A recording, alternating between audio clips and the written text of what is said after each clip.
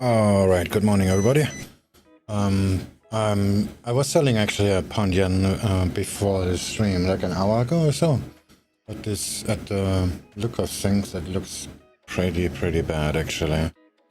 I scaled in quite a lot, but maybe this wasn't such a good idea. I'm gonna reevaluate that in a second. So you better not copy that trade.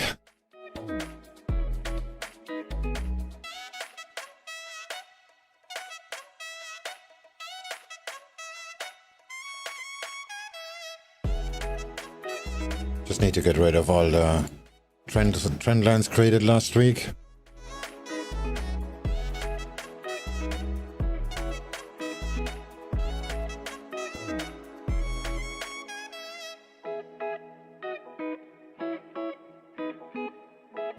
This is the slow template for the 4-hour chart.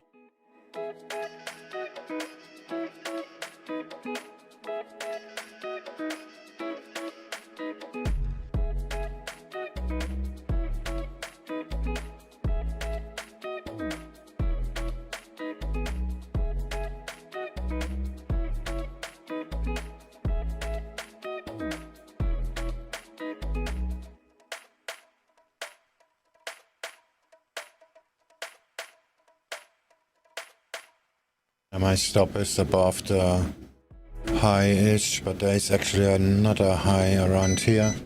So I'm not so sure this is actually a good idea there. On the other hand, also, this is way above my risk allowance.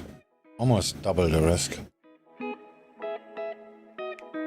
Which is not gonna kill me though.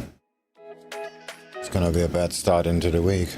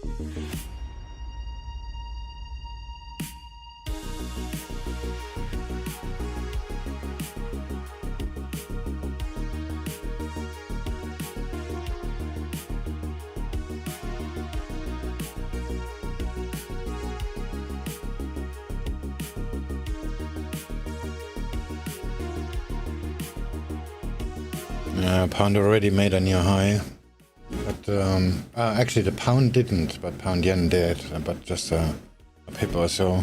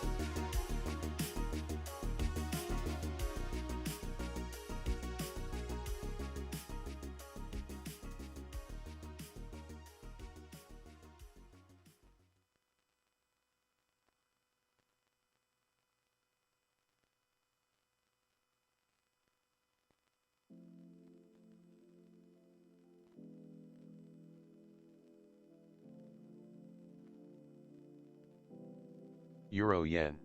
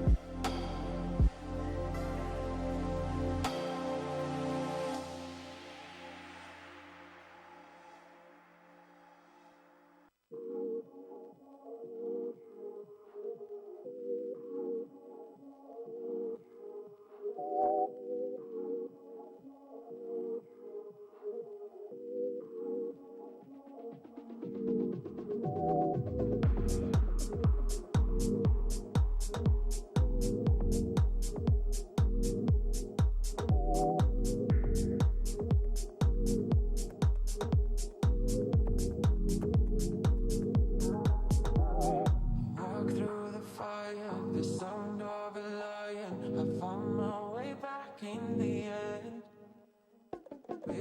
I'm falling for you and the way you make me feel. Don't need to pretend.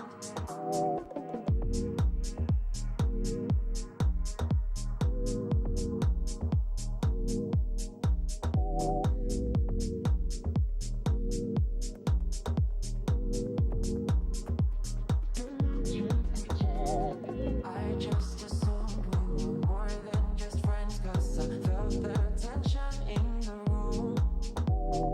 Caught in emotion on every occasion. Laughter and hours of gloom. Cable.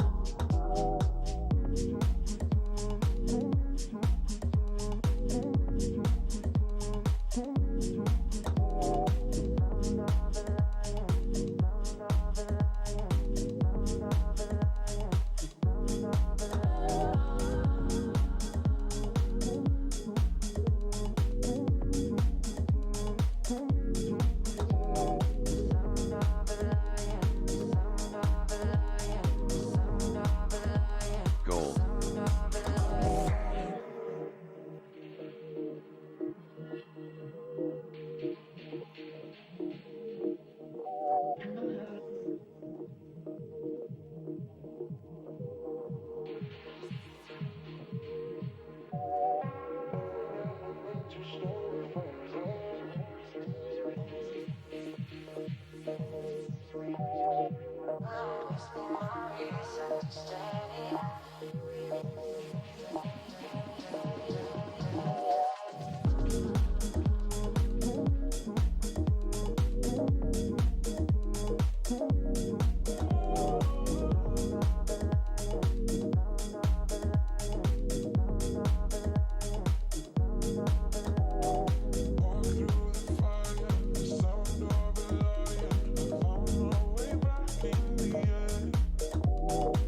Baby, I'm falling for you.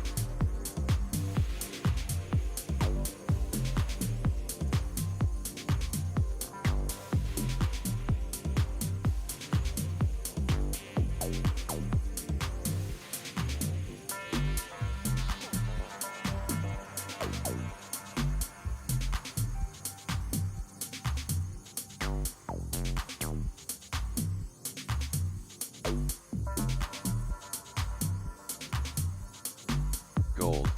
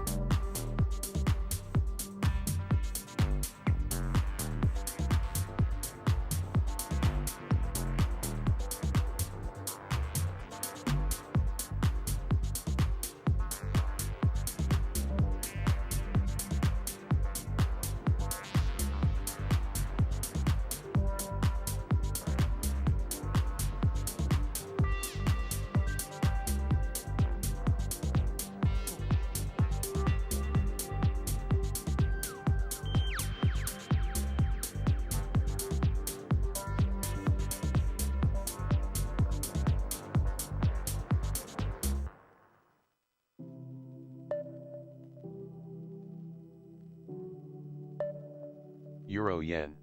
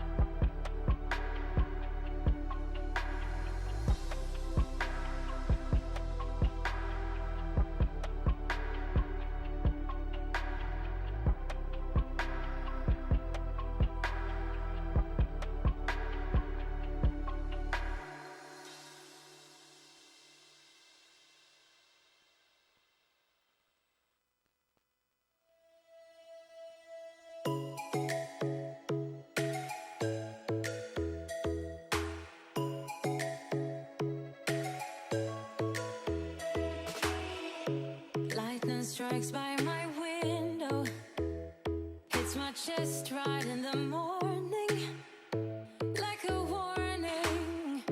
Could have slept here for days. Euro yen. I felt your heartbeat, felt your mouth breathe, but it's not real. We were close to see the sun, but clouds got in our way, and so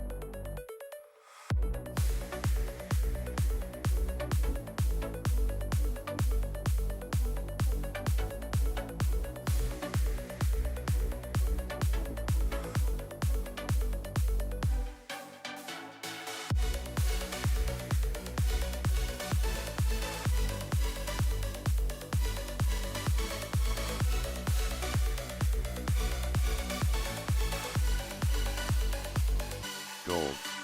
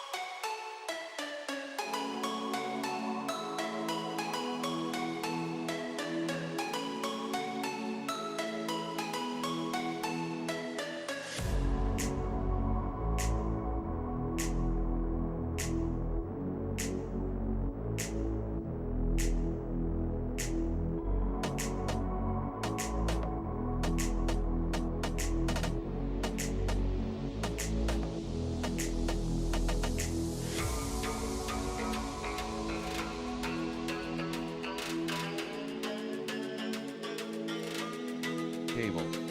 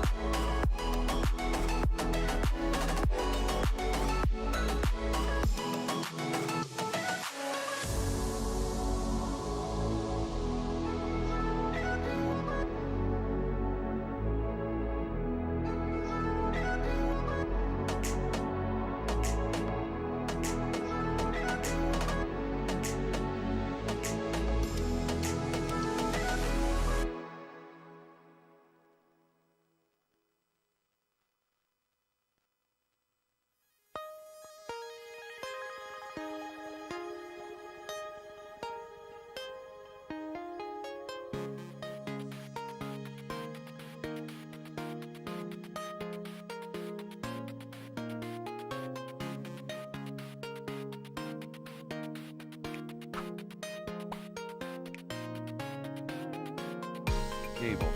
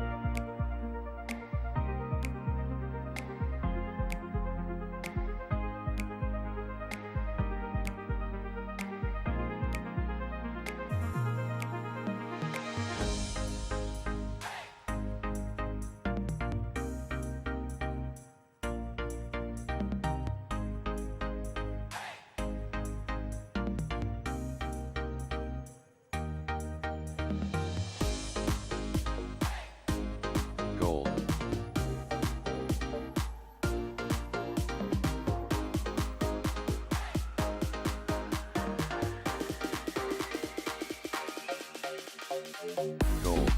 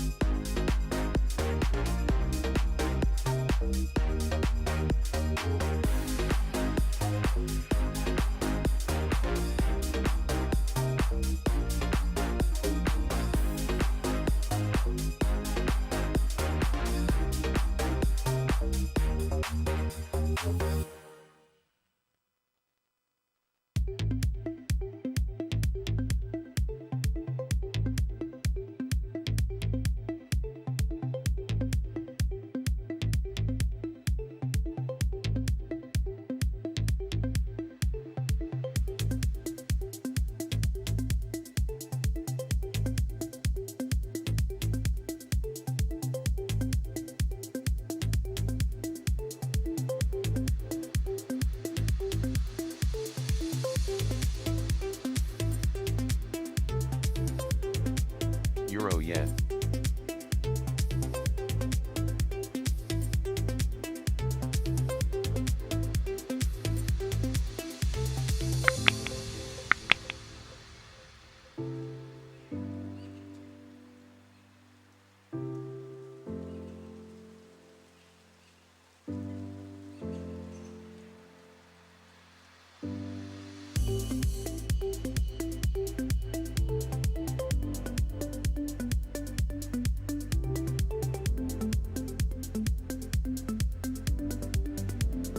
Euro yen dollar CAD.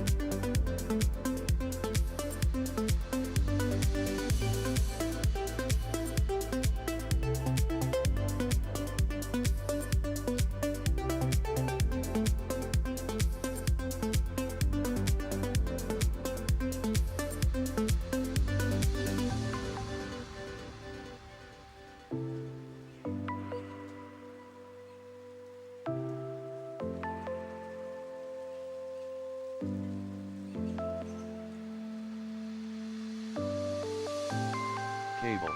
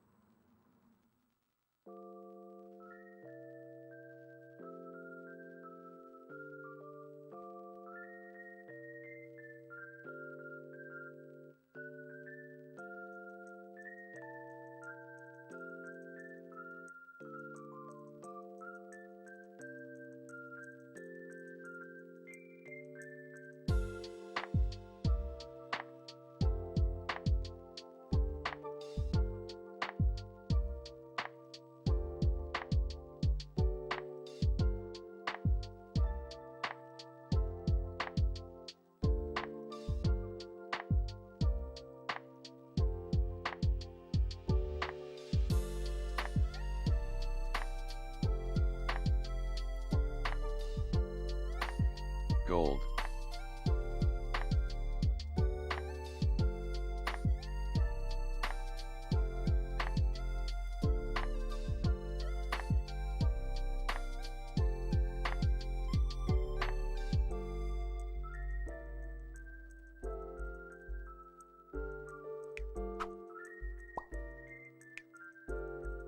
Alright, I really should take the loss on this pound yen short. This is probably not gonna work. It's still cold, but I think the stop needs to be even higher.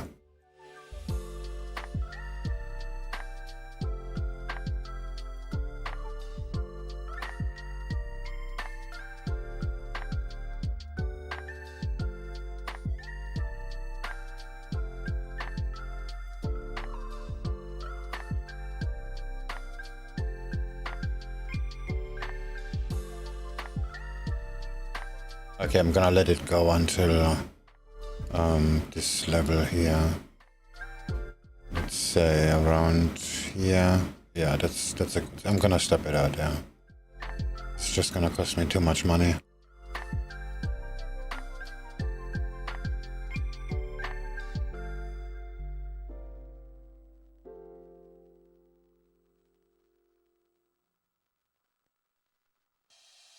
Morning, Swing. Morning. Oh, I'm sorry, I was muted.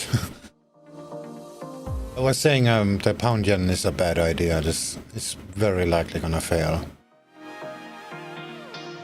My stop is I mean I think it's still gonna work, but I'm pretty sure the stop needs to be a little bit higher, and I cannot really afford that. Could I see the structure that you're looking at to see that makes you think it's going to work? Yeah, the structure is just crap. That's the problem. Structure, okay. Somebody's calling me out right now. No, I'm a. Actually, this is more like a correlation thing, like testing. If it tests the high will be actually lower, 713 of the 4 hour. And the other time frame, the other assets are actually going sort of down. Well, dollar CAD is not really at the moment. But when I entered the trade shortly after, the Nasdaq just took off.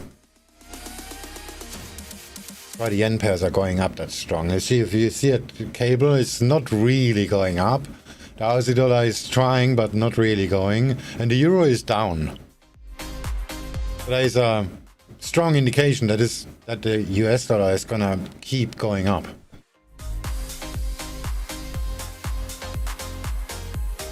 But the pound being the pound, this is probably gonna break the high.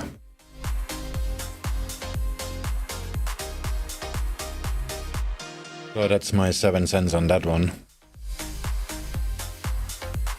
Yeah, I like those cents.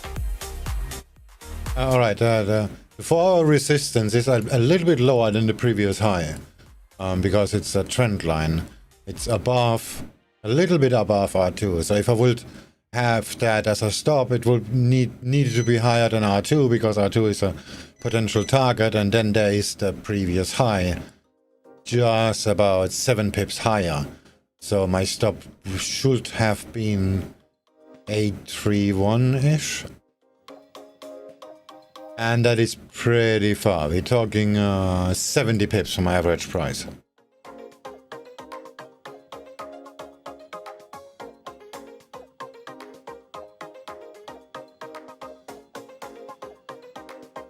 So yeah, either the US dollar makes a substantial move and pushes the pound and the yen down, I'm just gonna take the loss because I'm already oversized. On the other hand, I could just hedge it. I have no entry for a hedge either. That's what I meant about this is just shitty structure here. Like my hedge entry would be like 45 pips below. Okay, if I take the previous, the high-end structure, which we are right now. So this could be a fake right now, and then it's gonna go back down, or it's just gonna keep going up, but then I have no entry. The entry is literally right now. Buy a hedge. When you hedge, do you think of like what you would be doing if you were buying, and then you use that as the way to hedge? Now, if I want to move the stop on my sales, I need to be able to afford that, and the only way to do that is to hedge it. So I'm actually gonna make money on the way up. Ah, yeah, that makes sense. Sorry. So like if I have $100 loss stop out and I want to extend that to $200, I just buy the same size in the opposite direction, take $100 profit, and then accept the $200 loss because I already made $100 on the way up. So my exposure will be just the same. Technically, on paper, you know what I mean. Like my equity will be $200 down, but my account will be $100 in profit. So it's essentially the same. Yeah, totally. That's a very big brain. I mean, your drawdown looks bigger, but this is just on paper.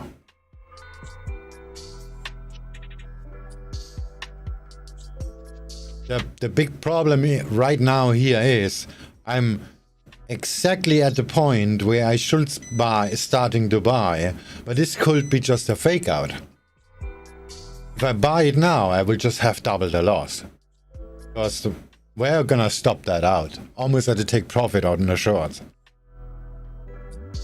Plus the pound is actually it's looking like it's gonna go down. And the euro is still going down, so if dollar CAD breaks the VWAP, I just switched to the wrong screen. If dollar CAD breaks the VWAP to the upside, this is like a pretty short. I actually should scale into the shorts instead of starting to buy. That's what I meant about this is just shitty structure, because there's no action you can take on.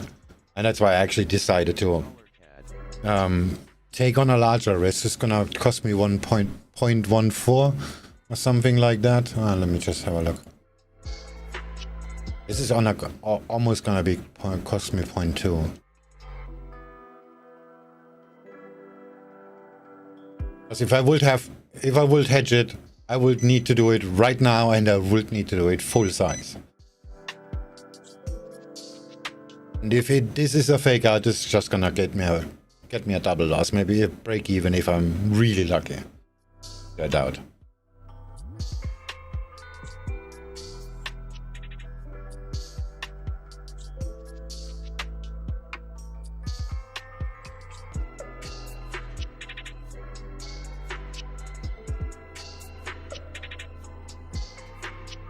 I'm drawing up the pound yen levels, because like I am buying UJ up until R1, and so yeah, it seems like we're actually reaching a very critical trend line right now, actually at this point exactly. So we'll see how much it wants to go up, but it seems like yeah, pound yen is following dollar yen quite well.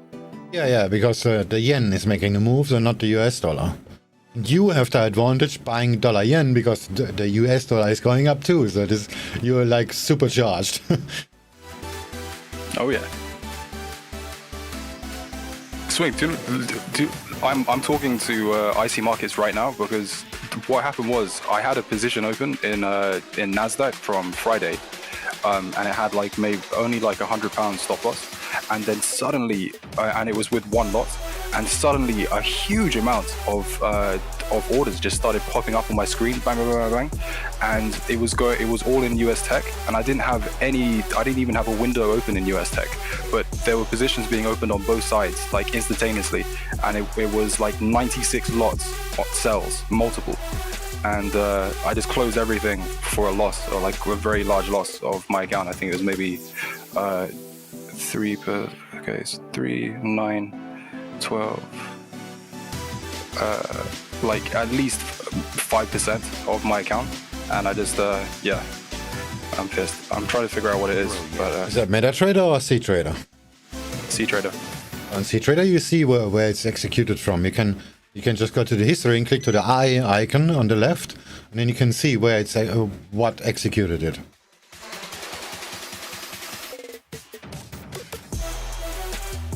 Wait, I show you. If you go to your history, let me just move this window here real quick, and then you can just click to the eye symbol here, and then it's gonna show what this yeah, you see channel, it says CTrader. That means the platform did it.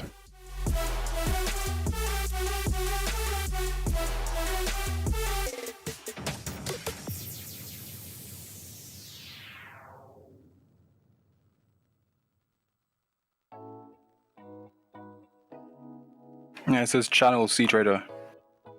That means your platform did it. So not a algorithm or something. It was CTrader. If it's a bot running on CTrader, the channel will be C algo or C bot, depending on what it is. And if something else executed it, it will be a C server. So if it wasn't me, but it says CTrader, what could it have been?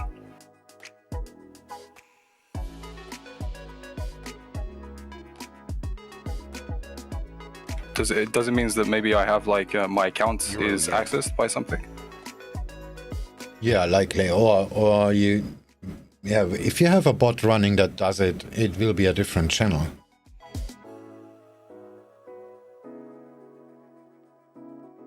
Wait, I think the channel is the same, but it just says, there should be well, for the most part, let me just go to history.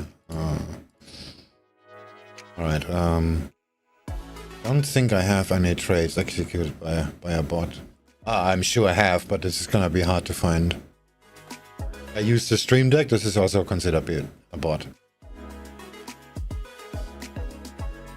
Yeah, I found one. Like this, I did this. This is a close by the C trader. You see position impact closing channel C bot C trader. That means a bot running on the C trader platform. I see. Yeah, that's useful information to know actually. But On MetaTrader, you're just fucked. There's no way to find that stuff out. yeah, you have to be pretty sadistic to use MetaTrader. If it just shows C bot, that means there is an algo running, but it's connecting to the C trader network by itself. But it shows C bot C trader. That means it's a bot running on your C trader platform. It's pretty easy to figure out where this came from. Only thing you cannot see is the IP address where it's executed from. But a broker probably can do that. Oh yeah, that would be easy because yeah, I'm talking to them right now and trying to work it out. Has that ever happened to you before, where suddenly a huge number of trades just come on for no reason?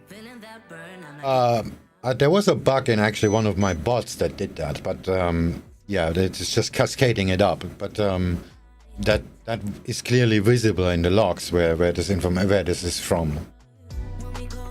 Yeah, I was thinking that too, and I didn't even have US Tech open. So there's no way for me to run a C-bot on it. What bots do you have running?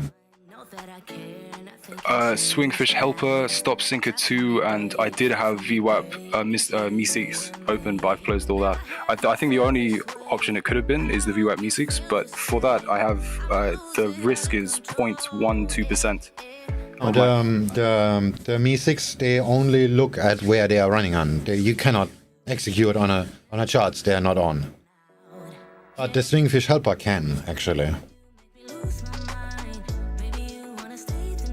It could be possible that it tried to hedge you and it wasn't able to place the order because of the spread or something like that.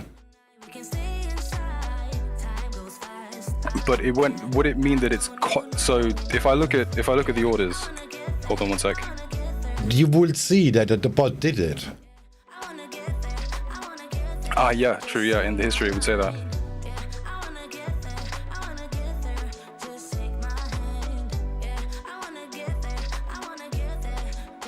Because look, if I trade US Tech, I literally have one lot, and the positions are, for example, buys. One lot, 2 lot, 2 lot, 8 lot, 64 lot, 48 lot, 48 lot, 48 lot.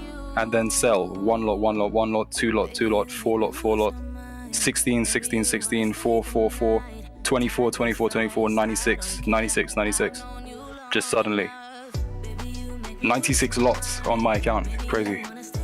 Can you sort in the history window by the opening time?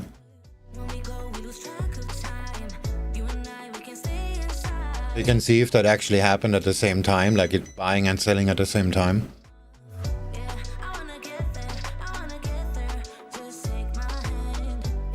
So as I remember, there were like 2 waves of it happening, but yeah, opening time is sell. So yeah, 3 cells of 1 lot came on basically within the same second. We're down to microseconds, and then 3 buys came on within the same second. And in that same second, 2 sells came on, and then 3 buys came on the next second. And it's just, scaling up. So it's going from 1 lot to 2 lots to 4 lots to 8 lots to 16 lots. And then it goes to 64 lots. And it stops for a little bit. So it has this like huge build up over like 5 seconds. And then it stops. And then maybe 40 seconds later, it starts again. Did it sell then 120 or just start with 1 again? Good question. Yeah, so it goes from the first one. It goes from 1 to 16, and then 64 is the final lot, and then it stops. Just only 1 of 16, and then when it starts again, it starts at 4 lots, and it goes 4 lots, 3 cells of 4 lots, and then 3 more sells at 24 lots, 3 buys at 48 lots, and 3 sells at 96 lots. That is very strange. Well, the SwingFish helper had a bug that did something like that. It's a very old version. Just downloaded it last week. No, I sent it to you last week or something, right? Yeah. Maybe That's not possible. or something. There was a bug like that. If the helper could not fill, it would just resend the order. Like I said, you will see that it's happening in the history that because it's gonna show that a bot did it and not you. It shows channel C trader, that means you did it. If it shows C bot C trader, that means a bot did it on your C trader.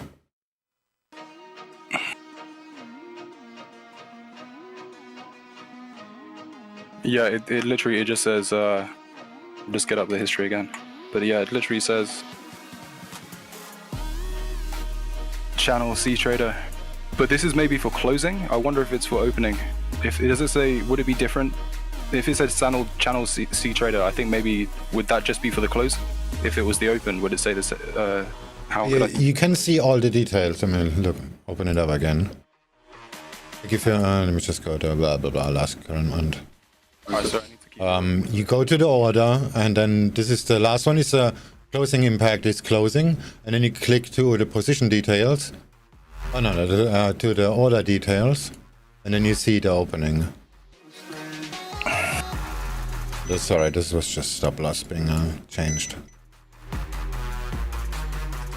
Go to the position details, and then you see all the changes that happened to this one position. Go back again. Let me just close all the windows. You click to the eye on any of this position, and then you go to the position. Click to position details, and then you see the whole history. What happened at this position? Or should be the opening deal, the market order, or whatever.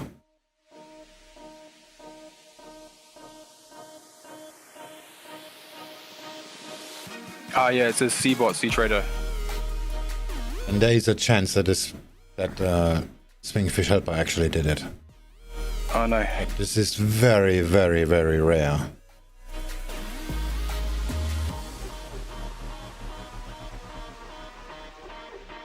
Okay, so I guess I'm not gonna be able to get my money back from these guys. Try, just ignore what we just discovered. Yeah, yeah. Fingers crossed. Could you send me the new SwingFish helper just to make sure that I'll delete any older version I have. Yeah, sure. I sent you the one I use because the one I use didn't do that in, I don't know, 9 months, at least 6 months.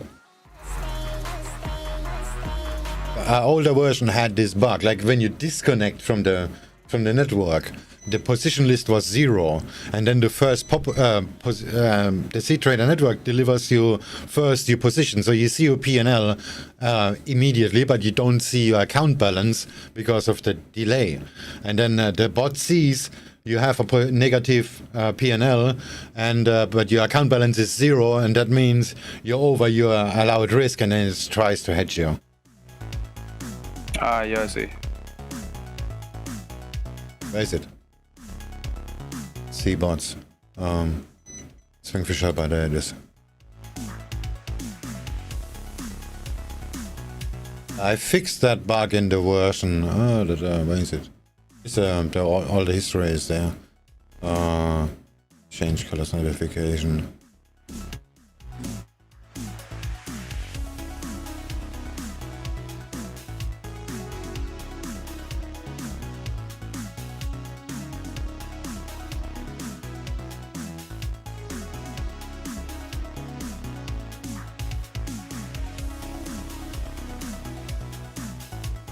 $202, and now it's $211 already. $212.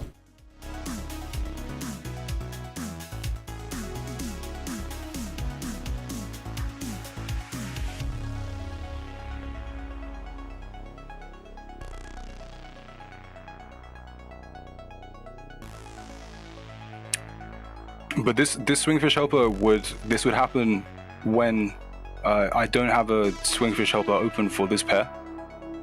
If it's set, if global is active, it will do it anyway. Because it only looks at your numbers, not at your positions.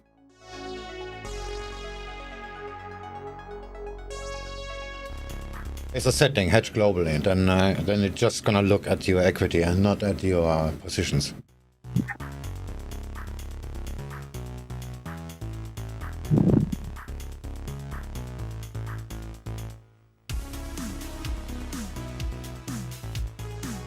So I only need to have SwingFish helper open on one window if I say hedge globally.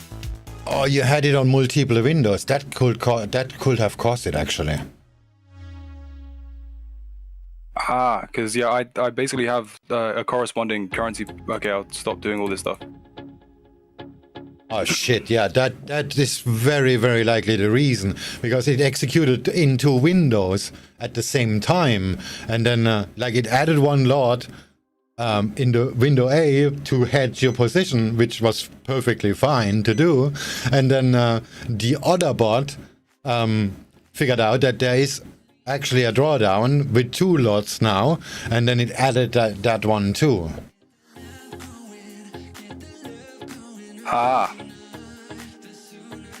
They cannot communicate with each other. That's not possible. They just, if in global mode, they just look at the equity, and then they just add, after the threshold is met, it actually gonna look at your positions and tries to hedge them. So the first one hedged you perfectly fine, everything normal, and then the second one came in, oh fuck, there are 2 lots open, and then it opened 2 lots. I see. So the key is to just basically have, should I just turn it off global for all of my windows, or should I just have one window open with global on for all of it? I just have it run once. I have it run twice actually, but for different reasons. Like the window you see right now, that is my actual SwingFish helper that hedges for me. But it's currently turned off, but that's a different reason. And I have it running here on my Nikkei chart too. But on this one, it's off by default. And because I only use it for information. You can see it on the stream.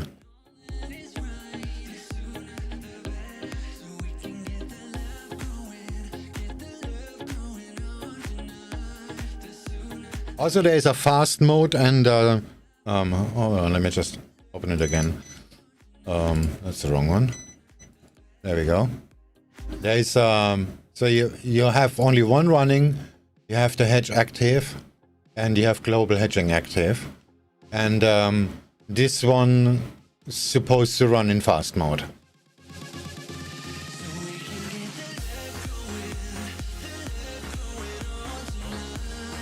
What does fast mode mean? Fast mode means that it completely gonna ignore the price feed. Okay. So if fast mode is off, which is better because it makes less impact on your computer, but it will not look at your equity. It will just, on the next tick, it will look at your equity just for once. And on fast mode, it will look every 100 milliseconds at your equity. Okay, so I mean, like, fast mode is a bit like, is just hyper overkill. Well, not overkill, but like very focused on the price. Yeah, no, it's just gonna focus on the money and not on the price, exactly. Yeah? And if fast mode is turned off, it's gonna focus on the price. But if you don't have a price, that's gonna be a problem. Like as example, the bot is running on the Hang Seng as example, and then there is lunch break. There will be no price for an hour.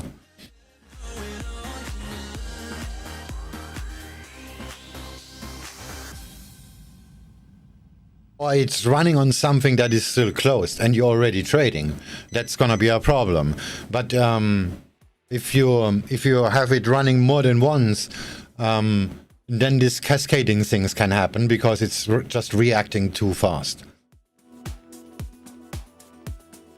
Oh, I see. Okay. So if you have the helper running more than once, make sure only one of them runs in fast mode. Okay.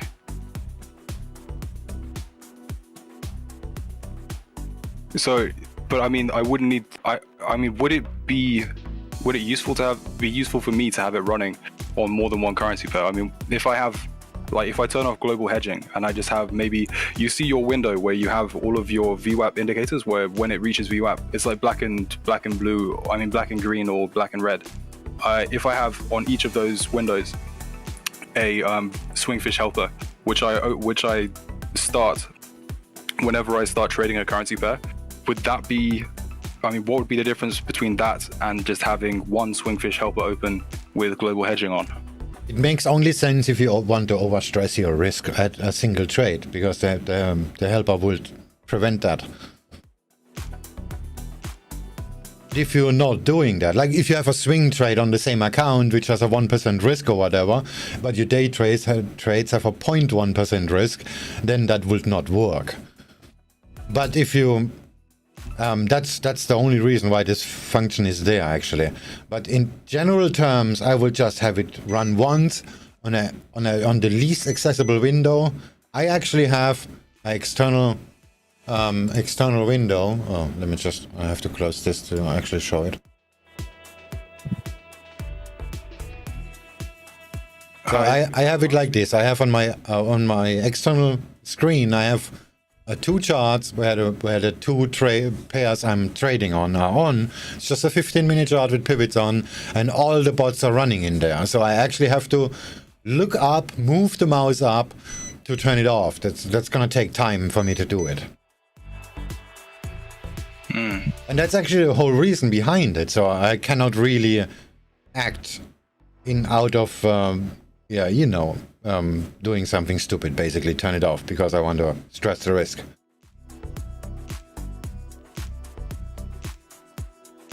Yeah, it makes sense. I have one window. This is just our external window, which I move outside. This is on another window, which you can never see on the live stream because I don't have a capture card on it. But there is only my position list and this additional set of two windows, which I just open the two assets I'm trading on that particular day. The right window is completely dormant. I just started the bot now for this example. This also have the advantage because I have linked charts, and if you have a bot running on linked charts, it's gonna unlink them automatically. I can just run the bots on this chart, and here you see here's pound yen, and I see my exposure here as well, which you don't see on my main chart either, because it's pointless information. It's just for me to see, okay, my stop loss is there, and I'm gonna have a 0.2 loss.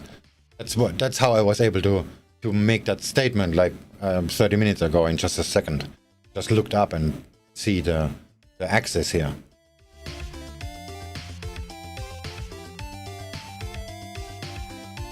But usually I don't display this information because that just leads you to do stuff that is usually bad.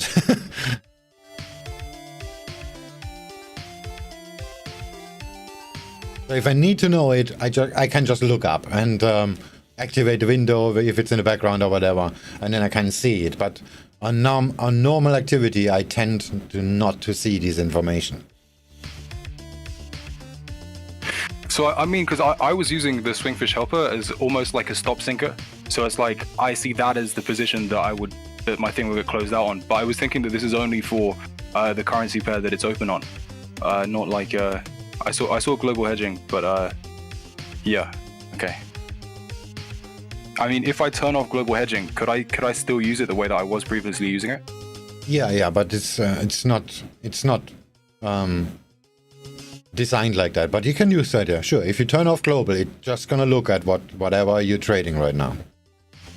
But just it's gonna look at the only thing that it's open on, that it's running on. Yeah, you could have a 40% drawdown and it will not hedge you if it would not be the same asset. Okay, excellent.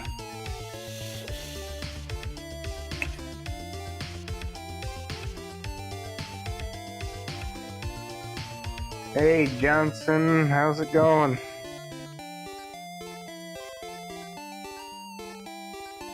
Yeah, I'm thinking of getting like maybe Jiri or something. I was talking to him previously. He's gonna get back to me.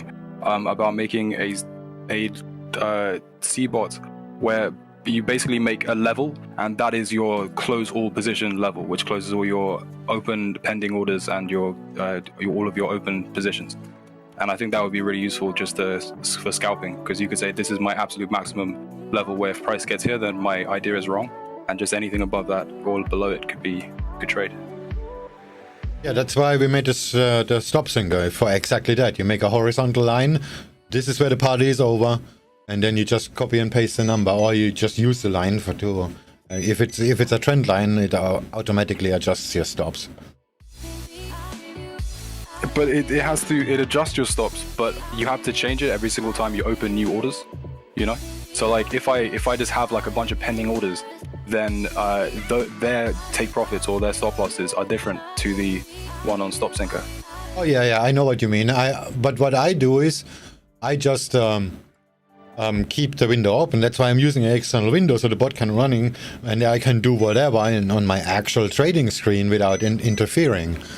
And so like here, this on my pound yen short, my absolute limit is 157,493. So if I put a limit order here, like let's just make a sell limit here, I'm just gonna manually. Actually, I have a 75 pip quick trade setting. All my orders having a stop loss, and if the order is get filled, I just press the button again and that's it.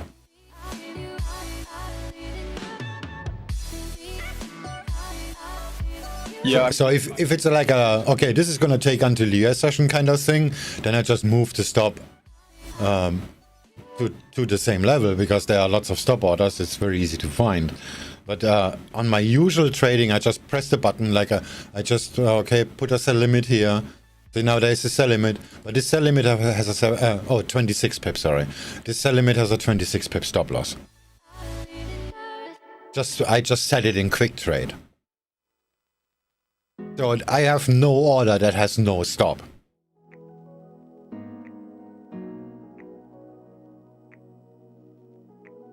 So, but your idea is valid. I don't say what you're saying is not correct. I just say I have a different workaround for that. I have the flexibility of everything working, and once I'm satisfied with my orders being filled and placed and whatever, I just press the button again, and then it's just gonna adjust them. Is there a way that it could adjust also pending orders? Oh yeah, sure. I just have to add another line to do that. Look for the pending orders and adjust them. But I mean, like, actually, I was thinking about that. Like, I just put a limit order there, and then okay, that's it, and just whatever, punch it through to everything. Don't know why I didn't do that. Yeah, I actually had the same idea like months ago. Well, why? I put a limit order there, and then okay, just adjust everything, including the limit orders.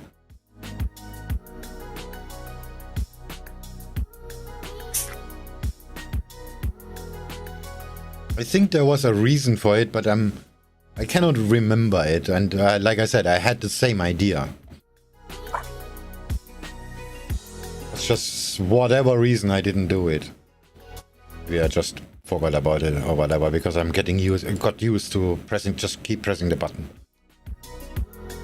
Yeah, sure. I mean, it isn't a big issue if I'm there, but you know, if you just want to like leave your table for X amount of time, then yeah, it's just easy if you have like that. I do like the idea of a close all kind of line, or a close all trend line, because then it's kind of is creating stop losses and take profits, but it isn't. So it is and it isn't, but it does that in a kind of de facto way. So you could just kind of create a box or a range where when it moves out of this range, then it's either take profit or it just closes everything. So it's either you're hitting your take profits, your quasi take profits, or your stop losses. Yeah, that's why I made the trendline feature in the stop sinker, because day trades are like 80% structural based. So making a box, it's valid now, but it's not valid in 2 hours. Yeah, right.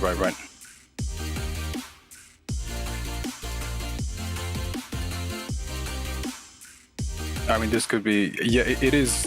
It's more like an extreme kind of saving your risk kind of thing. I don't know. It's one of those things where I think it would be a good idea, but I haven't used it or obviously, so we'll see if I find it useful. I think the reason why I didn't do it is simply that, like I'm placing. Let me just limits off. All right, now I deleted all the limit orders. Like I use the stop sync. I just press the button. All the stops are at the same place, and then I put a limit order, not a buy limit. So like I put a sell limit here at a high, which makes actually sense. And then there's this one stop order, which is not at the same level. And I just started to I just move it there. And if I walk away, and if I not walk away, I usually leave it where it is, and I just keep pressing the button again when it's being filled. But like if you know when it's moving towards your take profit and you're just kind of hammering for example, if it's going against you and it's going closer and closer to this level, you're just hammering the sells, then it just doesn't that open you up to a greater risk? Because you would have to hammer the sells and also just flick back to sync all of the stops. Yeah, that's what I'm usually doing.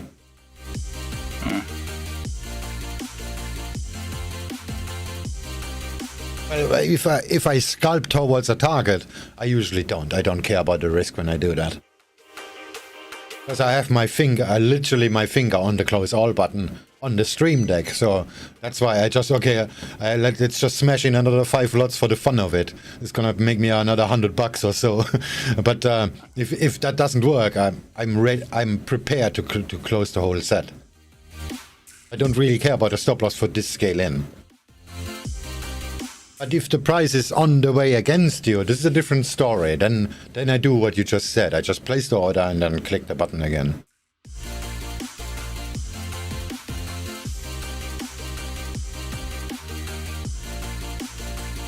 Euro is going down, Canadian dollar is going up, but pound yen doesn't break the VWAP. This could be the VWAP actually. Gold is going down too. This looks very valid. I was looking at pound yen earlier. Oh, your pound yen still looks like a good idea. It hasn't invalidated it. It just went way too high than I planned. I remember at the beginning of the year, I remember seeing the retail traders, like over 90% of them were shorting the yen. So this trade was literally, it's reaching the previous high on the 4-hour or the daily. And you're just kind of trading the channel, the upward channel. Yeah, but I'm shorting it, so... And I'm too heavy to have it actually test the high. Ah. And the pound is kinda famous to do that shit. It is. Do you think the pound's going to get much more like an emerging market currency because of Brexit? It's just gonna be a different beast by then, but I just hope it not gonna degrade like the New Zealand dollar, which is pretty much untradeable. Oh no, I like the Kiwi, but it's only on swings. I don't like it on, Yeah, sure, if you swing trade it, no problem. Kiwi is fine about that. Especially Aussie Kiwi or Kiwi dollar, pound Kiwi. This is all moving pairs. They move a lot. Pound Kiwi is, I would never touch that. It just doesn't make any sense. It's an abomination. It's just on steroids with some cocaine. The Swiss Hey, franc. do you know what would be really good to trade, I think, is the Israeli shekel. If you look at that on TradingView or something, you can just see it's basically going straight up against any currency that it's traded against. Just like the Iranian Real, if I'm pronouncing that correctly, the Iranian Real is like the weakest currency. And like you can just see it barely moves. But this is like penny stock kind of thing, so if it moves, you have to be already in it. Or the shekel? All of those currencies, I mean, I think the only currency that has this kind of style is South African rand and Turkish lira, but the Turkish lira, this party is over since 2 years. Yeah, fuck that. I remember, yeah, like a long time ago, I was thinking of selling the Turkish lira, but it just kept on going up, and then, yeah, eventually started to do what I thought it was going to do.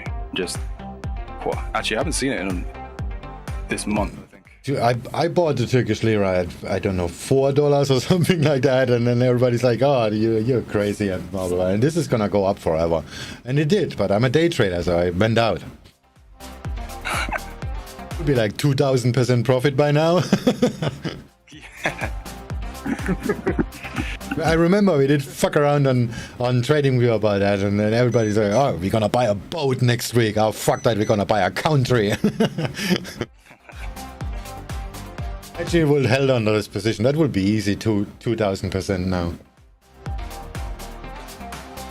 The Turkish lira is toast. The only way they're gonna rescue themselves is when they join the European Union.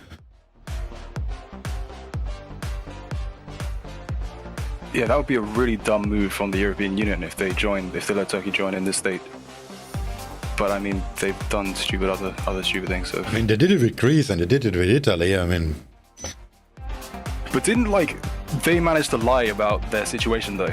I mean, somehow I wasn't this is just from me reading like people talking about what other people said, but some people said that it seemed like they managed to kind of just fudge their numbers or present themselves in a different way.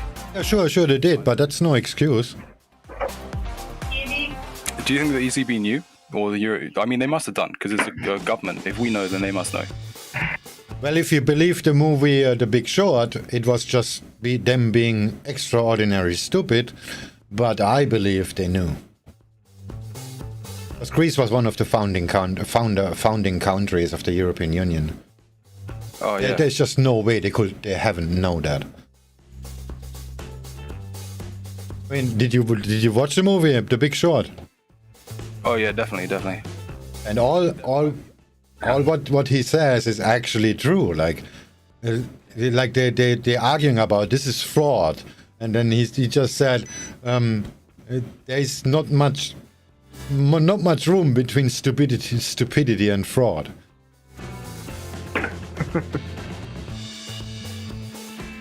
That is actually true, and so that is you could argue that they did the Greece government did commit fraud, but on the other hand, that would be incredibly stupid on part of the European Union.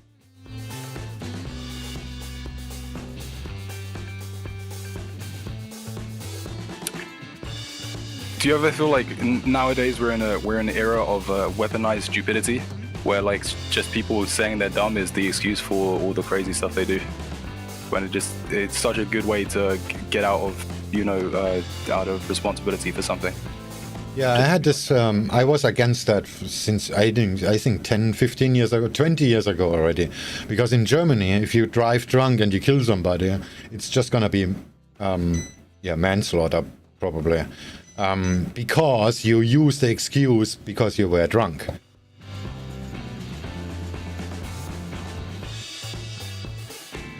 There are actually two offenses that come together. It's not murder because you were drunk, basically.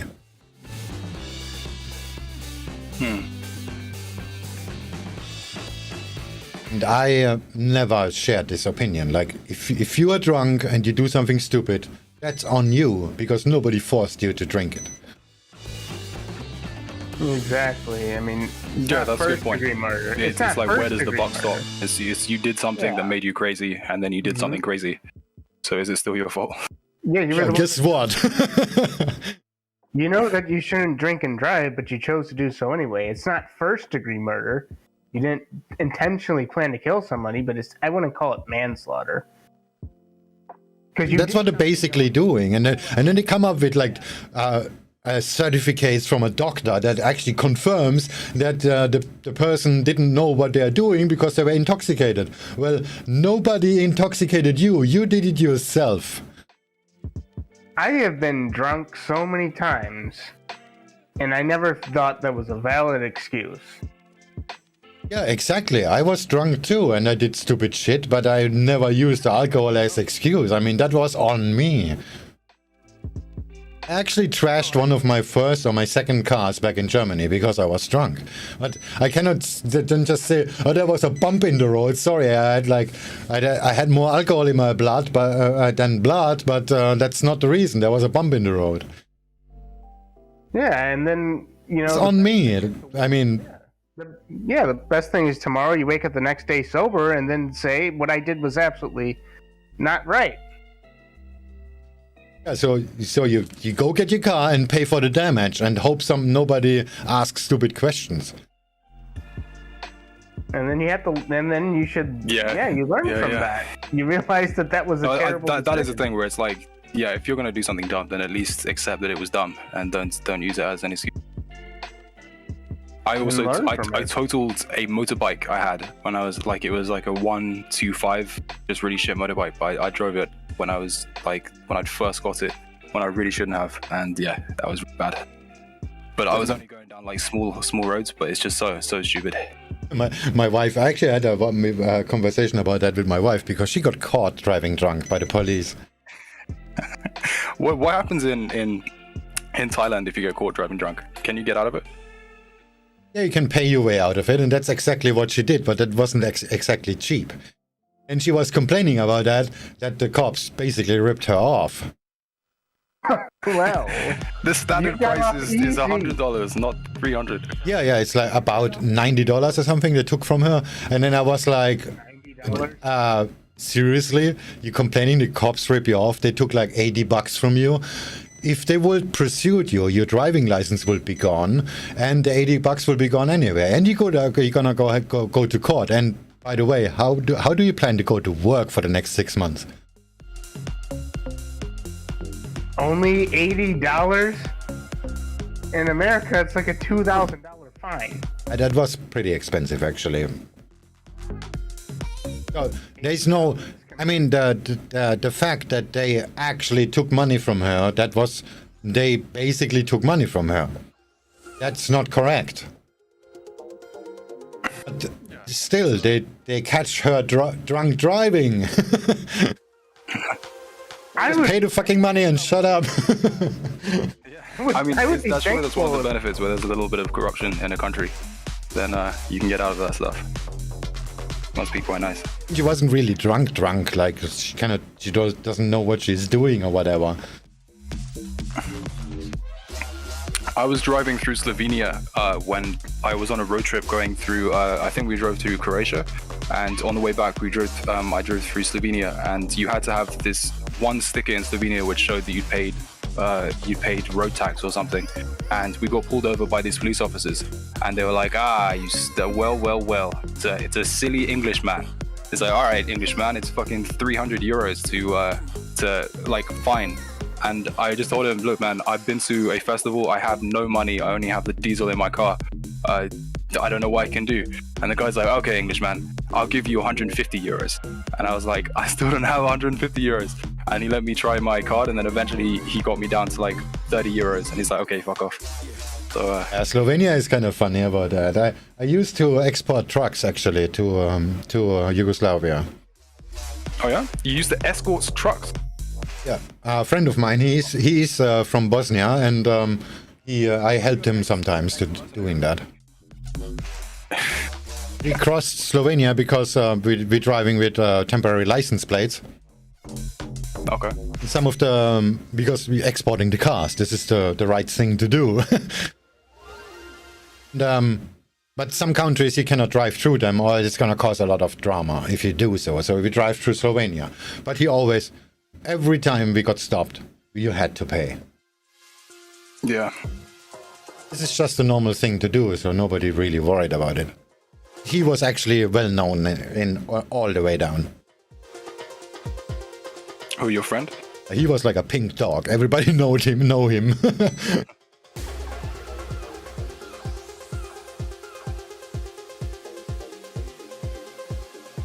So how long did you do that for, Swing?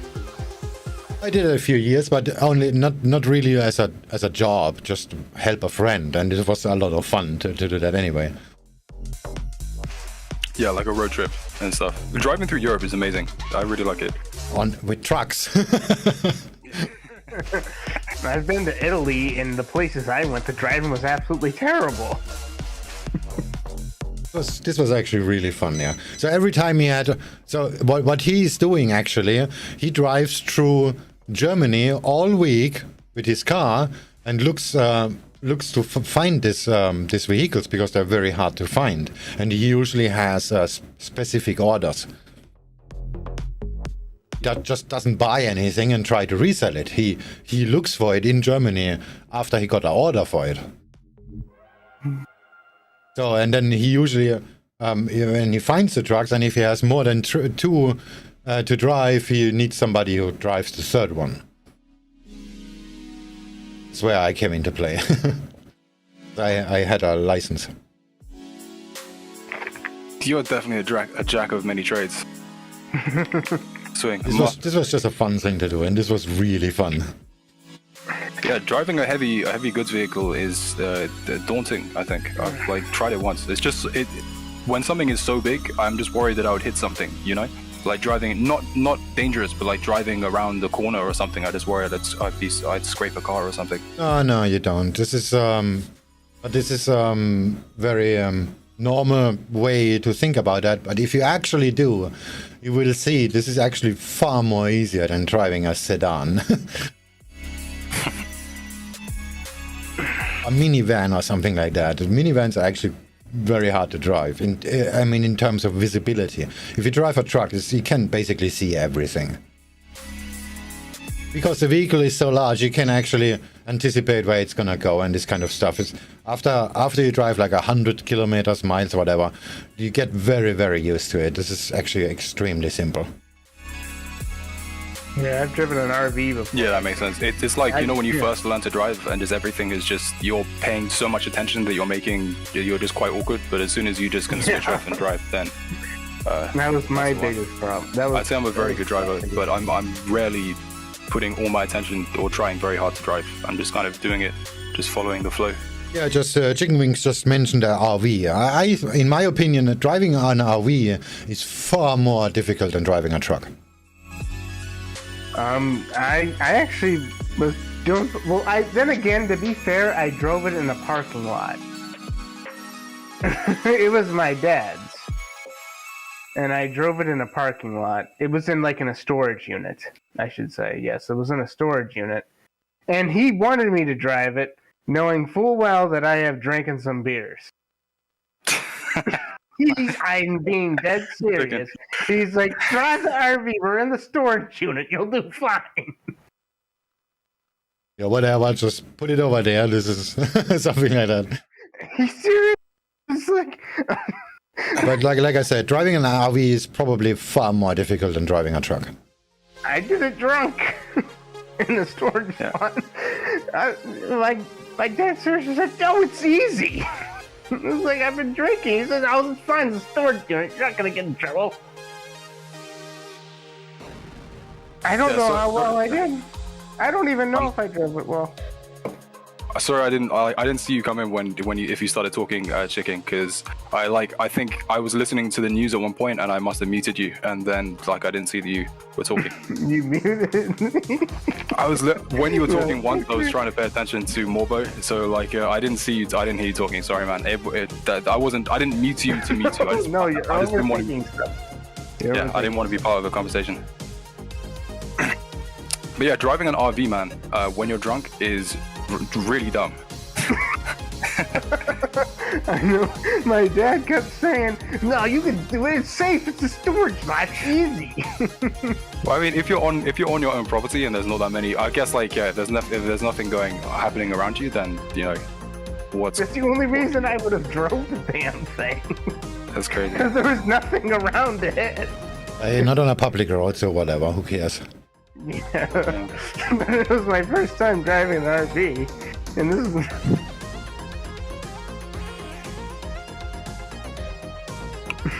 Well, my dad's one of those people that just doesn't give a fuck. If you drive like a truck with a trailer or something like that, this have some learning curve, because you turn right on the that means the trailer is gonna turn left.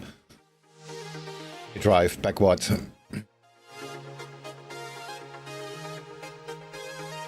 My dad used to get like completely wasted and drive, and I did not like that. Yeah. It's not a good idea. He used to like go up to this bar, and he would like it was close enough to our house to where he would get drunk, and by the time it hit him, he would be home because it was that close. And he just barely got himself out of getting a DUI, and that's when it stopped. Because the police literally showed up as he was getting into the house saying, someone reported you. And he was in the house already, so they couldn't really do anything. But at least he learned his lesson from that. Now he no longer does that. Glad he's not in Germany, because in Germany you have records where you drove. Well, he was actually at this time, he was at his shop drinking. Because they tried to say, did you go anywhere to eat? He's like, no, I don't want to answer any questions. I'm going inside. He was lucky that day because he was at his workshop drinking. And then ever since that happened, the next day he woke up and said, I am extremely lucky. What I'm doing is stupid. And he just stopped it ever since. He doesn't even really drink anymore now because that spooked him. Anthony, do you remember on I think it was like it was Guy Fawkes night, so like the 5th of November. Remember when we were talking that night and I said that I was like driving behind that drunk driver who just drove straight into like a bunch of cars? Yeah. Even going at 30 miles an hour. $1. Yeah, I mean, yeah, it's just nuts, man. Because he must have been leaving a party which is like very close to his house, but it's just still like, yeah, fuck that, bro. Yeah, my dad always used to say when I was younger, he would say, you see, the difference is when I drink and drive is that the cops aren't looking for me. They're looking for young people. He's like, I'm 50. Me. They're not looking for me. I was like, that sounds so stupid. I mean, it worked, but he's not wrong. But like, yeah. Well, he did finally get reported and just managed to get home just in time. And also the fact that there was no record of him drinking anywhere because he was drinking at his shop by himself. So he just barely made his way out. But it was a good thing. No trouble happened. And he learned his lesson, thankfully. Yeah, that's he needed to. He really needed to. Dude, but like sometimes they do have these bars, like, or pubs in the middle of nowhere, and you're like, how the fuck is anyone gonna get there? Do you know what I mean? Everyone must be driving drunk. It's like, and there's a lot of ones like close to where I live, and it just makes, I mean, there's only one way that people can get there. Yeah, that's actually funny you mentioned that, because when I first came to Thailand, I lived in the north of Bangkok, and there was actually a pub like that you mentioned. I could see it from the office. Like when I worked there at late night or something like that, you actually can see the security guards. They're actually helping people in the car because they were so drunk they could not walk. And they were preparing them to drive? Yeah, that was 20 years ago, Thailand. It's a different time. Helping people get into the car so they can drive. That was a different time back then. 20-ish years, something like that.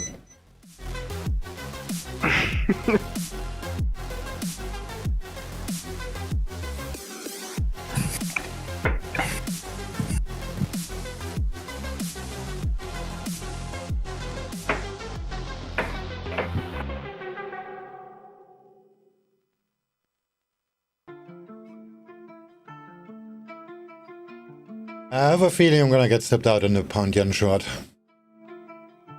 Aussie dollar. Nasdaq is still going up.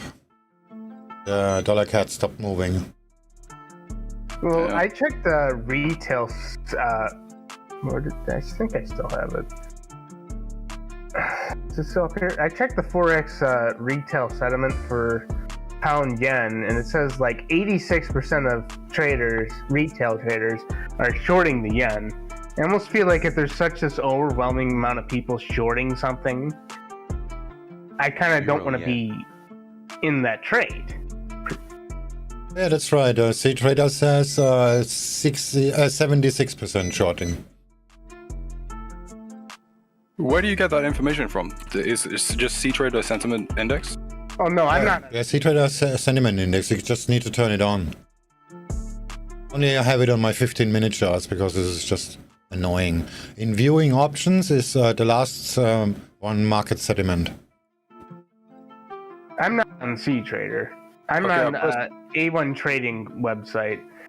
It's from a guy on YouTube that I watch. Where I'm pressing market sentiment index and I don't see anything. Below the buy and sell buttons, the quick trade buttons, there should be a small bar. Ah. Check out Australian. Yeah, I put it in voice context.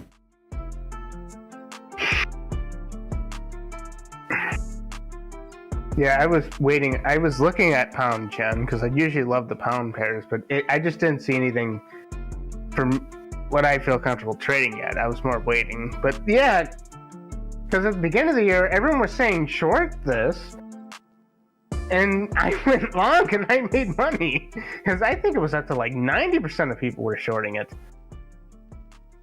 and lots of people got stopped out. I have that only on my 15-minute charts, and on my 4-hour chart I don't even have the buttons because I don't really use them. Oh, I have it on my small charts too, for some reason.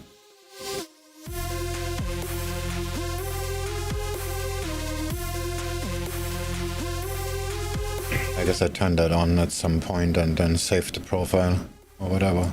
Just turn it back off. It's very annoying. This indicator is very useful, I think. Good to see. Chicken, if you're going to use the sentiment thing, then I don't know. I think C Trader would be a better way to get the sentiment index from. Because way more people use C Trader than what did you use daily? No, this isn't from a broker. This is from A1 Trading website. A1 Trading. Well, it's a guy on YouTube. His name is Trader Nick, and I like him because he does a market analysis live stream every day, and he also admits when he's wrong. Unlike most YouTube traders, like he actually will admit when he's wrong. He'll give out trade ideas, and then he will make a video if he's wrong about them. That's uncommon for most YouTube traders. I hear No, that's true actually. Yeah, I hear YouTube traders saying, oh, I'm making 80% win rate, 90% win rate. Oh, the brokers are going to be wondering with my courses, why are people winning all of a sudden? I've heard that. And that's ridiculous. But this guy, he admits when he's wrong. And he's honest, and that's why I like him. He said that he's looking to earlier today in one of his live streams. He said he's looking to short the Aussie dollar. I'm short bias. I'm long on the dollar. So yeah, shorting the Aussie dollar makes a lot of sense. Yeah, he said he was. I don't know about the Aussie dollar. I don't know about the Aussie dollar short, man, because like the iron is going up so much and Aussie dollar has already sold off a lot, you know. So but the Aussie dollar is the only thing that's down actually. If you look at the 4-hour, the Aussie dollar is the only thing that actually has a short setup. okay, let's check it out. Yeah, I skimmed through before I entered, and then I wasn't really sure about euro yen or pound yen, and then I also looked at the Aussie dollar, and on the 4-hour, the Aussie dollar made a new low last week, and it's just testing previous support. Where the euro, as example, the euro is just consolidating.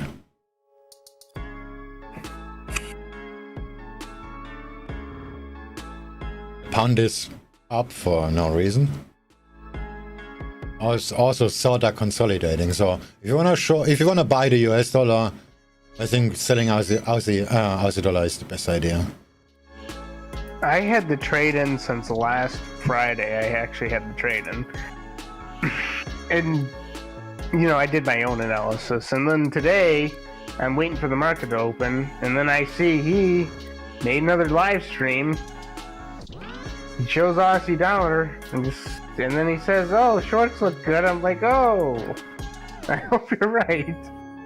The dollar thing actually looks good too to buy. Again, if you are looking for something to buy the US dollar thing looks pretty good. Or either buy dollar thing or sell Aussie dollar. Do you think the dollar yen trade is finished? I hope not, because I'm still down. Yeah, it's about like I'm gonna get out at R1 because it's reaching trend line. I think the pound yen is gonna test the resistance, and that's gonna stop me out. The yen pairs are pretty much going up. Just take the loss now.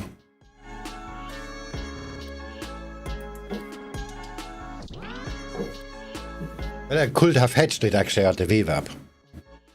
I wasn't sure yet at the VWAP. It went down, tested the VWAP. I should have just bought it there for a hedge, and then I could move my stop like at 100 pips up with no problem. Doing it now, it's again like we were an hour ago. Same situation. It's just too high to hedge it. Yeah, And it's right at the resistance. If the resistance holds now, it's gonna go straight down. And if it doesn't, I'm too late to hedge it. Decisions. yeah, I remember there was like a small breakout trade on the pound. And I was like, oh, this is not going to work. Candles are too small. And then I decided I'm just going to go to bed and not look at it. And then the next morning, wake up, it just shot up out of nowhere. Small candles are good. Small candles equal small distance to get stopped out. That equals to much larger size. I woke up the next morning and the pound yen completely shot up.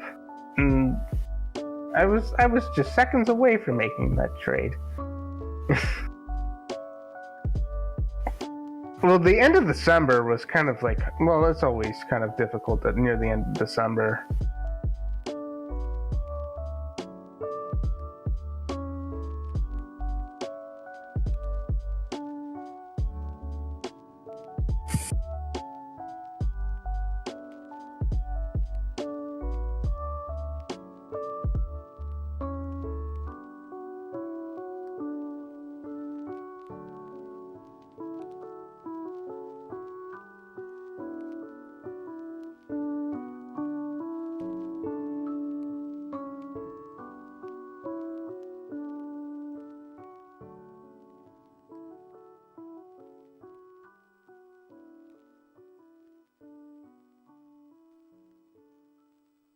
Well, do you trade during like the end of the December?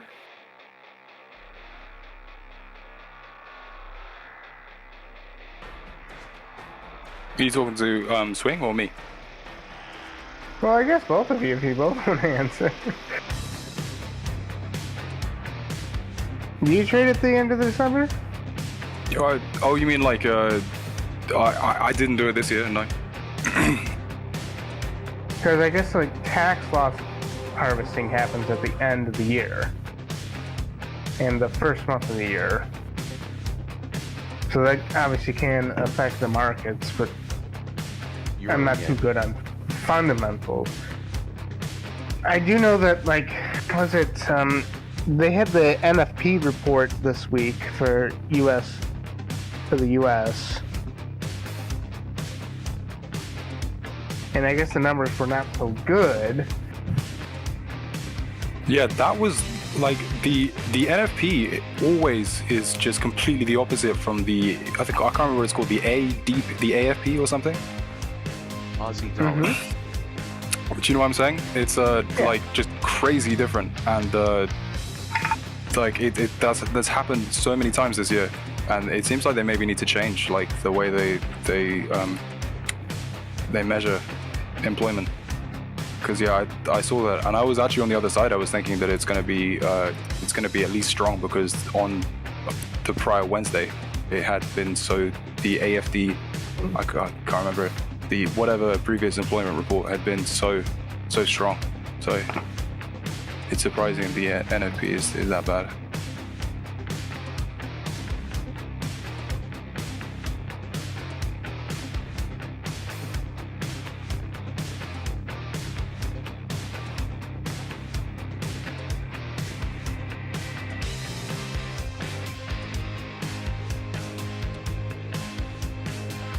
How's your bot going? Oh, Management bot. I just activated it again tonight. Well, it's Sunday night for me. And I got the Aussie dollar trade in. Oh, so it's shorting it for you. No. It hasn't made. Did it make a trade yet? No, it hasn't. I personally shorted the Aussie dollar on Friday, and obviously the market closed, and then here I am back again, and now I'm just watching this, and hopefully it goes down.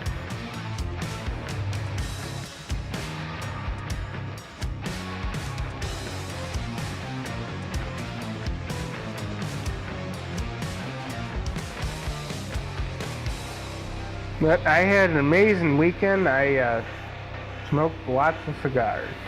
I actually bought one cigar because you're banging on about it so much. But like, I was reading a lot about how nicotine. People use nicotine a lot for as a nootropic, and apparently it's actually quite good. So I was looking into. So I was thinking about that, about using that as an excuse. But yeah, I can't smoke cigars, man, as a hobby. I think it's too. You have access to Cubans in the UK. I don't. I can't get Cubans. Yeah, but what? It's like saying you have access to fucking Mercedes Benzes and like I don't know, Bugattis. I mean, yes, I do, but I can't be asked to fucking buy Cuban cigars. Cubans aren't that expensive. You can get Cubans relatively cheap. No, but like I as a can't get them. I but have like to as a go to the hobby, black market or like to get as them. so like as something that you do regularly, do you know what I mean? If you're prepared to like make it into a habit, then you're talking like that's at least like $50-$60 a day. You're gonna be smoking. I don't smoke cigars every single day. How often do you smoke them? I've gone like months without smoking them, and recently I started up because I actually got a bunch for Christmas. Now they're not Cubans, but these are called La Aroma de Cubas, and they're some of the best. They're made from Cuban seeds. They're not true Cuban cigars. But you know, the hype around Cuban cigars really isn't like all that much, because really Cuba only really has a soil that's perfect for tobacco growing. But the Dominican Republic and Nicaragua, they all have excellent cigars. Cubans are really only popular in America because the restrictions about them, because the embargo on Cuba. And that's why people, like, I would love to go to Canada and get Cuban cigars just because I can't really get them here. But it's not like you can't get anything good here. If I had access to Cubans, of course I want to smoke them because I don't have access to them easily. I'm sure there's... why don't you go to Cuba? Why don't you go to Cuba? That'll be easier. They don't let U.S. citizens in there anymore. Really? Fuck.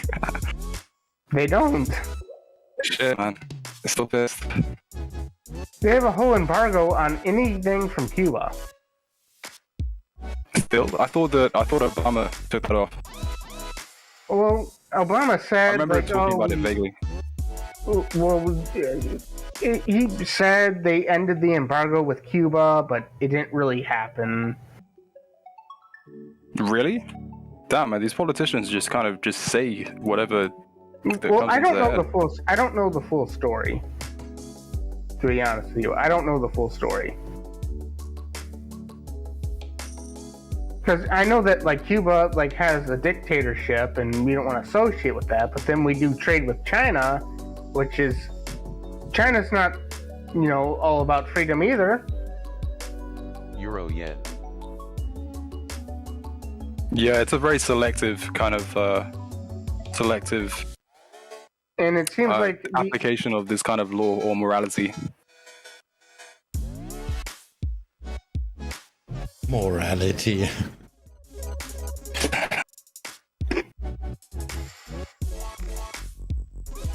Well, the cigars I got are like, even before I even researched about anything about Cubans. I noticed that these cigars they have like that slight cocoa taste, which I then did read. Cuban cigars have that, and these are Cuban seeds. I'm not saying these are Cuban cigars, but from everyone I've known that had Cuban cigars, it's like they're nothing special.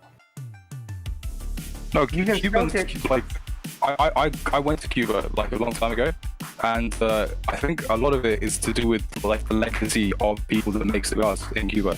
So it's the people that are like really, really good at making cigars. I mean, you can go to certain regions and there'll just be this old woman sitting on a road in the middle of nowhere and just waiting for cars to come by, and she'll just roll cigars all day. And it's like, so they're really very, very skilled at rolling cigars, and they know a lot of tricks to do it properly. But lots of Cuban farmers, they move to places like, if you look at like the Dominican Republic is close to Cuba. They're on the Caribbean, just like Cuba. I mean, Nicaragua and Dominican Republic, they still can grow good tobacco. They still know how to make good cigars. So it's, anyone that I've known that has had Cubans say they're nothing special. I mean, they have a distinct taste to them, but it's not like you're really missing out, because there's so much good stuff from Dominican Republic, Nicaragua. It's not like you're missing out on anything, as far as I know. But I want them because I can't have them. I've heard of people that, like, they go to Canada and then they buy Cuban cigars, they remove the bands and put them in a regular cigar box and try to bring them across the border and act all suspicious about it. And I'm thinking, I don't think they're looking for Cubans. They're looking for drugs or weapons. They're not really going to look at a box of cigars. That is a good way to get around it though. If you take off the wrappers, then I mean, how are they gonna know? Do you know what I mean? Like, they're gonna have to have a professional cigar tester. I mean, Yeah, I don't think they had those available. I don't think they have. that would be a cigar sweet job. That would be a really, really sweet job, man. You're literally just smoking any cigar that people are curious about. Because even cigar experts struggle to find if something's a real Cuban or not. I mean, yeah, you can use black lights, you can check the label, make sure everything's up to date. The only 100% true way to find if something is a Cuban or not is to cut it open, look inside, and see, are they using filler leaves? So you would have to have a cigar expert there that would have to cut open a cigar and tell you. And I highly doubt they have cigar experts at the border worrying about. That's the least of their worries, is seeing if someone has Cuban cigars or not. And I'm sure you're allowed to bring a few back. It's not like the police are going to pull you over. They find a cigar and they start saying if it's a Cuban or not. So are they illegal to sell, or just sell? I mean, or is it illegal to possess Cuban cigars?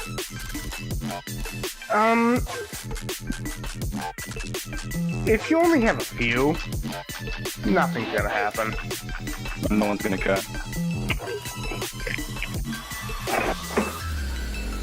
If you have like a whole truck stacked upon boxes of them, then they might get curious. If you have enough to like, but it's just like, they're cigars at the end of the day. They're not drugs. They're not weapons. They're cigars. I mean, technically, come on, nicotine is a drug.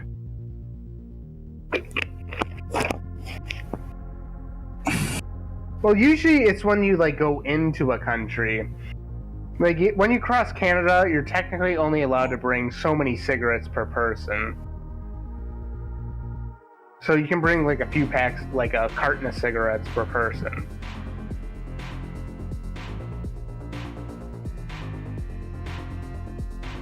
Because whenever I've gone to Canada, they ask, do you have any alcohol or tobacco with you? And then I'd say, yes, I have a few packs of cigarettes. And then you show them the cigarettes. They're like, okay, that's okay. But that actually is a big thing where people will go to countries and smuggle in cartons because they know in certain countries you can sell them for cheap.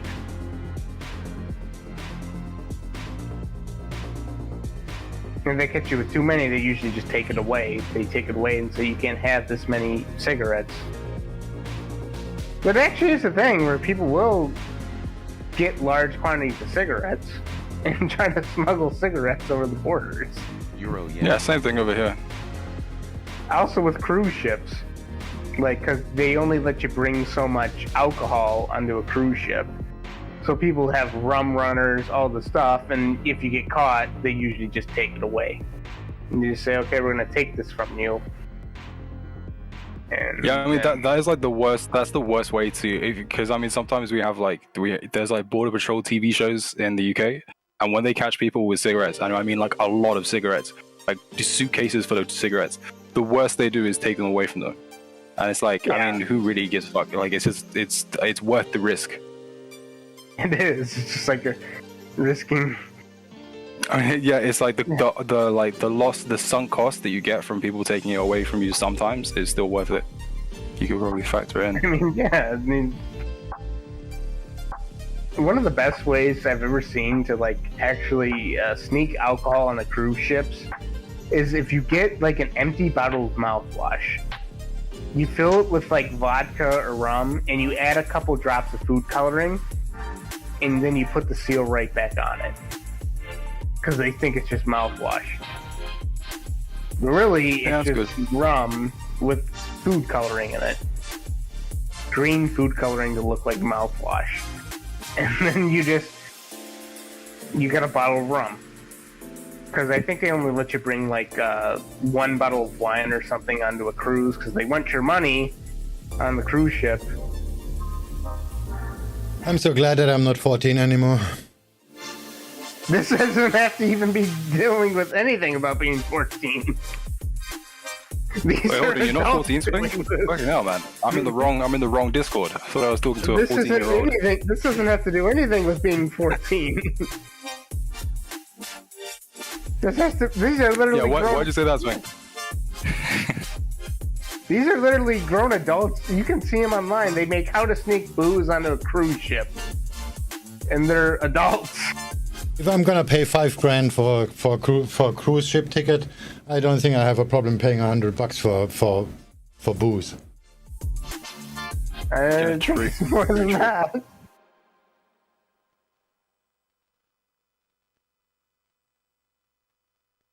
I've never actually been on a cruise. I don't know how much a drink is. It's like $12 for a drink. Yeah, I'm gonna sneak some booze onto there. I mean, do you want to be the guy on the cruise that like is sneaky? I don't know. You're it could go well or it could go badly. You're just sneaking booze on. Yeah, I guess. You're not committing arson. Euro yen. Like I said, if you're 14, that's fun. Hey, Swing, do you smoke cigars or anything like that? No.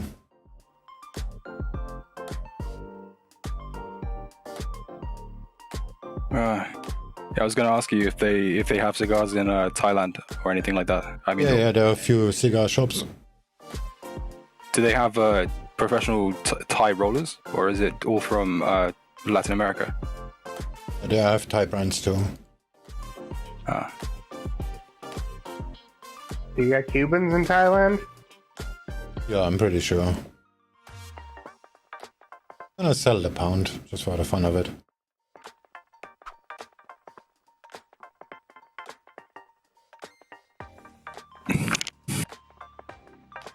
I don't know. I think pound yen is looking a little bit exhausted. I certainly hope so.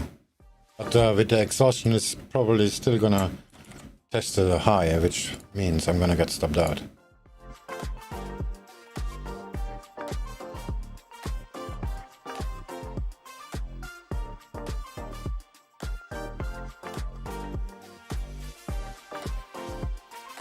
Oh yeah, this is actually a good example right now. So what I'm doing is I made my loss line on the on my trading chart, and I just copy the price and put it here in the SwingFish, in the stop sinker, and just press apply. So, oops, now the window is gone. So when I scale in manually, I just execute normally because all my orders have a predefined stop loss, and I just press apply again. So you have basically a trading window. So you have an analysis window and then a trading window. But it's not really a trading window, it's just the window where the bots are running in. I do trade on this main window, but I just don't see this kind of stuff because it's yeah, it's annoying.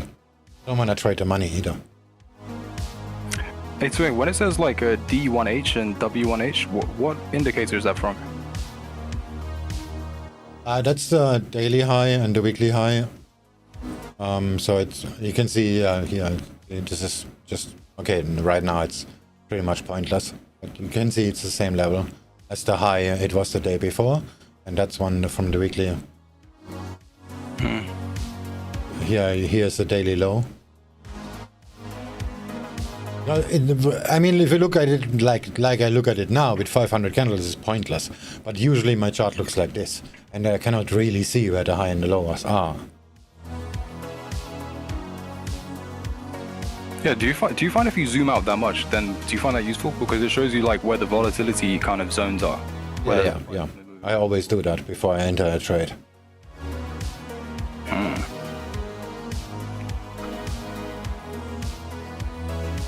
Highs and low things is just like the pivots. This is just information.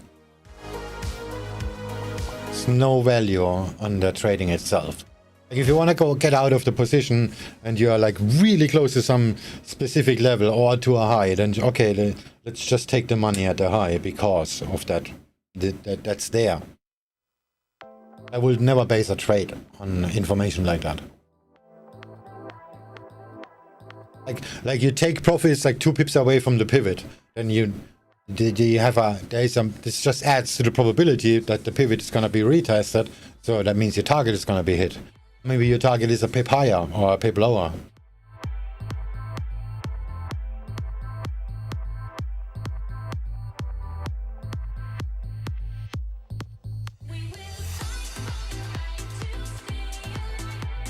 Is the software that you're using with the charts right now a C Trader? Yeah. I don't know if my broker allows C Trader. Very likely it doesn't. Well, I usually use offshore brokers because usually, like places like Oanda, I personally do not like the Oanda broker. It actually limits what you can trade because you can't trade gold or cryptocurrencies. Really? I can trade gold and crypto with the Oanda. You can't. Well, you're in the UK. Ah. So it's probably different for you because in the US, I believe Oanda's a US broker. I could be wrong. But yeah, we have the US limits. Yeah, they made like a big thing about, oh, people were losing money. This is at least what I heard. People were losing money, so the government has to come and protect everybody. That's what I heard. The reason why US brokers are like that. I don't know if that's for sure. The reason is they want to sell more options. Because I even remember there's a news broadcast talking about leverage and how people at home were losing money doing dangerous trading. They actually had a news report about this. So I'm just thinking, well... And how is that different from options trading? They just want to sell more options. Probably. They're using it as a cover. Oh, we're looking out for people, which is obviously bullshit. I don't believe the government gives a shit about anyone.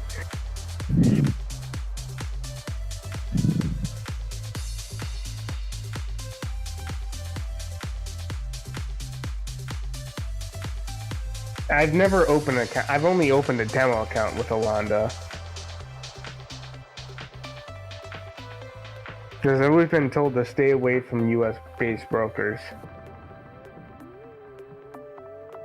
Euro yen.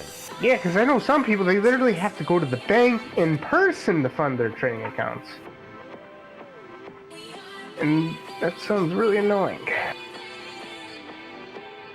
I already hate going to the bank enough as it is. So if I go in like the demo account of Wanda, and I just check the symbols, nothing but currency pairs. No crypto, no gold. So I used an offshore broker. I used FX Choice, and then they said, no, you can't, you're American, you can't use this anymore. So I see trader is has a rule, no Americans. If the broker accept Americans, you cannot trade with C-Trader if you're from the US. So I just, Traders Way, as example, they accept Americans and they have C-Trader, but if you are signing up from the US, you not have the option to open a C-Trader account. so I'm stuck with MetaTrader 4 and 5. You just open a C-Trader demo and copy the trades. That's what I do. I have a few MetaTrader accounts here too. I never trade on them because I'm disgusted by that software.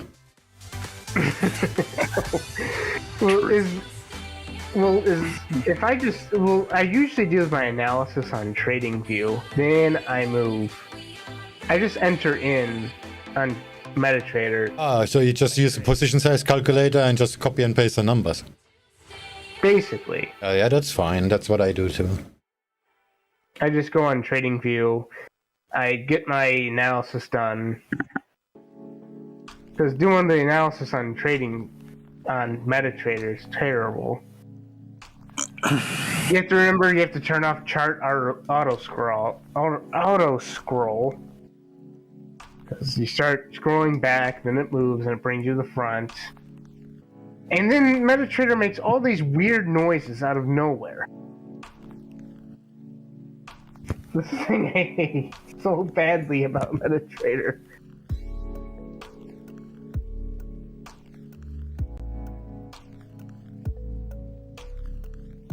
And then it lags up at 5 o'clock sometimes. I noticed, like, it will just lag and glitch. Let's roll over. Every platform has that. Yeah, well, I can't use any other platform because I guess I'm not allowed. And I don't even think a VPN would get you past that. Because you have to enter in your address and stuff when you sign up for the broker.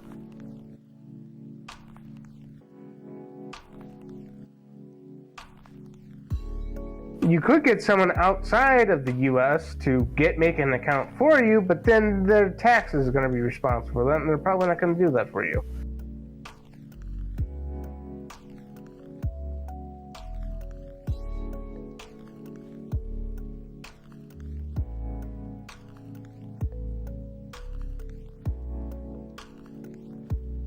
Euro yen.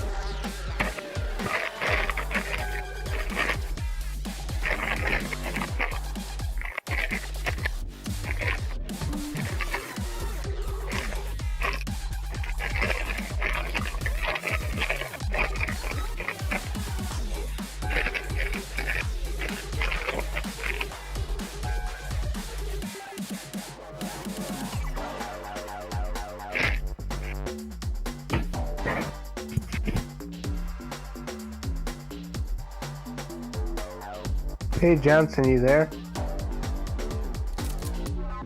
Johnson?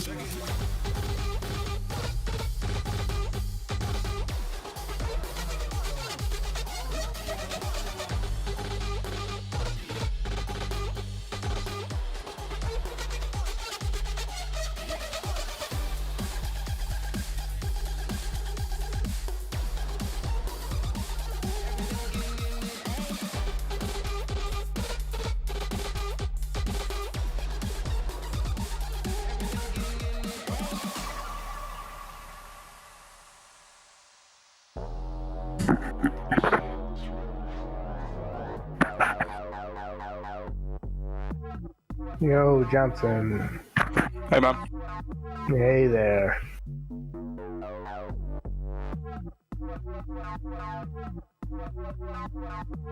So, Johnson, you wanna know something really cool? Always, man. Come on. You serious? Of course. Tell me. I figured out the world's greatest Forex trader. Yeah, I think it's honestly SwingFish. it's FX Lifestyle, man. He's the real deal. He's got a mansion. Where's FX Lifestyle? Is he in Discord? No, he's in a room hiding from everyone. 'Cause he's that good. $. Alright, man. So, like, he's- first of all, bro, you got my hopes up. That was something awesome. No, FX Lifestyle should not get your hopes up. FX Lifestyle is a douchebag that wears sunglasses inside. 91.3% win rate. Wait, you don't know about FX Lifestyle? All you have to do is no, watch man. one video by him, and you will see this guy is complete con artist. It looks like, I can't remember who this guy is. I mean, well, I can't remember the guy's name, but like a long time ago, there was a penny stock kind of pump and dump guy. He did the same thing as him, just basically posted loads of pictures in like various hotels with lots of money. Yeah, and he would like make videos like talking about this is how I trade, but first we gotta go spend all this money I made. And then he would like try to show off the fact that he smoked Marlboro Reds. Gonna pretend to be rich, at least get a cigar. Is that your actual problem with him? Is that he doesn't smoke cigars? No, it's just he has these mansions that obviously aren't his, and he films videos trying to tell you to buy his course in front of these mansions, and then acts like his Marlboro Reds are special.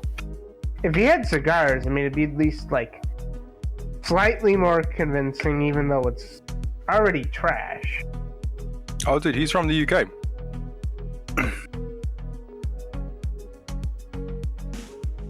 Yeah, some of these pictures look like they're photoshopped. They are photoshopped. They probably are. Or maybe they're not. I'm just kind of... No, he one of them. photoshopped them. He photoshopped them. Airbnb, you don't really have to Photoshop anymore. Swing knows about FX Lifestyle. Oh, yeah? Yeah, he does. That's who mentored Swing. That guy mentored SwingFish. Yeah, told Right? him everything he knows. Yeah, he mentored SwingFish. Yeah, but like, as soon as someone starts wearing sunglasses indoors, then I'm already like, okay, man, that's enough of me. Thank you for your, thanks for your service.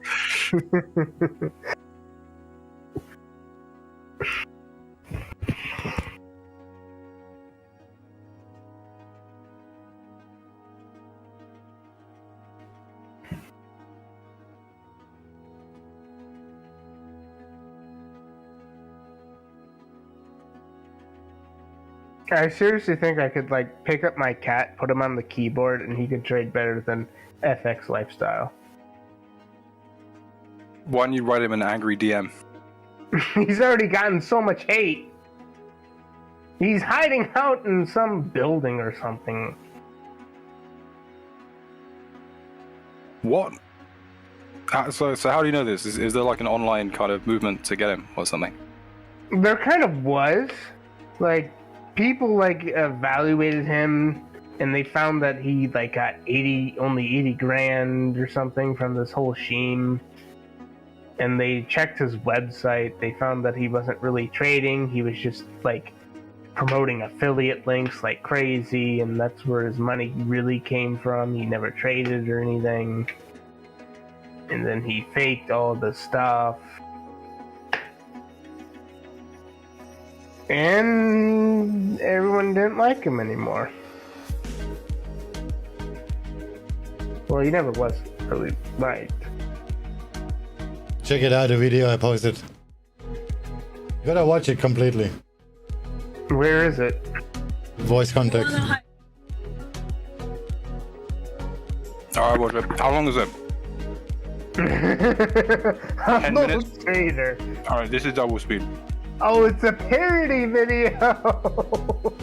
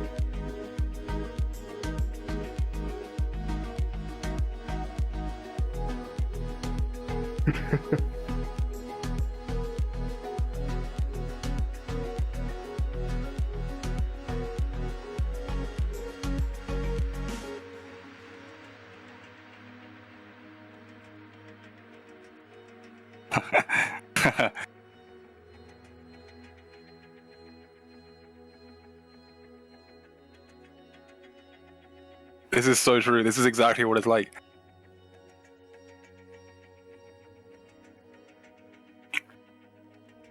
Can you hug me like you mean it?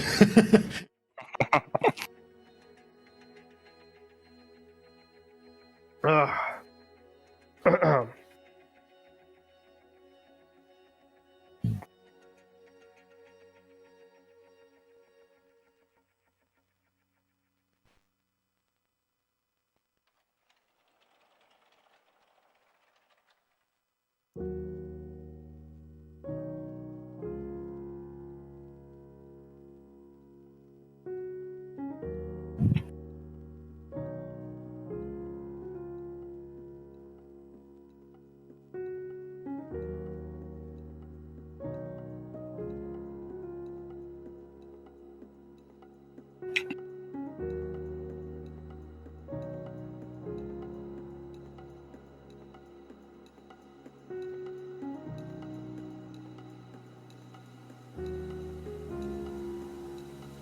Oh, this guy is actually a trader though.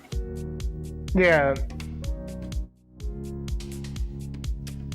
Yeah, she trades the day trade stocks from Canada. Hmm.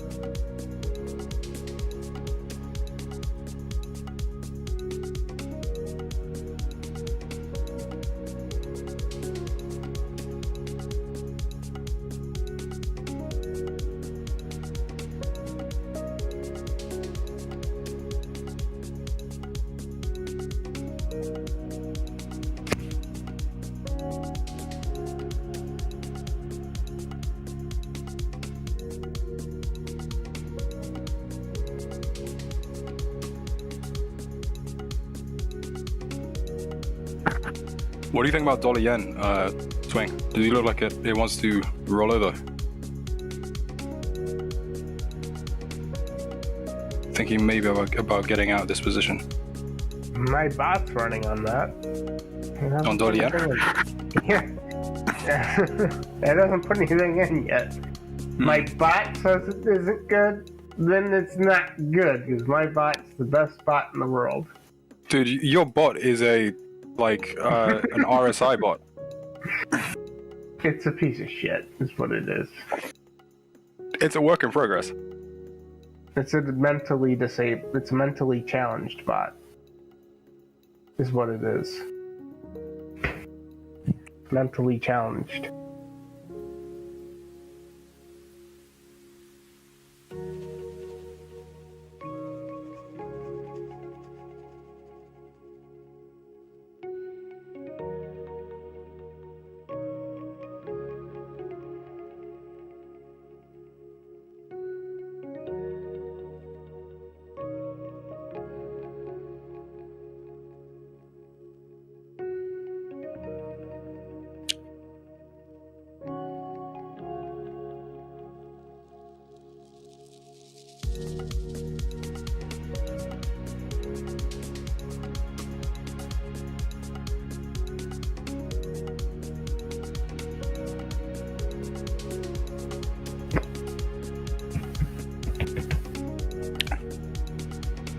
Have you ever tried a snooze chicken? Yeah.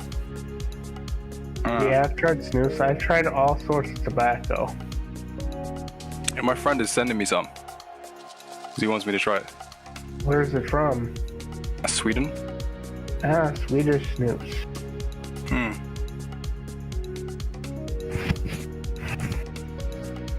My favorite tobacco of all time is always going to be cigars. Yeah, but it's just like if you're day trading, I think it's nice to have a buzz, but like not like I need to not have caffeine all the time, or like something that isn't caffeine would be nice. So yeah, thinking about like maybe. Are you able to smoke in your house? Yeah, but I don't want to, and like I did smoke like cigarettes before, and I just kind of don't want to start smoking cigarettes again. Cigars, totally different ball game. I don't know, man. I'm pretty sure I would probably just start smoking again. When you smoke cigars, you won't even want to think about a cigarette, because a cigarette, after a cigar, cigarettes start to taste seriously like nothing compared to cigars. Oh, it's that much stronger? Have you ever smoked a actual? I'm not talking about those Swisher Sweets or those things people buy to make blunt wraps with. An actual good cigar, yeah, it's a hell of a lot better tasting. It actually tastes like something. Tastes like coffee, chocolate, cedar. I mean, why wouldn't you just kind of get some coffee or some chocolate as opposed to getting it from a cigar? It doesn't taste exactly like it. It's the note. It's like all of those things, all of those great things combined into one.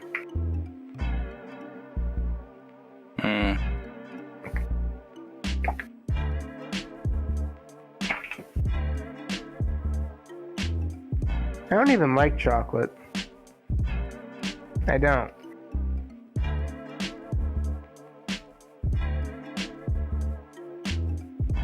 Yeah, me neither.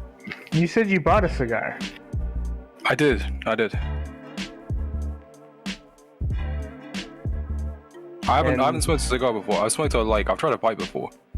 Cigars, much stronger tasting. I haven't smoked a cigar before. Cigars or like maybe once, but like that was like ages ago when I was like literally a kid. I didn't know what I was doing. Cigars are literally probably my favorite thing in the world. I really seriously love cigars. So why don't you fucking smoke cigars rather than dipping all the time? I can hear the dip in your mouth. Dipping is an addiction. I'm addicted. So cigars isn't an addiction? Not to me, no. I mean, would you want to dip if you were smoking a cigar? It temporarily gets rid of the craving, but it doesn't give me that artificial buzz I want. Which is what dip does. Dip is purely just addiction. Maybe I shouldn't get into snooze then. Snooze? It is literally, it's just nicotine. In a bag. I get nicotine from the cigar. I feel it, but it's a totally different type of buzz. So much Dollar it's can. calmer, relaxing. It feels a lot more natural. It's not like a cigarette. Yeah, cigarette is like a very sudden head rush. It's kind of like, it's like quick and then it leaves you very quickly as well. Like if I'm really desperately, if I hadn't had a dip all day or a cigarette all day, I won't smoke a cigar. I want that nicotine right then and here and now. But with a cigar, I mean, if I smoke one, it just like gives you a totally different, like you get really philosophical with cigars because the way the nicotine is, it's just so calming. It's just, everyone should smoke cigars. Okay, buddy. Everyone should. If you smoke a cigar, you will appreciate it. You gotta be in the right mind space. It's seriously almost psychedelic. That's how I would describe it. You gotta smoke one in the evening, like in a quiet place. So like outside. Would you smoke one while trading? Like you're kind of like a tank driver from World War II? I have Just had a smoked cigar in your mouth? before, but the thing of it is, I'm not really enjoying the cigar. I'm not thinking about what flavors are in there. I'm not really enjoying it if I'm trading. I'd rather be outside on my back porch, smoking, looking at the trees, the leaves. Because it's almost like when you smoke a cigar, like it gives you that small window of time where you're just alone. And like nothing can disturb the force. That's how I would describe it. It seriously is like that. Like you have that time that you know you're gonna be alone for. You're gonna be alone. You have that cigar, and that's all you need. And then I would pair it with, you get a glass of whiskey to pair with it. Something that you like to drink, and you would just. It's just like the two together. It's just like they're meant to be. Like it just feels like what happens is meant to be, because the cigar is not gonna get you high. It's not. It's like, when stoners, they want to go outside and smoke because, it creates the atmosphere. Well, you're creating that same vibe, except you're not actually getting high. You're using your senses. You're tasting the cigar. You're tasting your whiskey. You're getting that same sort of vibe without having to technically, chemically alter your brain to get high, because if you're just smoking cigars and having a small amount of alcohol, you're not really getting fucked up. You just have to. Everyone should smoke cigars. Everyone. World peace through cigars. It probably would. They're expensive as hell, though, man. Like if you're calling like smoking cigarettes expensive, bro, like smoking cigars as a habit would be a lot. But it's worth it. Quality of life. I don't know. I think people should start smoking cigars around the age of 4. Chicken, bro, I need to stay in contact with you throughout your entire life because I need to see the next generation of chicken wings and see if this works, and then I'll apply it to my own. Dude, I think. Do you reckon? Yeah, Aussie dollar yen looks like it wants to roll over, and it looks like the pound yen wants to move down. I might even jump on the same side as Swing. What do you think, Swing? Do you still feel confident in your trades? Well, I just shorted a pound. So I'm gonna have a double loss. Or a double win? Let's look at the pound.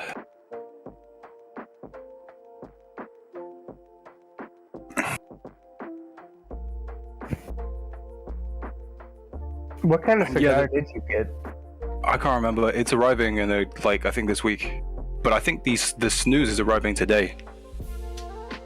Because I was speaking to my friend after we spoke that I think last week. I was speaking to my friend about what you said, and he was like, "Try some snooze."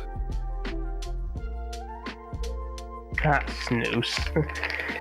Yeah, you put that in your upper lip, and it's just like, oh, it's there. You got something in your upper lip. Not Yeah, really well, like- he says, right? Because I mean, he's like, first of all, don't start doing it, but I'm gonna send you it anyway. But like, he says that this is much better to do than like most than other things, because it's like more just nicotine as opposed to anything else. Cigars ain't like that. Cigars, you're gonna get addicted to the taste. You're gonna get addicted to the taste. You want the taste. You want the smoke of the cigars. That's what you want. You don't want the nicotine anymore. Actually, moving back to the pound. I actually like this pound short kind of thing. Kind of. Been pushing up a lot. It's due a pullback, and it's at a trend line right now on a daily trend line support. Too many people shorting it. I'm just going with the Aussie dollar trade.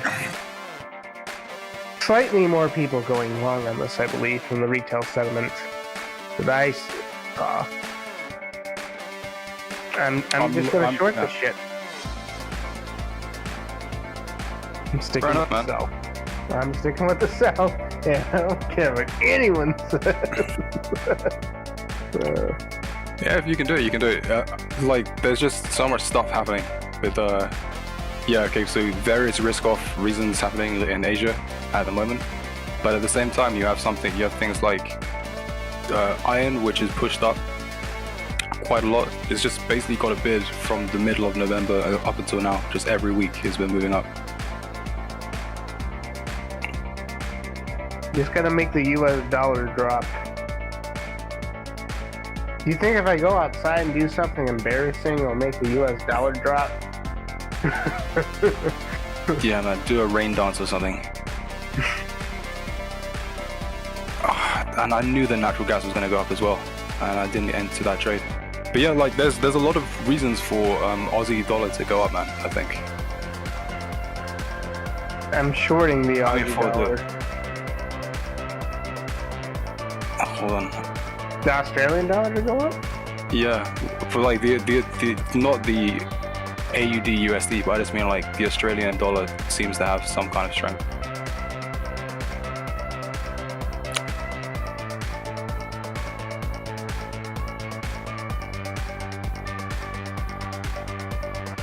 So you can check if the VWAP on this.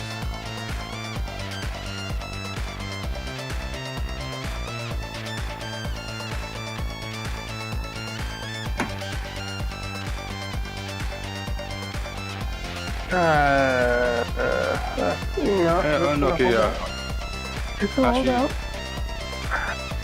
I mean, technically it does look like, okay, it broke trend line on the 6th of January, 5th of January, and it looks like it's pulling back to it now. It's just basically moved past the breakdown area. But yeah, it looks like it's about to test the trend line, and then we'll find out what it wants to do.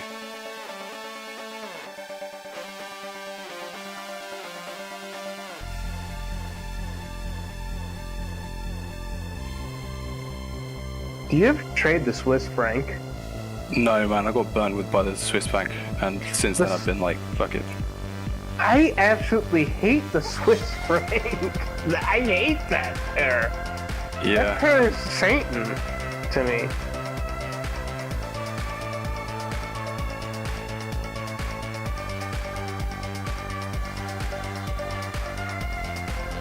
The Swiss franc is Satan. I mean, it's possible. I just never have any luck with that pair. That pair is just evil. Oh yeah, because it's got like risk-off kind of things going with it, but also it's just like really, really overextended already, and I don't mess with that at all. Anything with Swiss in it, I'm out. Yeah, me too.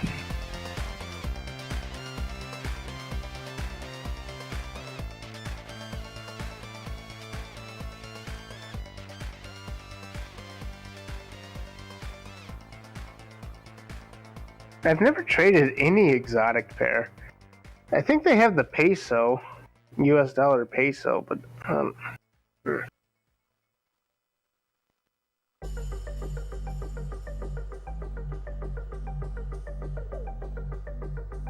but the peso is just. What's really surprising is that US tech, like the Nasdaq, hasn't gone up more. Because I feel like we're at such an important point that yeah, this basically holds. I don't know. I think maybe into the American session, then we're gonna get, or like the London session, we're gonna get maybe some bids. This is very surprising to me.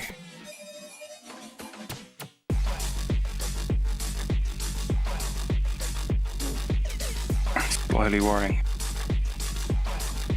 But yeah, exotics in general, man, I like try to stay away. But it's like I've tried basically most exotics, but it's just, you know, when you get fucked over and then also huge spreads, it's just not worth it, in my opinion. I've never traded a single exotic ever before. Really? So like even like Aussie Kiwi, for example, even though Swing hates it. That's exotic? Well, I get that it's somewhat exotic, but for me, it's not exotic as like other things. You mean like really, really exotic? Like Yeah, stuff that like- we don't even have access to? Well, no, like Euro, Swedish, Krona, Corona, oh yeah, the Corona, yeah. Euro, Hungarian. I don't even know how to pronounce that.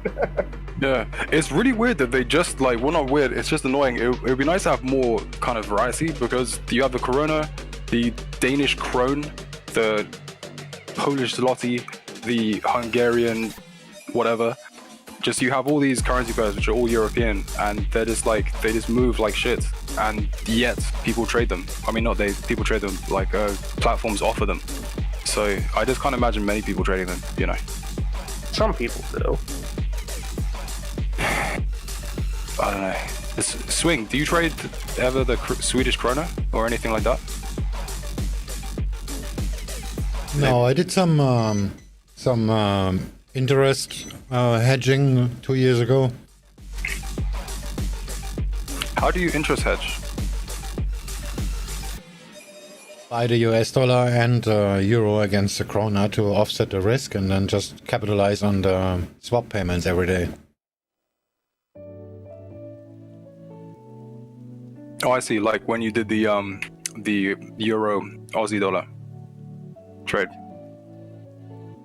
Yeah, but this one was just a weekly setup. So do you look at them sometimes just for fun?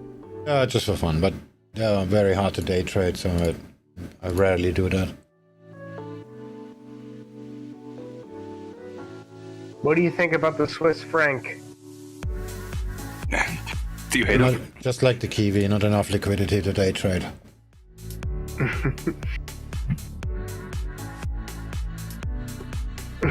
The Swiss franc is terrible.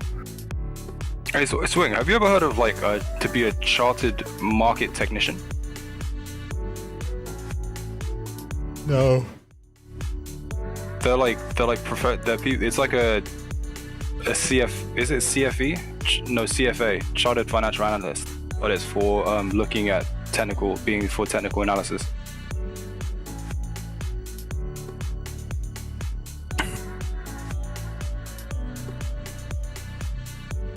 Oh, it's not important. I was wondering what you thought of it, but yeah, you don't know. It's just a job. No, but it's a qualification. It's like you know, you have CFA, which is like 3 years minimum experience, and you have to take a very difficult test to. It's a requirement to be a financial analyst, an analyst in a number of places.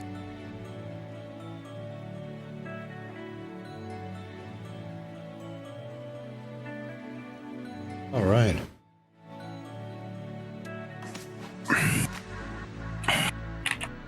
You're gonna get it with the job anyway. Certification can be done from basically anywhere.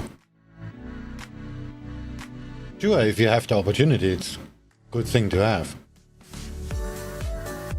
Yeah, I've like with my degree, I'm I've got maybe quite a few exemptions for the CFA program.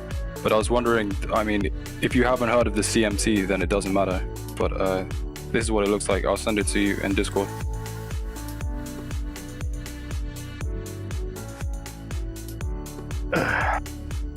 Because this is supposed to be like the best way, I mean, the best industry best practices for technical analysis.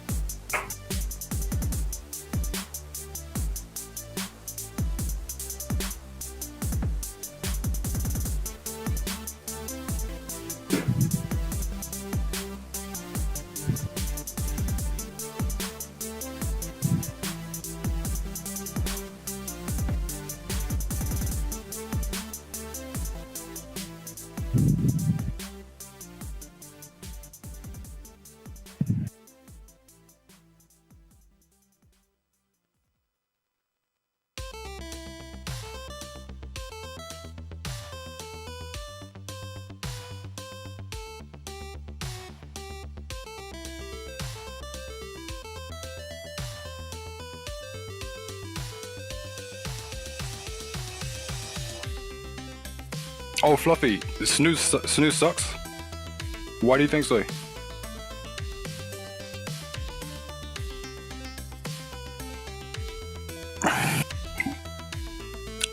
An update here from the IMF noting that faster Fed rate hikes could rattle financial markets, result in slowing US demand and capital outflows from emerging markets.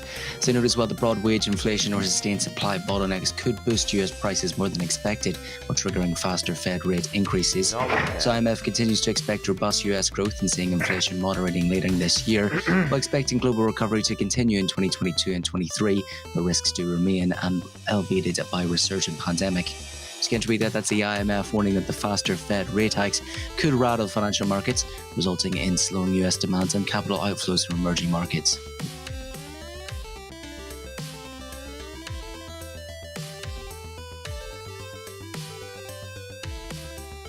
I just posted the US dollar Iranian real chart.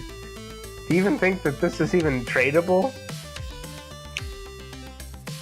Definitely not. Did you look at it? Yeah. I mean, you have to go to the daily on the chart. daily. Oh, sorry, the daily looks better. I posted the 4-hour and the daily. The minute anything less than that, you don't see anything. You don't see anything. I wonder what the Forex markets look like. Just what the system looks like to make the price act like this. Well, the Iranian real, I don't know if I'm pronouncing it right. The Iranian real is like the weakest currency in the world.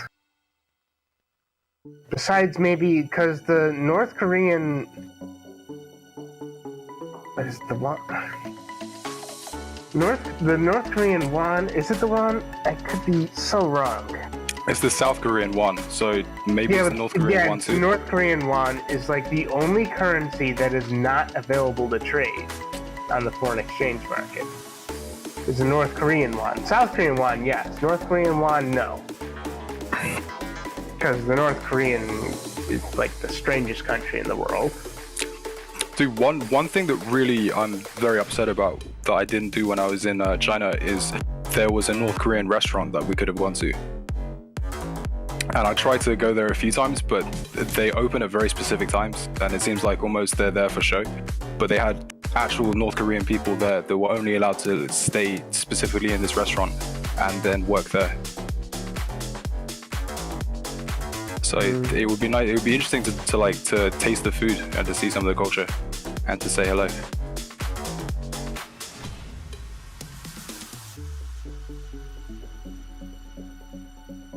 They're basically NPCs, though, when you talk to North Korean people. They're scared to say anything. If you live under that regime, then kind of, yeah, I think anyone would be the same. They're NPCs, so like you can't really even talk to them. I mean, you could, but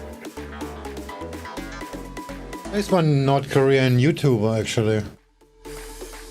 well, was she the one that Research actually coming through escaped Fitch from ratings North noted that Korea? China bank Yeah. lending to sustain momentum in 2022.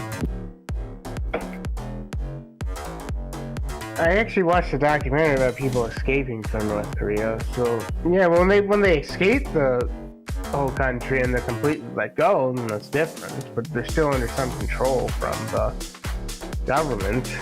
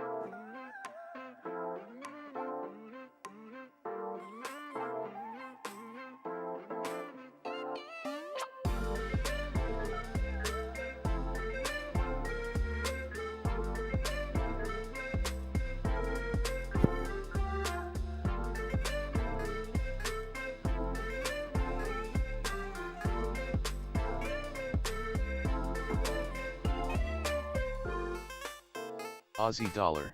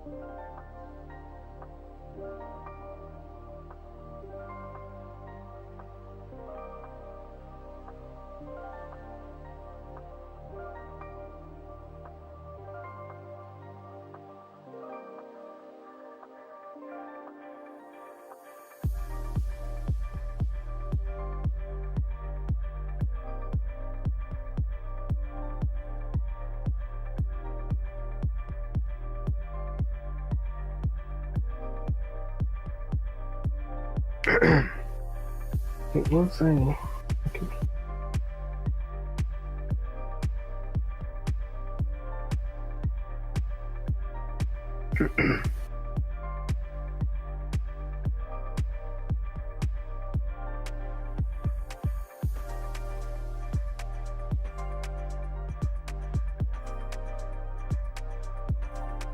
What website did you get the cigar you ordered at?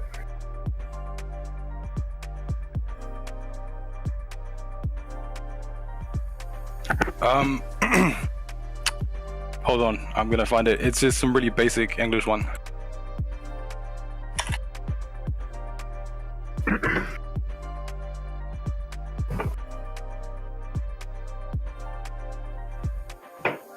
I used to get stuff ordered from pipesandscigars.com. I don't know if that's available where you live. And that's where I used to get. I mean, it's not about if it's available. It's more about like how long it's gonna take to ship. Figured tobacco's always available. Yeah, I mean, it would make sense that they would ship to the UK, but I mean, it's just I don't like the idea of having to wait for them to ship it.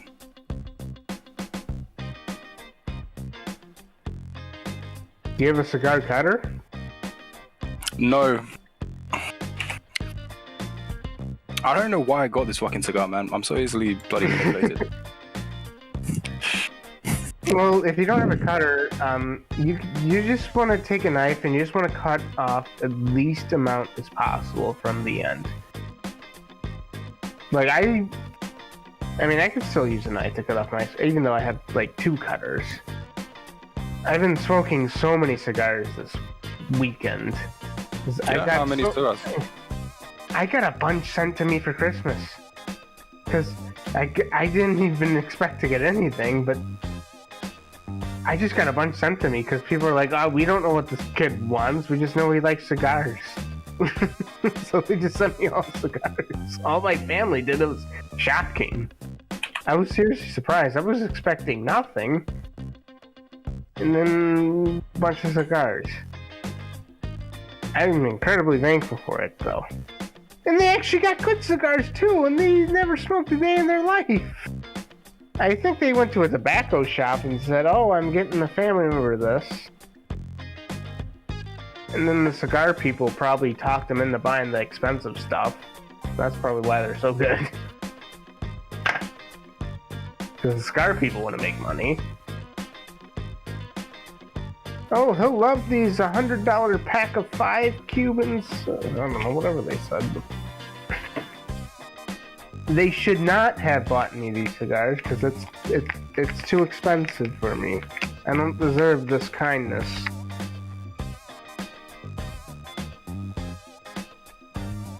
I would say I probably had about 6 cigars this weekend. Chicken. Dude, it took you fucking 5 minutes to answer that question. What question? How many cigars did you smoke this weekend? Nah, about a minute and a half. For yeah, 6? Is that so? What does it feel like? Like smoking 6? Do you feel like do you notice it? Does your body? Does it feel like you're smoking a lot of cigarettes? If you know what I'm saying. Like, you know, when you smoke a lot, then you kind of feel a little bit, yeah. No. It doesn't. I would say cigars feel like, it's like when you go for like a jog and you get like that brief runner's high. It's like a natural high feeling, but you're not high. It's like that, except you didn't have to run. It's just so calming feeling. It's like a natural high. It's the best way I could describe it. It's not a high. You're not gonna go speeding up. It's not a high.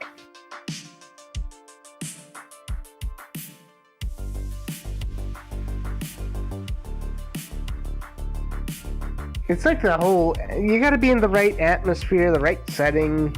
All of that contributes to how your cigar is. And then you got to have some whiskey with it, or coffee. That's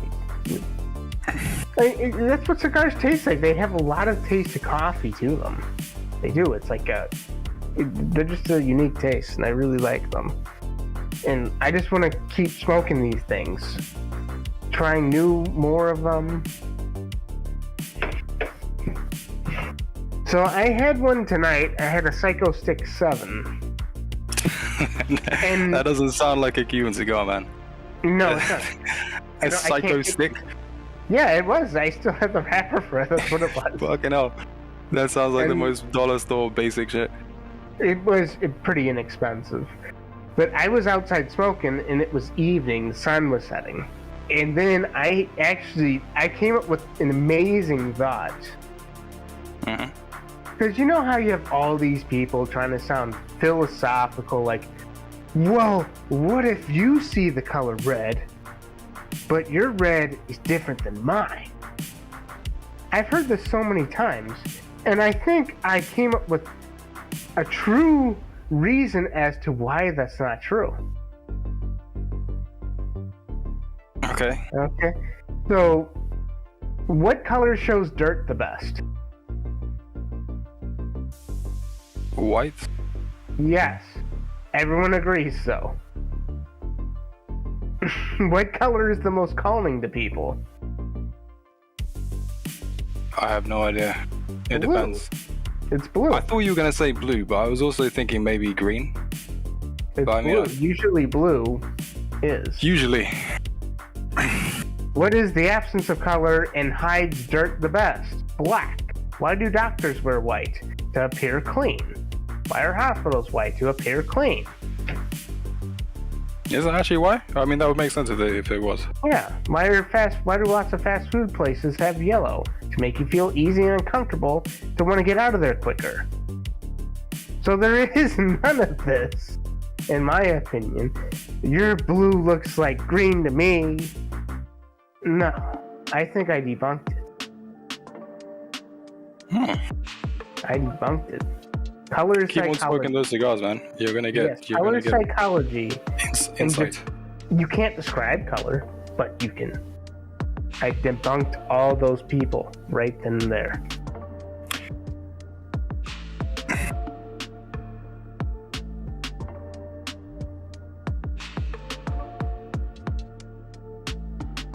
So anyone that says, "Oh, your green's different than," no, they're not. They're on drugs. Oh, dude, look at this. The North Korean girl. Shit, so this North Korean girl is like, she's the professional YouTuber, isn't she? Yeah, wasn't she the one that like left North Korea, escaped North Korea? I have no idea. I don't know much about that. I don't. No, I find all that stuff like fascinating, but Oh no, I do too.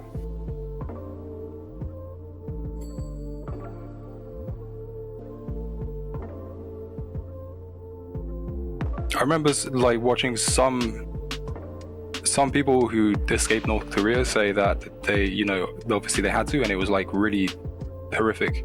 A lot of stuff that they'd seen. It is. Oh, also, they said that they missed the kind of community that they had over there. Well, because it's kind of like all you had was the people around you. But they were, yeah, that's true. Because literally, like when it was when it was like their birthday, then as a treat they got to eat white rice as opposed to brown rice all the time. So it's like very crushing poverty and lack of food.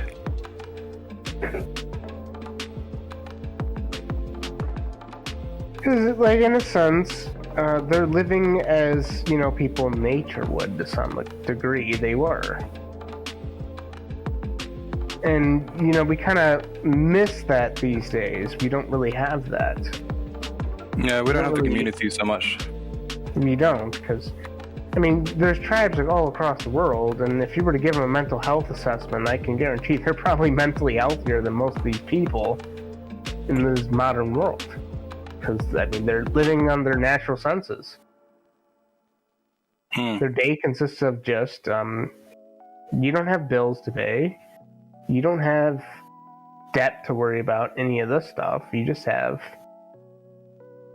to worry about feeding your family, going out hunting or fishing, and that's your day. Just getting food and water and shelter. That's it. And you have your community that you hang around with. That's basically all the needs a person. That's all really, truthfully, a person needs is that. Hey, what's up, guys? Hey, You guys man. want stocks? No, with Forex stuff. Bro, why is there a stock scanner junior? That's hilarious. That's Is my that friend. your son? Is that your That's son? my son. That's my son. Yeah. He's following after his dad. That's so nice. Yeah, he is. Father and son bonding. He helps me out with the data. He posts the data for me. No, I was just curious, like, is there any way I could post data here, or no? Like, I like to post options data, so I was just curious if there was a chat for that, or if that's Like- even allowed. Like data? Yeah, like I mean, unusual yeah. options data. Like, I post, like, unusual whales. You know how unusual whales has, like, unusual options data? I post it for the entire market, and it's like an Excel spreadsheet, but I don't know if I'm allowed to do that. Well, SwingFish is here. Who's SwingFish? He's the guy that owns the the guy just server. below you. He's the guy that owns the Oh, server. he owns the server. He has the Bender. He has Bender the robot as his profile picture. I think he's AFK, though. No, I see him on the stream. He's active. Oh, He is. might have deafened the stream because he's focusing on something. Gotcha. If you go into trading room and then you press YouTube video, you can see him live. Yeah. He might be. I think he has like all sorts of businesses he runs, which I think he sometimes like mutes the Discord because he's got stuff to focus on. Wait, where's the YouTube? Oh, I see it. He's live? Yeah, he is. SwingFish Pirate. is the owner. Yeah. Dude, he's been streaming for 3 hours. Jeez. Well, he's trading. And I haven't made any money yet. There, see? Hey, Swing. Yes. Hey, Swing, I was just wondering, I post like unusual options data. It's like an Excel spreadsheet of like all the unusual options data for calls and puts.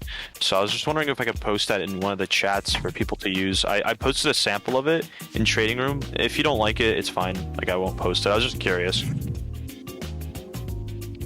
It's basically an Excel spreadsheet of like all the open interest for all the stocks, and if it crosses a certain threshold, it gets put on the list. 10 minutes away now to the overdue of the Australian foreign reserves numbers for December. That was a power surplus last month of 80.8 billion. Is that a bot? Yeah. No, it's a person, but it's not a person that's with us. I just relaying the news. Oh, so Yeah, you it relay normally the costs like- news and then the bot does it? No, that's like you pay for that. It's like there's like a few websites where you pay like 200 euros a month, and then you get kind of live updates of the stock market or the financial market. Oh, okay. So what are you trading, SwingFish? I'm looking at your stream right now. Are you trading like currencies? Yeah, mostly currencies and indices. Gotcha. How long have you been doing it? A while, 20 years or so. Gotcha. Okay. And so when you trade currencies, is there like kind of like options where you like predict where the currency will be at like a certain expiration, or no? Yeah, but this is a very American thing, so I don't really do that. Gotcha. Okay, so do you trade like conventional American companies like Apple, Tesla, whatnot? No, I don't do stocks. Almost not at all. I mean, I do sometimes if something like when the Tesla split happened. Of course, I traded it and made like a ton of money on that.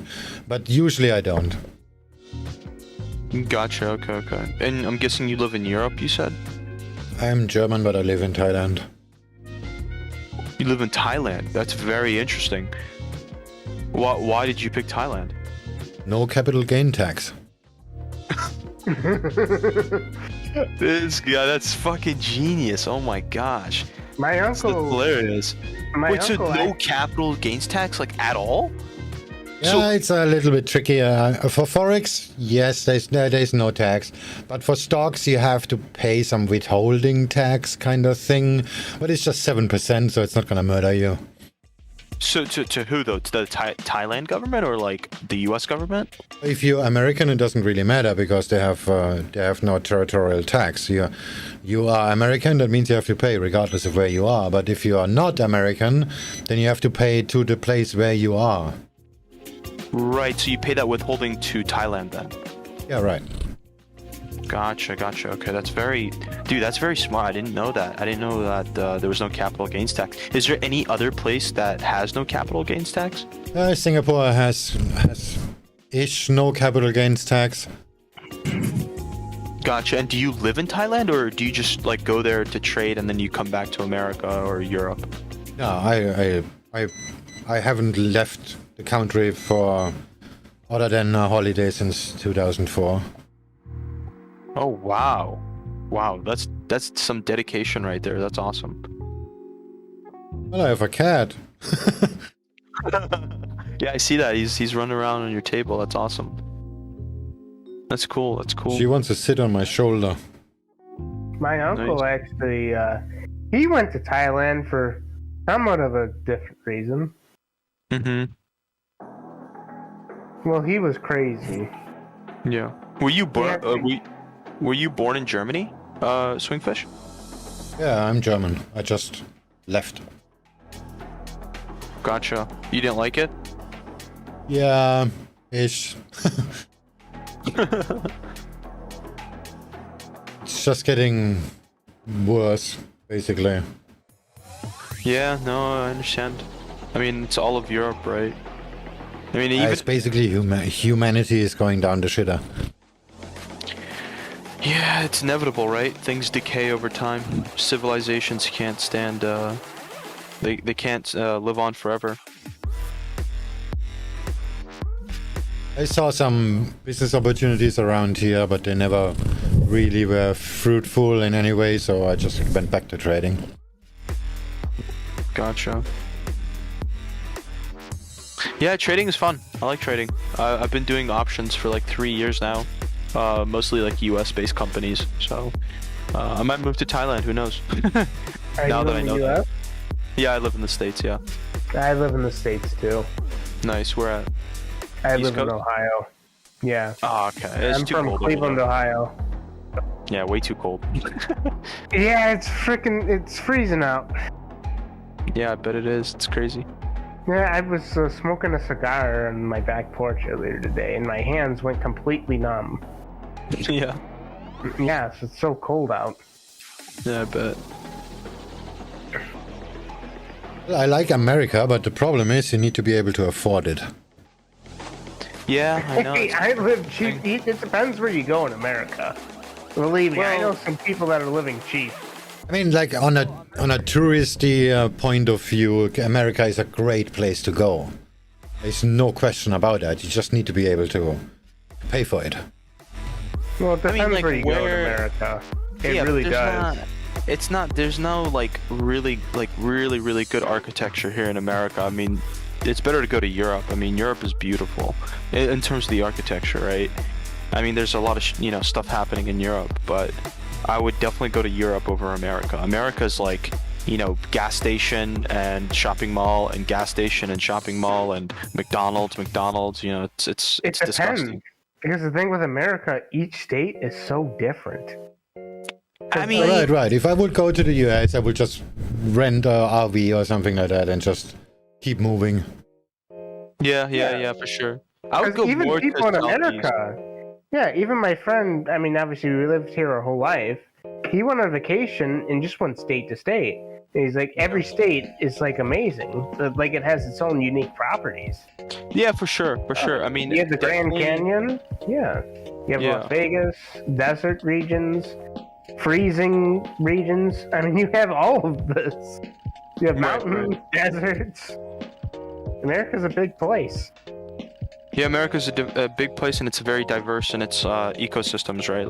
Like you said, there's deserts, and then there's more tropical areas. But I mean, the best places to like visit or to like live in general would be Florida or like North Carolina, even Virginia, I would say. But Virginia is a little bit messed up. Delaware, if you want to relax. What's up, Swing? Delaware, if you want to relax. Right. Delaware. Like living in the old-fashioned way kind of thing, like small town, blah, blah. That's probably been wiped out now. I mean, you should go with the Mormons or the Amish, right, in Pennsylvania. The Mormons are in Utah. Well, yeah, I meant Amish in Pennsylvania. That's not my thing at all. No. Like where I live, I have a good mix between somewhat country, somewhat city. Mm-hmm. More so city, but I have the metro parks close to me. Like Yeah, I can walk a minute down the road and be at the lake and go fishing, or I could take it the opposite direction. A minute down the road, I'm at a plaza. Right. I'd probably just go full acceleration, like Detroit or something like that. Right. I've been to East Cleveland, and if you know about East Cleveland, that's a terrible city. And Oh my God, yeah. Yes, I've unfortunately been to East Cleveland, and it's kind of Yeah. sad to see how bad it's scary being there. I mean, just in general, like, there's so many scary places in America you don't want to be, you know? But quick question. Is there a chat for, like, options or no? Like, do you guys have a chat where you guys talk about options? Not really, because, I mean, there is an equities channel, let me just add you to it. But this Discord is very much into Forex, but that doesn't say you're not allowed to talk about anything else. There are quite a few stock traders here. Gotcha. And where's that equities chat? Is that... I have to give you the role. Gotcha. Yeah, I like the setup of the Discord. It's cool. When did you join? I literally just joined now. Like, I was recommended to come here. A bunch of my friends were telling me to come in here. So, well, I mean, like, my friends trade Forex and like other stuff, but I mean, they told me that you guys talk about stocks in here too, so might as well join, right? So I think we had one guy in here that was a stock trader. gotcha. Well, yeah, there's definitely stock traders in here. Right. I mean, there's an overlap, right? They like, you can trade stocks and Forex. I mean, even though they're, you know, different, whatever, but If you trade stocks in here, you go to jail for life. oh, do you really? Do you guys Yeah, not you like do. stock traders? No, the FBI comes to your house and arrests you for 69 years. Yeah, for insider trading. You're talking about stocks. If we're talking about stocks. You can't even awesome. talk about it. So as we cross the bottom of the hour, still waiting the Australian Foreign Reserves numbers, coming in now at surplus of 80.8 billion I actually change did in the trade prior stocks month. a little bit. I Yeah. just do more of investing with stocks. I do more Yeah. of the investing. Like, I actually do have a friend that he works in finance. He actually researches stocks for a living. So Yeah. he doesn't trade. Right. He doesn't do any of the Forex stuff. Mm-hmm. But he knows about stocks. So I get my information from him. Yeah, and it's I mean, very it makes sense. Yeah, he Makes just does investing. Yeah. Right. Well, I have to go to bed soon, but I was gonna ask SwingFish, can you show me your cat? Like, that's so cute. Can you give us a close up of your cat? He looks so cozy sitting on your table. We have in the Discord, there's a section for Hold My Cat, and you can see all of our cats. Oh, really? Let me take Yeah. a look. My cat's Yeah, that- alright. I posted my cat up kind of there. Wait, where is it? Which chat? It's called Hold My Cat. Oh, I see it. Okay. Wow, that's such a cute cat. Look at that. He just likes sitting on that table, doesn't he? They all do. He's like, why are you shoving that camera in my face? Go away, leave me alone. Yeah, right. That's so cute. So, Yeah. who's Stock Screener Junior? Is that your son? No, he's not my son. He's just a friend of mine. we post data and like we like call out stuff. So I basically met him a while back, and he liked what I did. So we're friends now, and like he helps me out. We basically write software to like pick up unusual options information. It's kind of like, you know, unusual whales. So. Well, I can make you a channel if you want. There is a select section called Workforce where traders have their own channels, and then they can just do whatever they want. Yeah, that'd be awesome. I'd love to post data, like I show pictures and like open interest and stuff like that. That'd be awesome if you can give me a channel.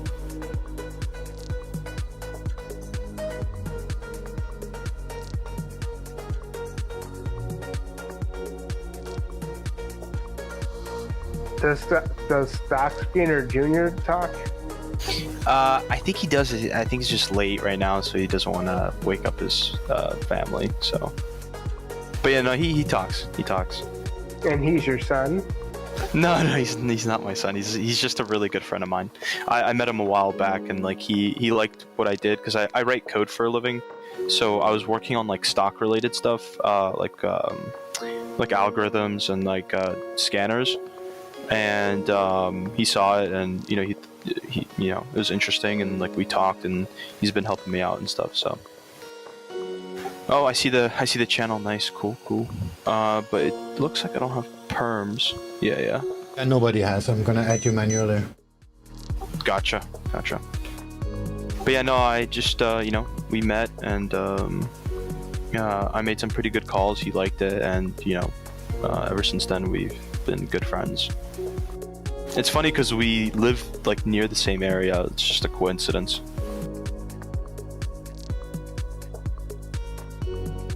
I can't really find you.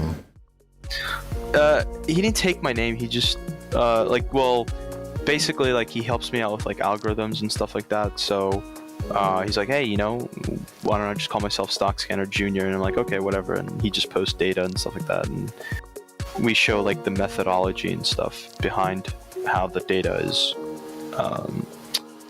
outputted, basically. I don't know if you trade US options, but if you take a look at that Excel spreadsheet that I posted, it kind of gives you a better example of like what I'm talking about.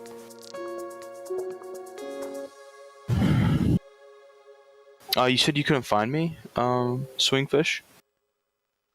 It only shows the Stock Scanner Junior in the list. Oh, did I not? Hold on a second, let me just restart my Discord. It's running for a week already. Gotcha.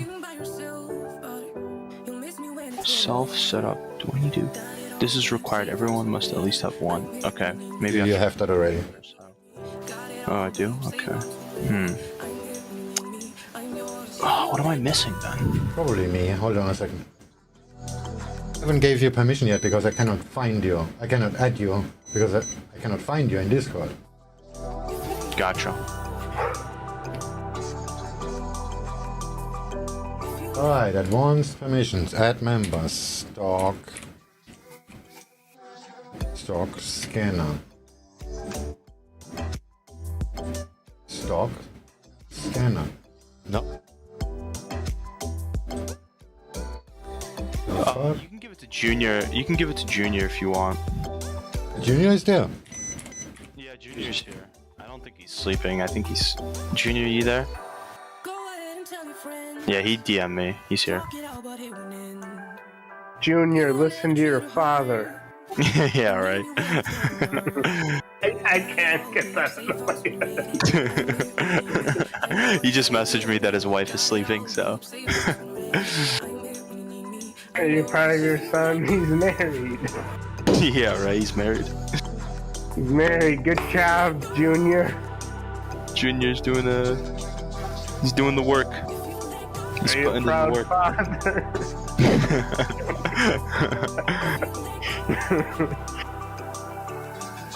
Yeah, soon it's gonna be his son's gonna be Stock Scanner Junior. So it's gonna grow. I cannot find you. Is your name spelled differently or whatever? No, it should just be Stock. Here, I'll DM you my name. I don't know why it's not showing up. Maybe I didn't accept Oh, stocks, not stock. No, my bad. Oh, yeah, it's stock. I'm just an idiot. Hold on a second. No, you're good. The cat looks sleepy. Looks like he's about to pass out. Look at him. He's got big whiskers. Oh my goodness. My cat has. I actually thought about trimming my cat's whiskers. Can you do that? Doesn't that hurt them? Because like their whiskers help out with like senses, right? Yeah, they cannot walk straight if you cut them. Cut them. They can't walk straight? Really? That's crazy. Well, If you would cut them on one side, as example, and they will start to run, they will run in a circle. No way. That's crazy. I feel like that would be so unethical to test. yeah, I won't test it.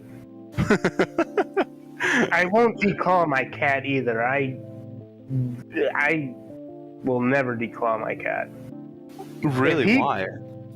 Declawing a cat is actually really, it's like abuse in my opinion. Wait, why? Why? Explain. Because, you know, one of the things, like when you declaw a cat, when they go to use their litter box, their fingers hurt so bad, it's like getting your nails ripped off. Oh, that's So they interesting. don't want to use the litter boxes when they try to dig up their litter to hide their evidence that they used the bathroom, which cats naturally want to do.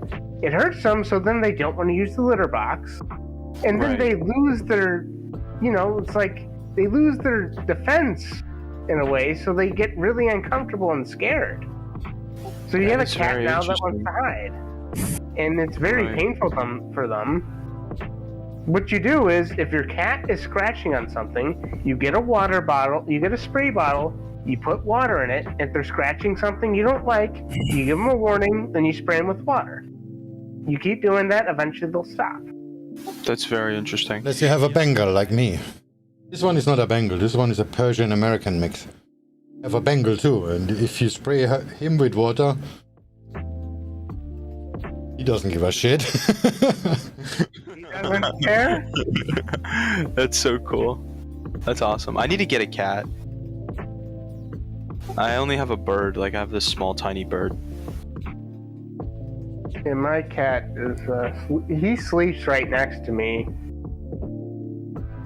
That's awesome. Yeah, cats are very cute. I like them. I've been meaning to get one.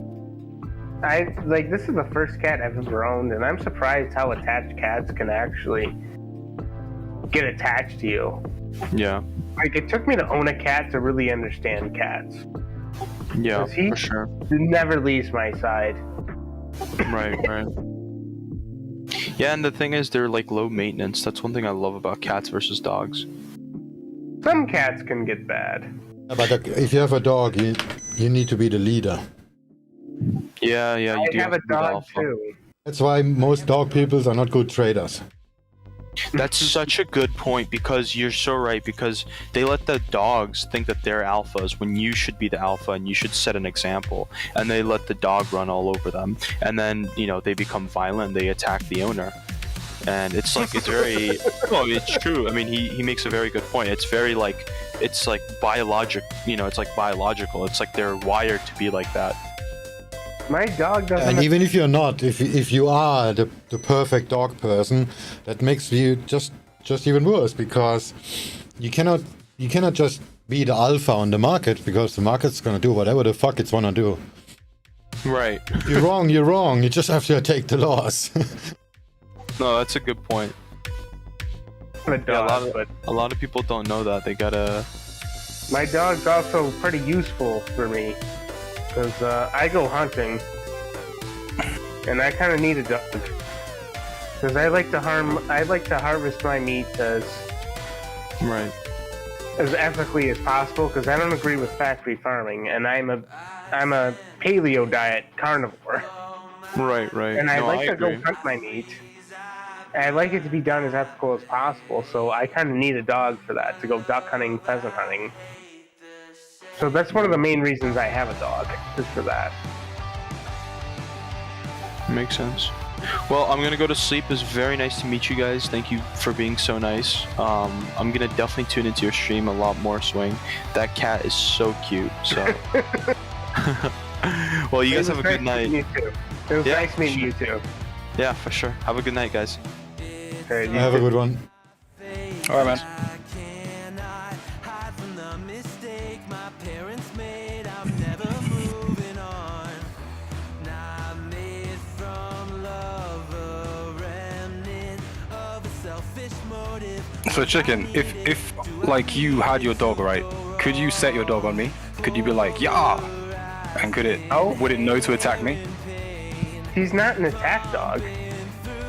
Ah, He's sucks. literally like, he can only hunt birds. That's how small he is. He's a Brittany Spaniel. Fuck that, man. I mean, my cat. I had a video of my cat fighting him. No, my dog won't attack you.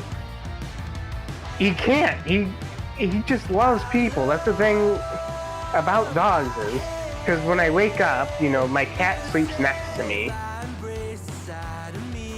My dog jumps all over me, is all over the place, wants attention, all the time.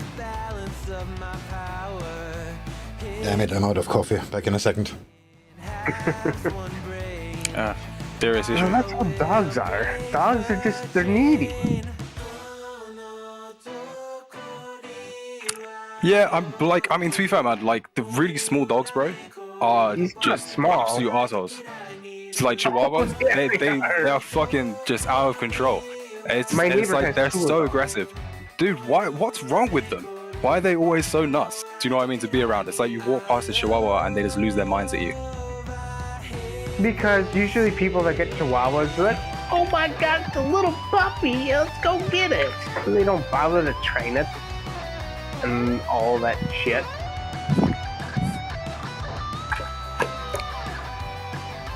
Yeah, I don't know, man. I think that there's something that is like inside their pit bulls, like inside their heart. They just want to be the most aggressive, violent dog. Cat person, but dogs, for the purpose I want dogs for, like dogs are useful. Yeah. Like Dogs cats are will more. protect Cats you. more like having a plant. I'm more of a cat person, but dogs will actually protect you. Dogs will. Dude, you just said your dog wouldn't protect you. No, a dog would protect you. You just said your dog wouldn't. Yes, he would. He would. He's not that. I mean, he's not like a German Shepherd, but he would protect me. There's a YouTube video test of like of owners thinking that their dogs would protect them. So then they made a I can mock tell you break-in. right now how that's bullshit. Why is it bullshit? Dogs are very good at reading senses. No, but literally someone kicks in the door and is like They attacking their know. owner. They can tell. That is the dumbest test you could ever do. They can tell right away that their dog. Their owner. That's not how it works. Dogs can sense if you were actually being attacked or not. Those tests are the dumbest thing in the world. Because they know, they can tell there's no ill intent from that person. You have to really I've been around dogs my whole life. You can tell when they actually get creeped out and pissed off. Anyone that owns dogs will tell you that test will never work. It won't.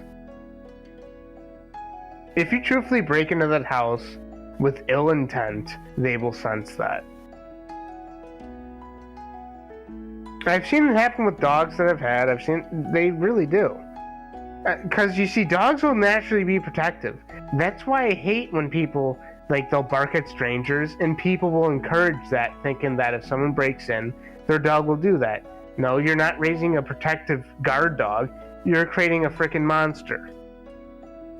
Because I've been attacked by a dog before. I actually got brutally attacked by a dog. I actually Brutally. did get attacked by a German Shepherd. Oh, I'm sorry to hear that, man. I was 8 years old. What the fuck, bro? That's really dangerous. Yeah, I had an aunt, and she went on vacation, and me and my mom went to go take care of her dog, which is a German Shepherd. Now, she was a heroin addict, and didn't do a good job training this dog. I walked in, it grasped onto my leg, and at 8 years old, I remember grabbing the dog by the head, and I remember my dad telling me if you blow into a dog's ear, it will release whatever it's biting on. So I tried to do that, but luckily it stopped biting me. Are you serious?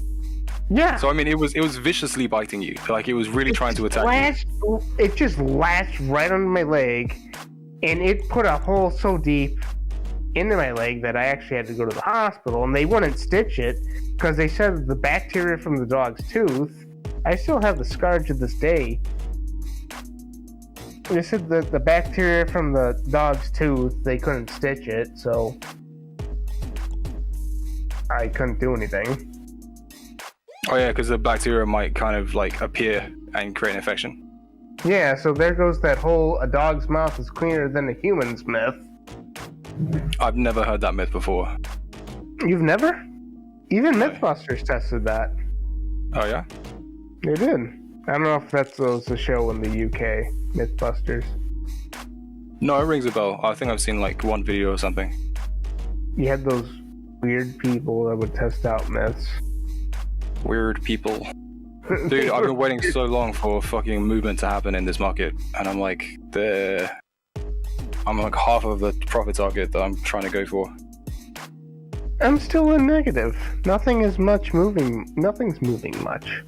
I should have shorted the pound full size. I would be done already.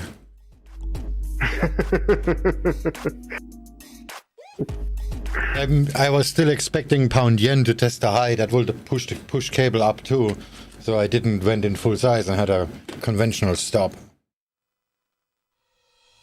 My stop on the cable trade is actually above the high, instead of above VWAP.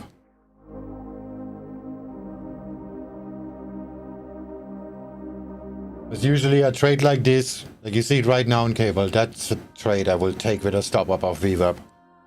I didn't because I expected pound yen to go higher.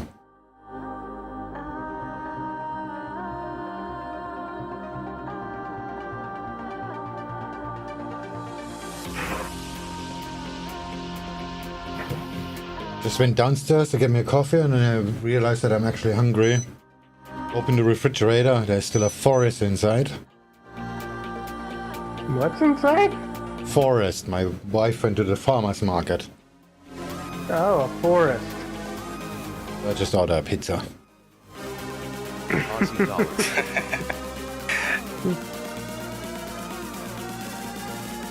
You have a whole forest full of vegetables, anti-nutrients. I actually got kicked out of the server today for saying that. Is this the one you're trying to scam? The vegan one? No, I actually went because I was so bored today. I was waiting for the markets to open. So I joined a feminist server to try and troll them. And then someone in there was like, everyone has to say their favorite food and it must be vegan. And then my turn came up and I said plants are toxic, are indigestible, and contain anti-nutrients. And apparently that they muted me and they said that they were extremely offended by what I said.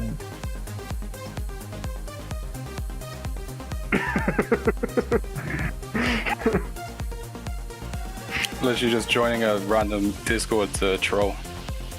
Yeah, I did that. What could happen? I don't know, I was bored. I also had other friends in there that I met online. Who are also trolling? Yeah, Or they we were all in this together. No, we were all in this together. They're like, because I was like, oh, they're in there. I'm gonna go troll with them. Damn it! I'm starting to see why deserve to get trolled. A lot of Discord mods are just kind of, just don't fuck around anymore. They're kind of like veterans, like war veterans. They're just pissed off, and it makes sense. It's the number of trolls. I'm currently arguing with a Reddit mod on a cigar server because I posted a Like last night, I built a campfire in my backyard, and I was smoking a cigar, and I posted to the r/cigars on Reddit, and that got taken down, saying I didn't provide enough description of the cigars I was smoking. What the hell? There was like 50 posts before me that did like the same thing. They didn't get taken down. I said that to the moderator. He said, link where that happens.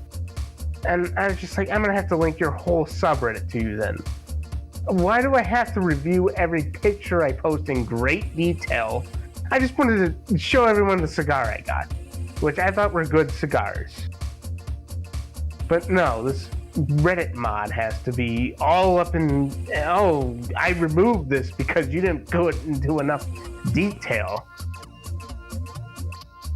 It's a Reddit post. Why do these people take it so seriously? They don't even get paid for moderating a subreddit. They don't even get paid for this. So they're taking something so seriously for nothing.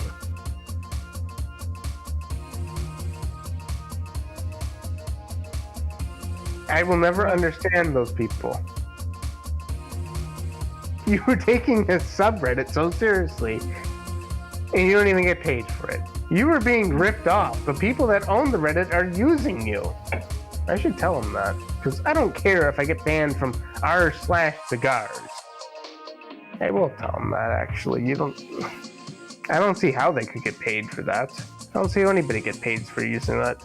If only they would take an actual job that seriously.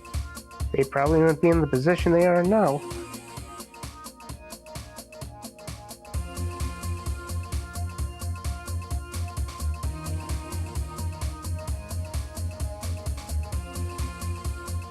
Well, do Reddit mods get paid? I figure it has to be like a small percentage that actually do get something. It depends whose Reddit mod it is, eh? Like I imagine, like a cigar mod isn't gonna get paid probably. No, they're not getting paid.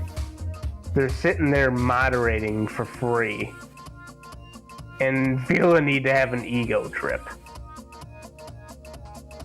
And I'm fighting them on it.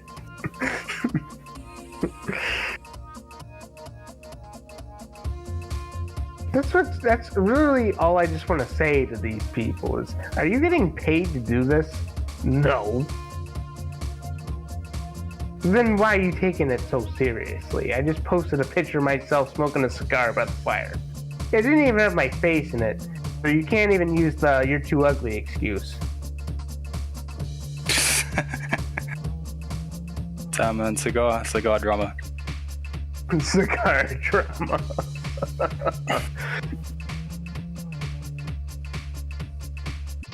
I don't know what those Reddit mods on cigars look like, but I guarantee you I'm better looking than them. Hey, Swing, when you begin a trade, do you you put the majority of your trade on in the beginning, or at least a large percentage, and if it starts going your way, then you add small increments to it, kind of thing? Or are you expecting to build a position over time from the beginning you enter into the trade? So like you don't even put in that much of the final amount.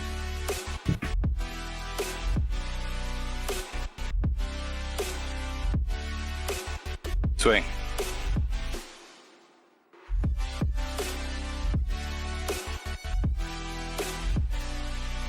He's enjoying a cigarette right now. Yeah, I'm just checking. Yeah, no, he is there, but yeah, I guess probably He's enjoying his tobacco right now. Enjoying his tobacco. Fair enough. Sad for me. He's kind of like just depth and everything, because I know that like when I smoke, I would probably like be like, oh no, this is smoke break for me, even though I'm inside and still working. I don't want to hear anybody talking in smoke break. I remember when I was working at, I worked at a garden center, I worked at a restaurant. I wanted smoke break to be my time. By myself, actually. And then, of course, I would go out for smoke break, and then someone else would come by and say, oh, I'm going to join you for your smoke break. And I didn't want to be joined for my smoke break. I wanted to smoke by myself. Unless they had weed on them, then I would say, okay, let's smoke. But they never did have weed.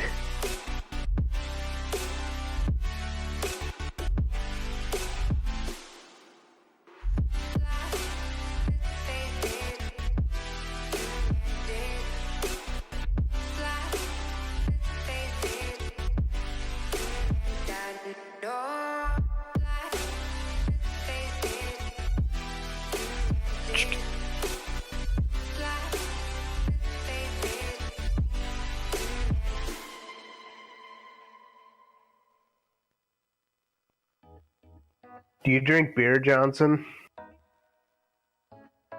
Yeah, man, of course. Bro, I've drunk so many beers with you. What do you mean? What's your favorite beer? Corona, Corona. by far. Yeah. I tried there's this thing called like Trip 13, which is, well, I can't remember which one it is, but it's like the allegedly, or it was the highest rated beer ever, which is, it's brewed by Benedictine monks. It's somewhere in Belgium, I think. And like I tried that, and just yeah, any of these expensive beers, man, I just think is ridiculous. I can taste if something tastes nice. I mean, this was quite interesting to taste. It had like really very pronounced aftertastes and whatever. But yeah, Corona for me, man. That's all I want. What about you, dude? My favorite beer is probably Commodore Perry. Is that classy? It's Commodore Perry. That's my profile picture also, because I love the beer so much. By Great Lakes. Commodore Perry? Never heard of it. It's an IPA. I don't think you get it. Okay. Well, I live on the Great Lakes, so you know, it's a kind of a big deal. Okay. But better results It was used it named last after month of Matthew the C. year. Peary, naval Someone officer said weed as who soon as I headed entered the an stream. Can you expedition smell at me Fort already? Japan in 1853 to enter into trade.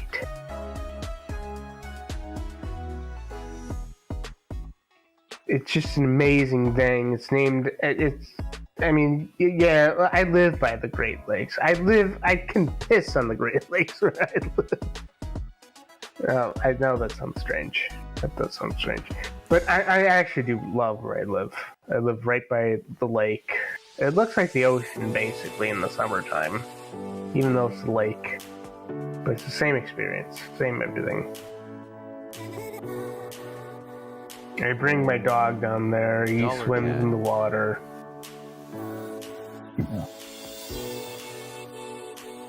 I got, like, the best of everything. I do. I'm extremely lucky where I live, and I know it. I live in a great area. I got the woods, I got the city, I got both of them combined.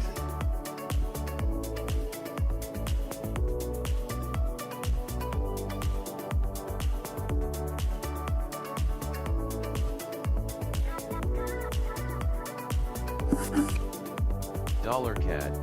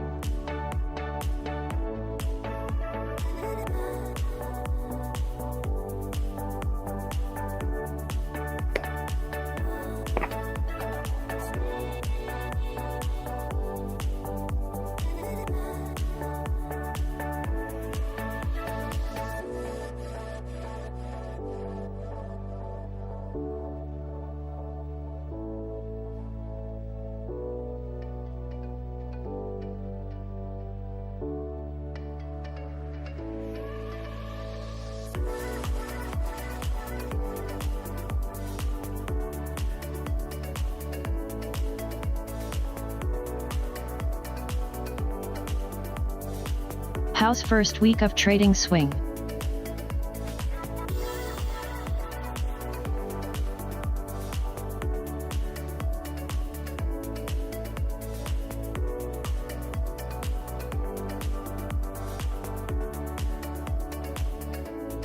Haven't closed a trade yet.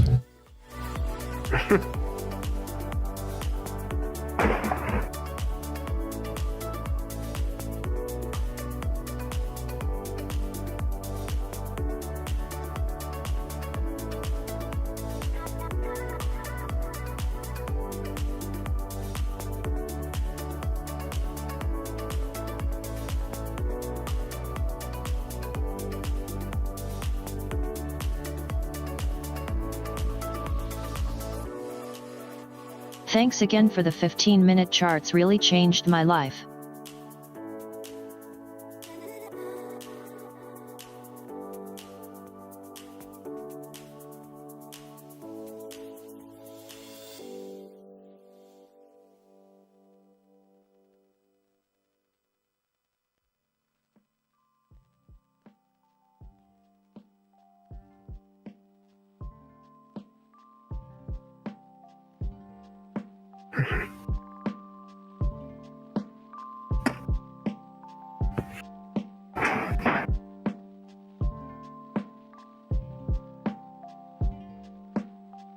Hey Johnson, did you ever see that video I made where I made fun of that business guru? Oh, I vaguely remember watching that.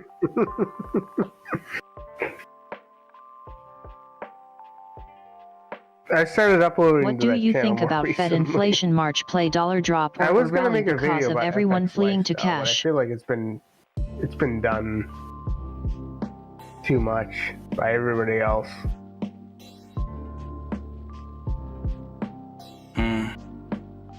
Because the other business guru that I made fun of, no one else was making fun of him, and he had a small audience, but he needs to get called out because of his claims.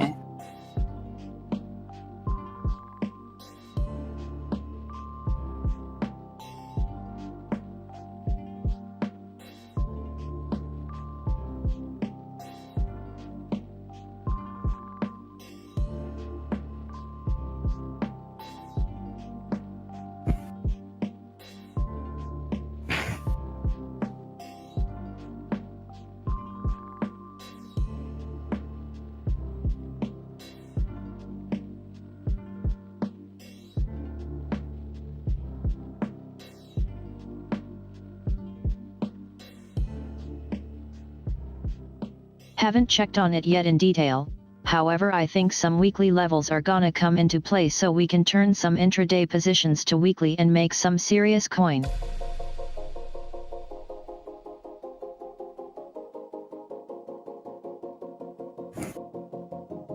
I found there's some other guy messaging me on Discord. He wants me to get involved in his Bitcoin mining operation, which sounds like it probably is a scam.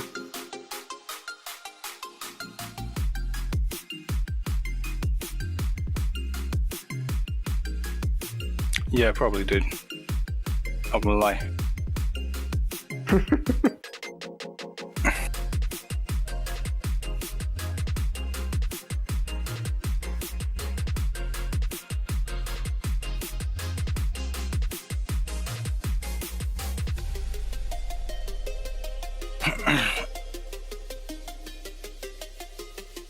Have you ever tried to mine Bitcoins?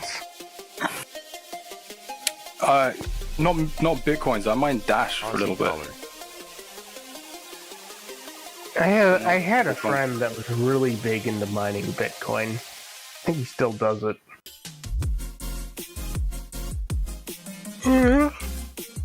Mm-hmm. Yeah, I mean, I think I don't know. It seems like the hardware that you need to actually make a decent amount of money through mining Bitcoin is going to be way too expensive for us. It is. It's going to be really expensive, and then you have to wait and hope Bitcoin stays up.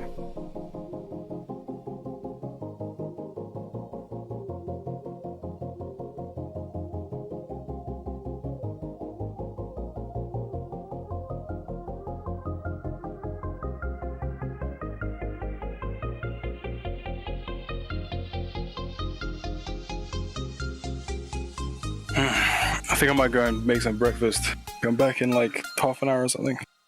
I'm probably gonna go to bed because it's 1 a.m. Yeah? Why don't you why don't you stay with us? Do the midnight shift. You need to change your sleeping patterns, bro. Get a more productive sleeping pattern. That's why I gotta go to bed early. No, well, I mean, what is early, eh? It's 1 a.m. here. Yeah, but what does it mean to go to bed early? It's way past my bedtime. Fair.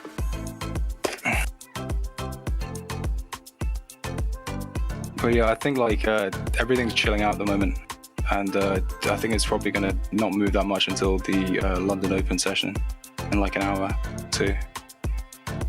Mm-hmm.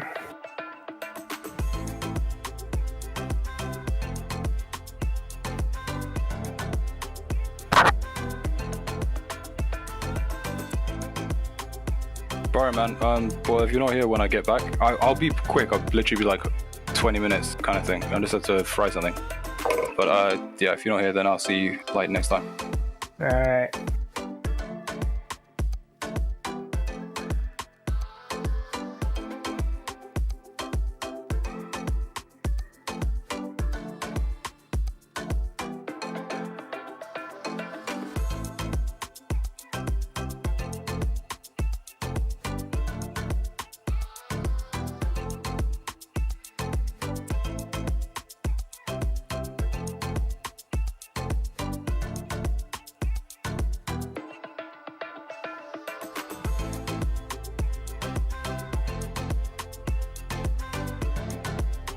Bitcoin, Aussie dollar.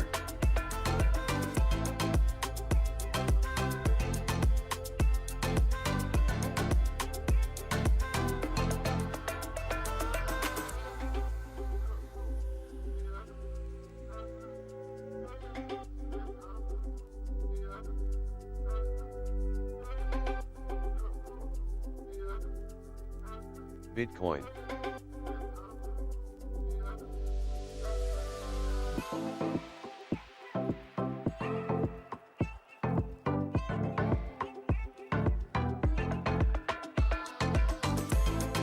Follow. Foliage.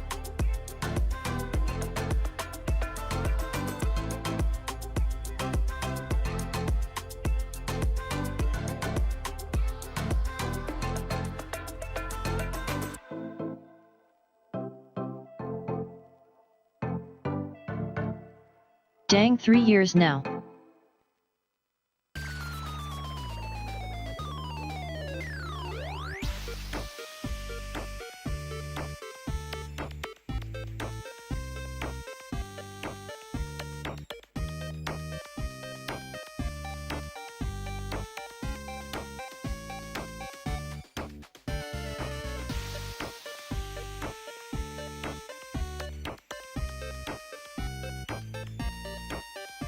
Aussie dollar.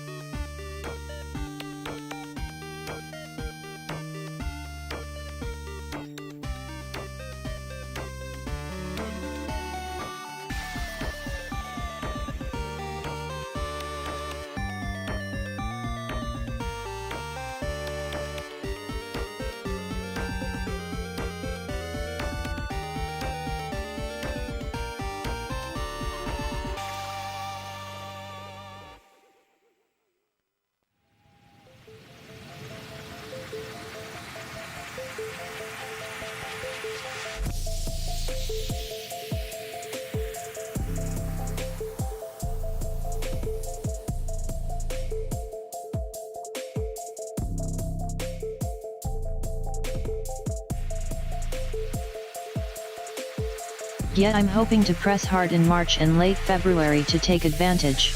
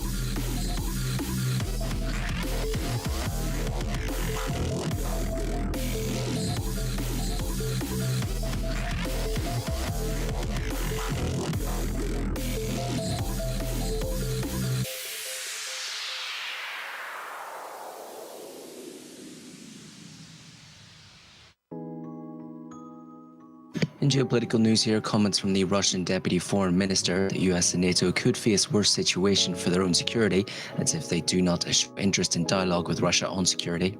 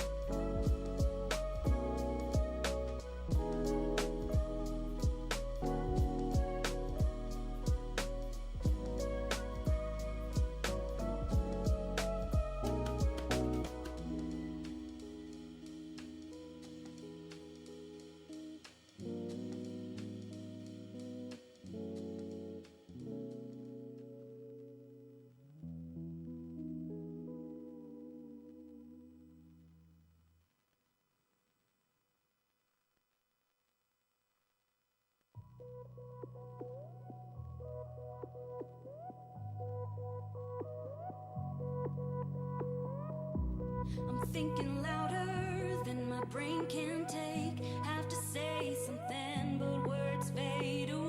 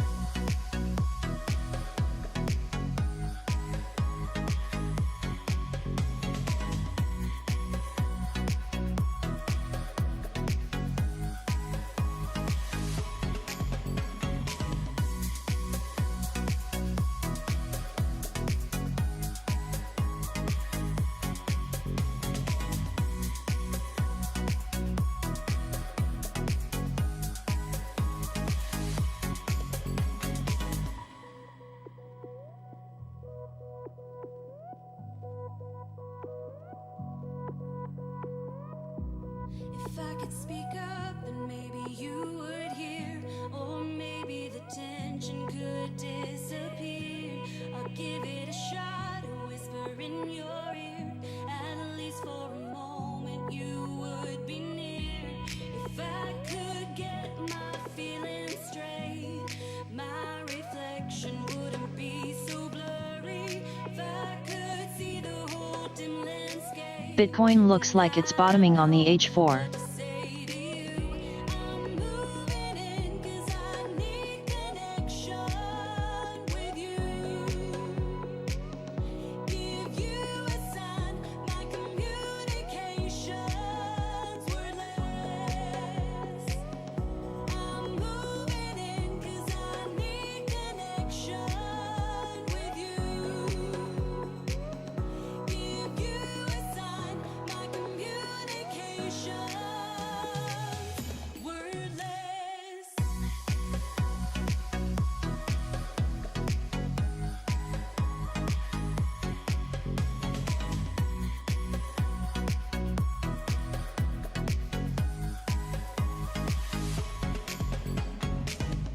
I'm moving in 'cause I need connection with you. Give you a sign, my communication's wordless. Give you a sign, my communication's wordless.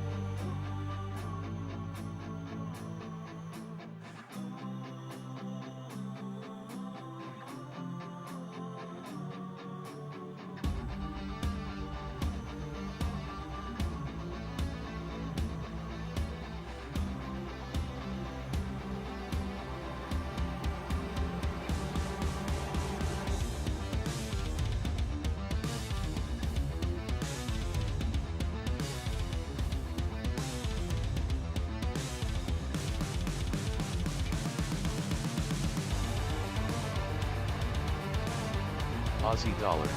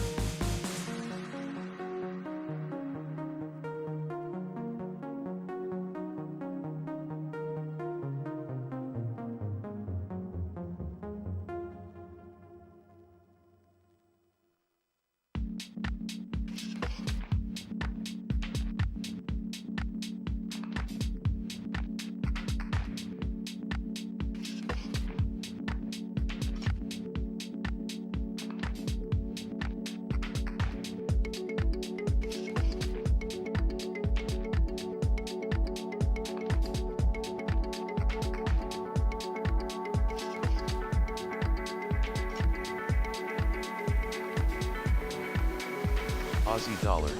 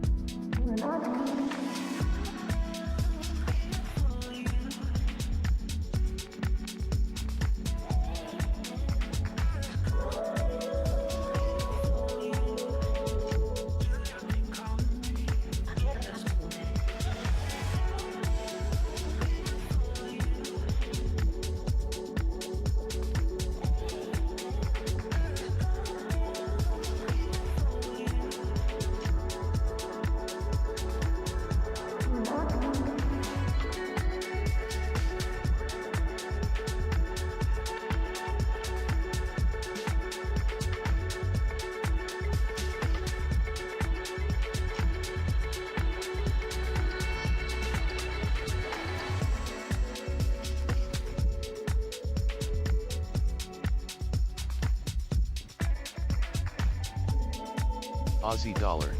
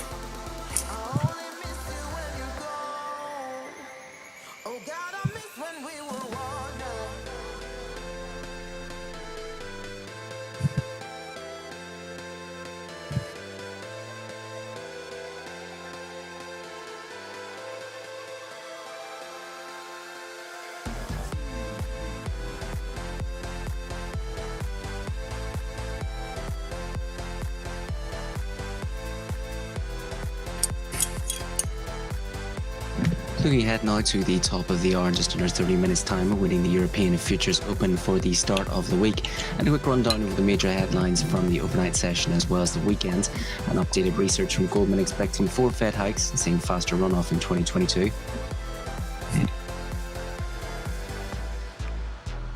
As well as looking to US political news as House Speaker Pelosi opening up virus aid door and spending plan as COVID rages. As well in geopolitical news, US mulling Russian tech restrictions to stymie President Putin. As well looking to China mass testing after reporting first community spread. In Australia, it's vying to push through Omicron wave as cases ramp up higher. And in Europe, comments from ECB stable over the weekend. The energy transition is upside risk to forecasts. As well, European parents are fearing the financial hit from Russian sanctions heavily.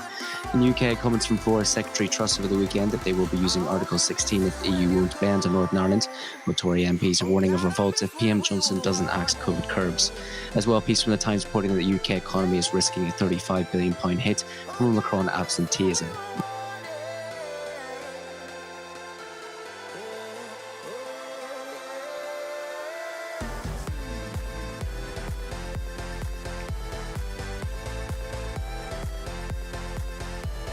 Next is looking at the major market moves.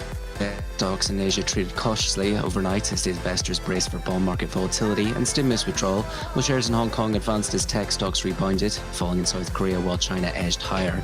So US futures swung between gains and losses after the S&P 500 posted the worst start to a year since 2016, as expectations of faster than anticipated US interest rate increases roiled bond markets. The tech-heavy Nasdaq 100 as well having its worst week since February amid a rotation out of high-growth equities. So Treasury futures extended losses overnight after posting the biggest one-week decline since February of last year.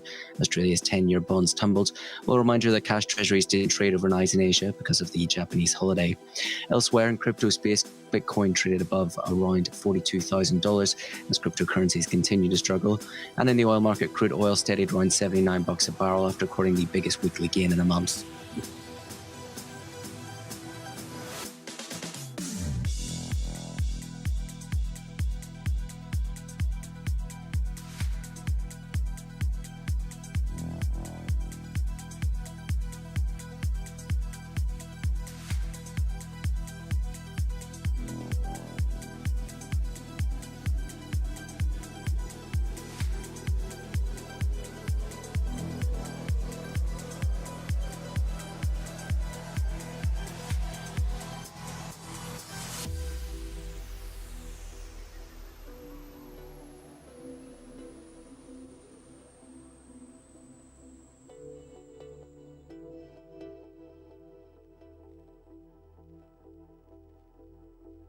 Aussie dollar.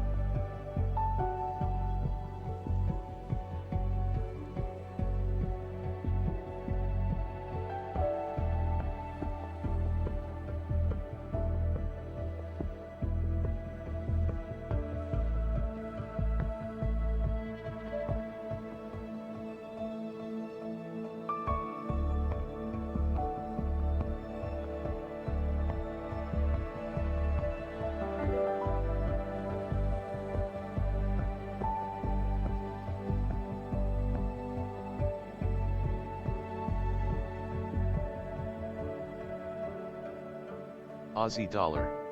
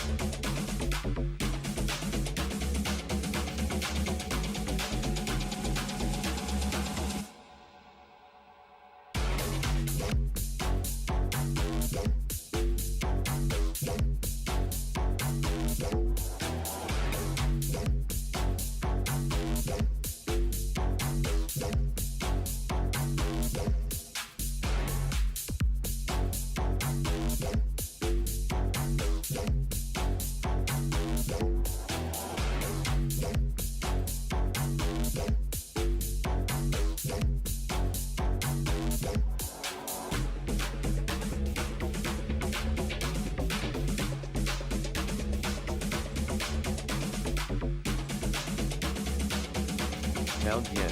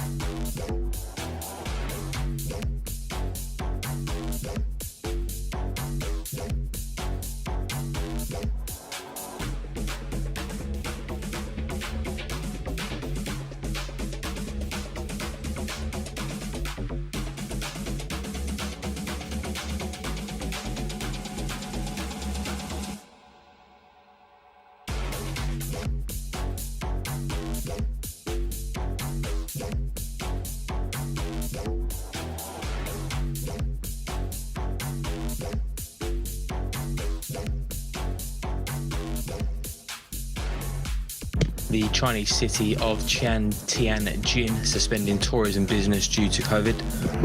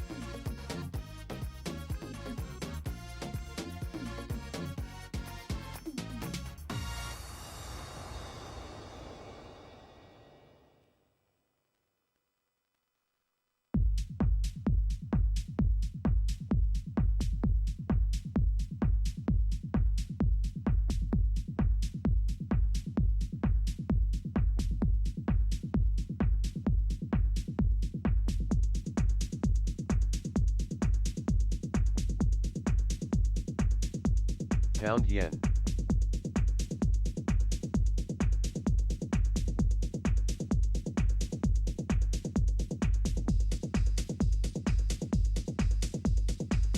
Aussie dollar.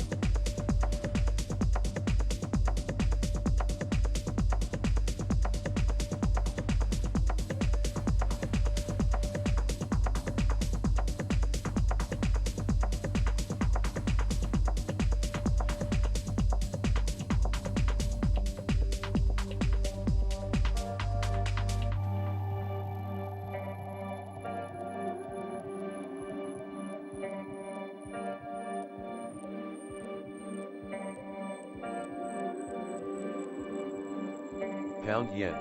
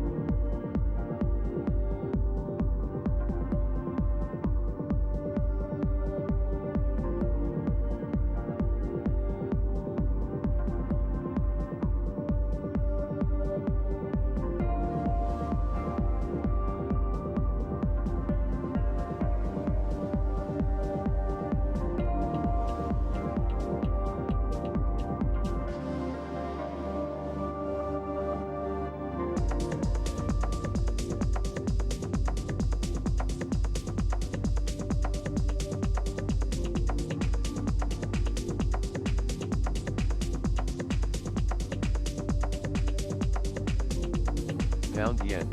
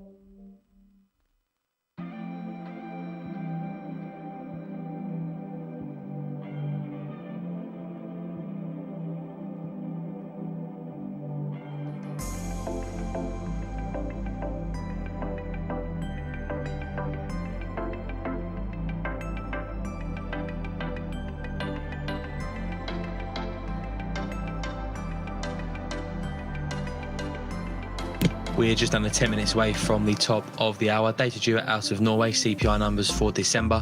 Month on month seen rising spot 5%, year on year seen a 5.1%.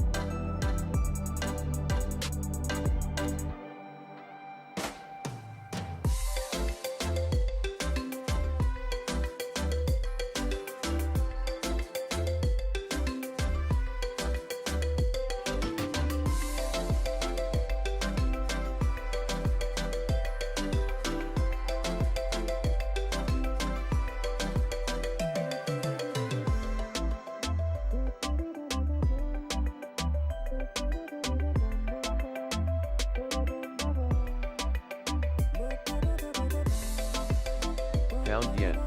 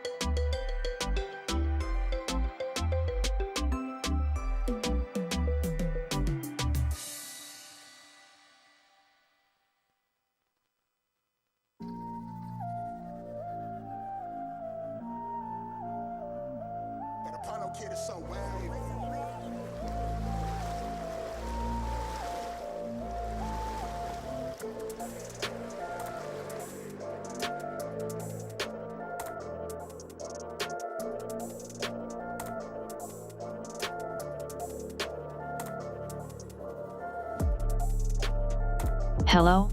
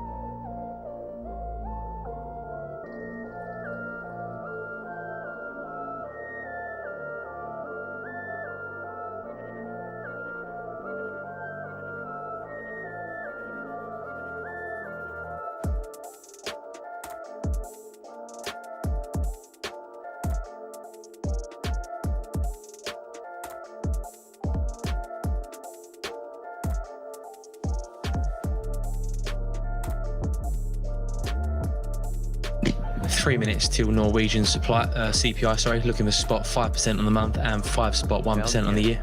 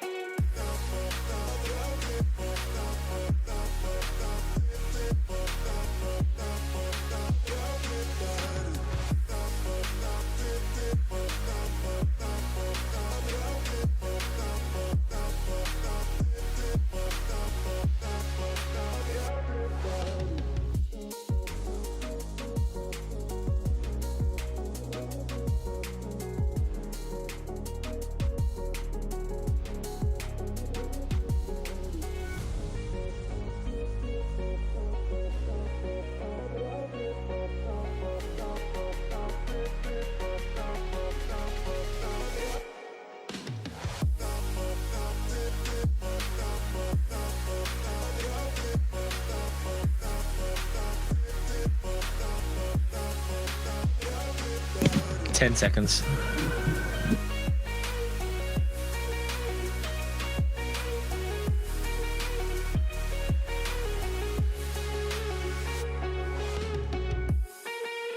Norwegian CPI 5 spot 3% on the year, still waiting for the monthly print. Spot 7 for the month and 5 spot 3% on the year for Norwegian CPI. Dollar CAD.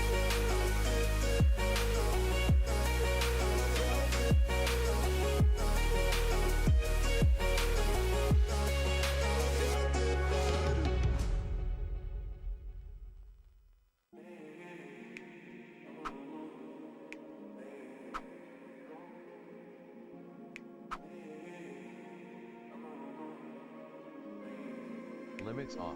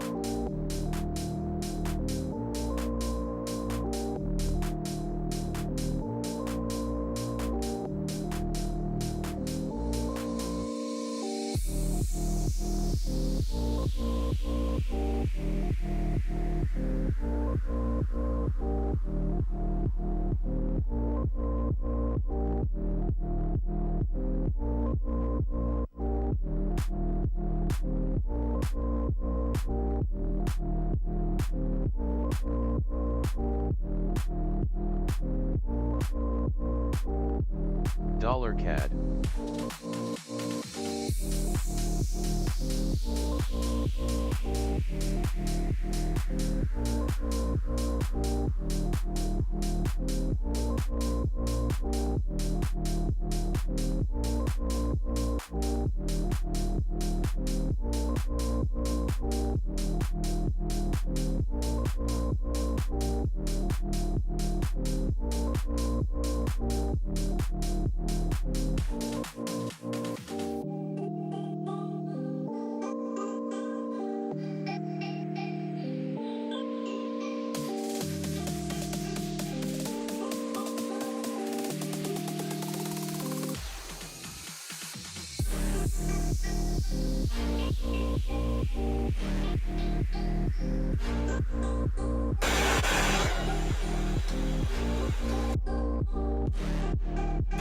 Happy New Year, Swing.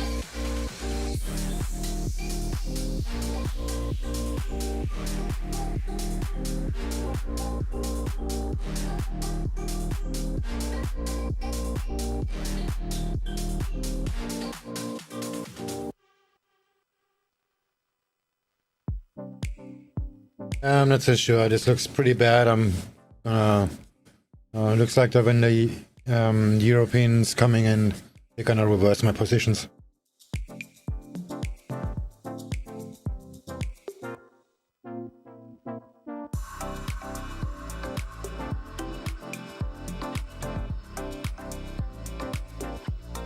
Australian dollar is taking off already, and Canadian dollar just cross sleeve up. So this looks pretty devastating. I maybe just gonna close the positions and take the small loss.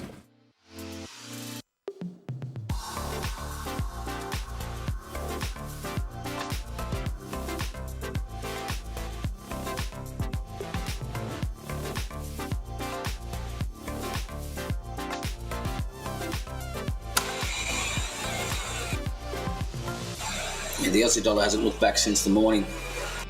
Well, the Aussie morning.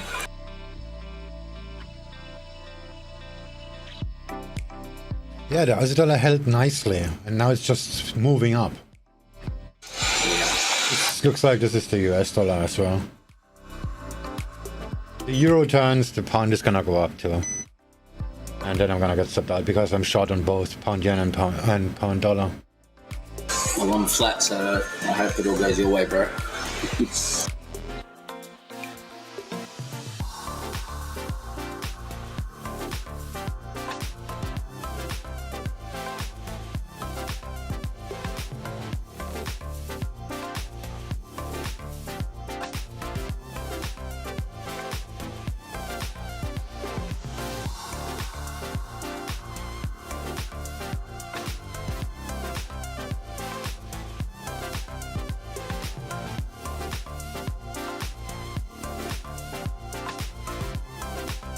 Yeah, this looks like it's gonna fail. Our CAD is going down pretty strongly.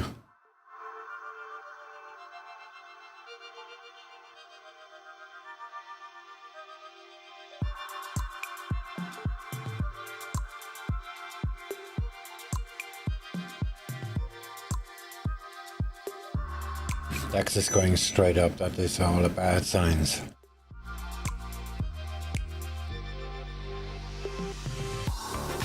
Could be just opening volatility though.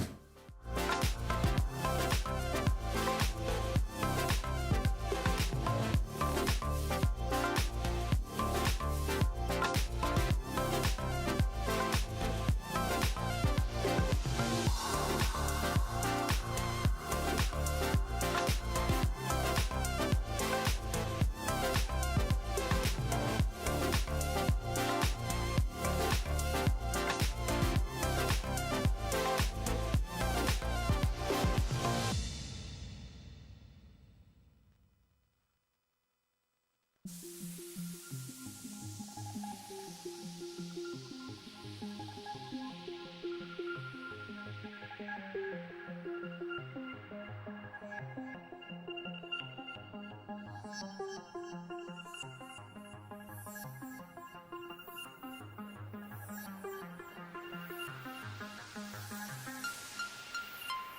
Cable.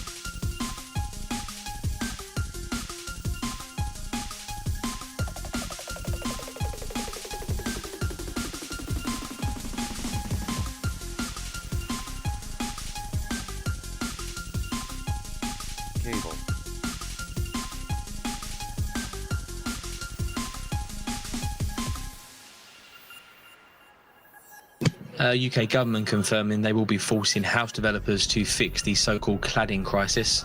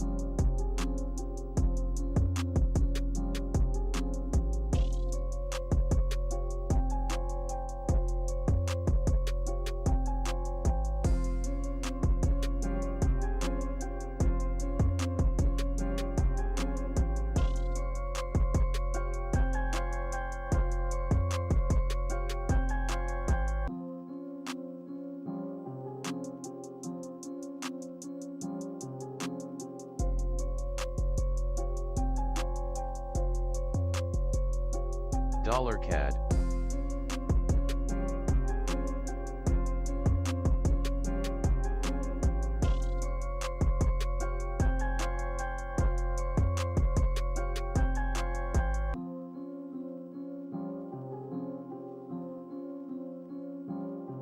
Comments from the UK Housing Minister says we're moving to a situation where we can live with COVID, but we're not there yet.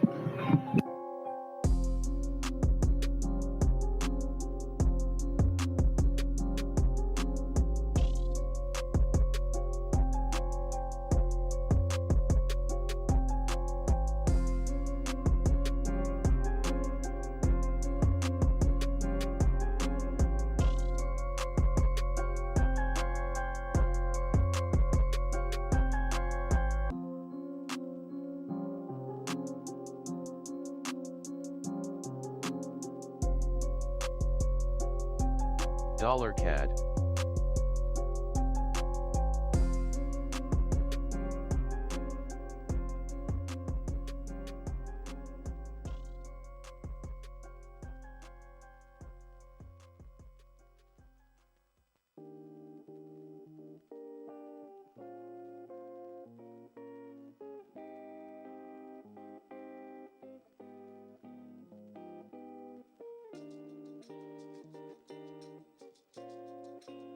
Cable.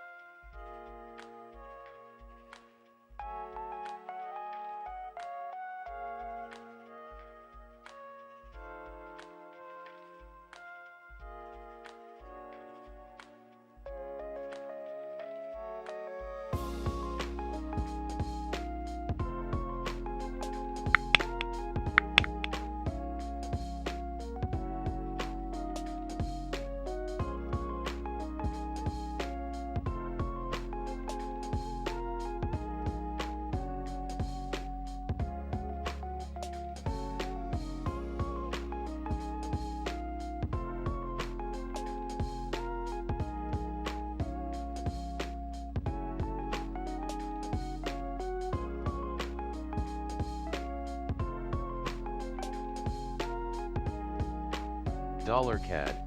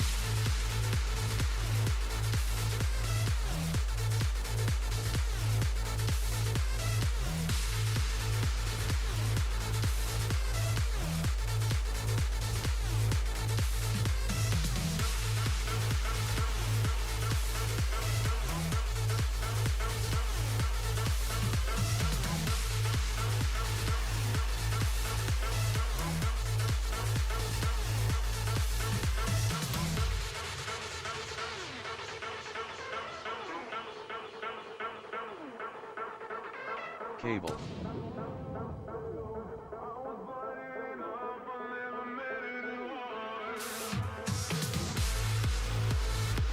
Dollar CAD.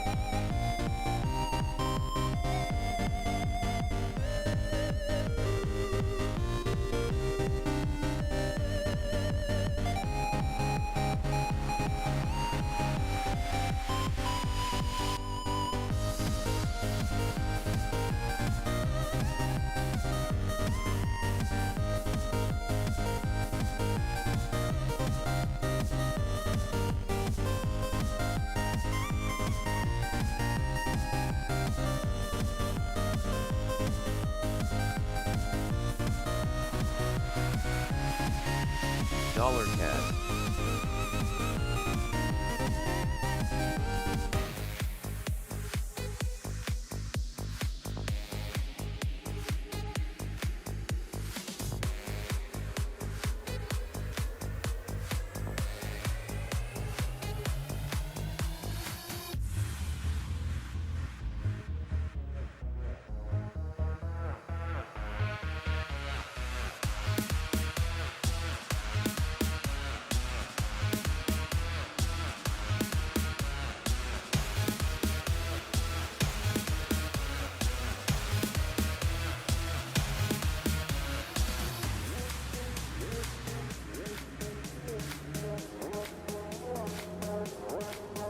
Cable.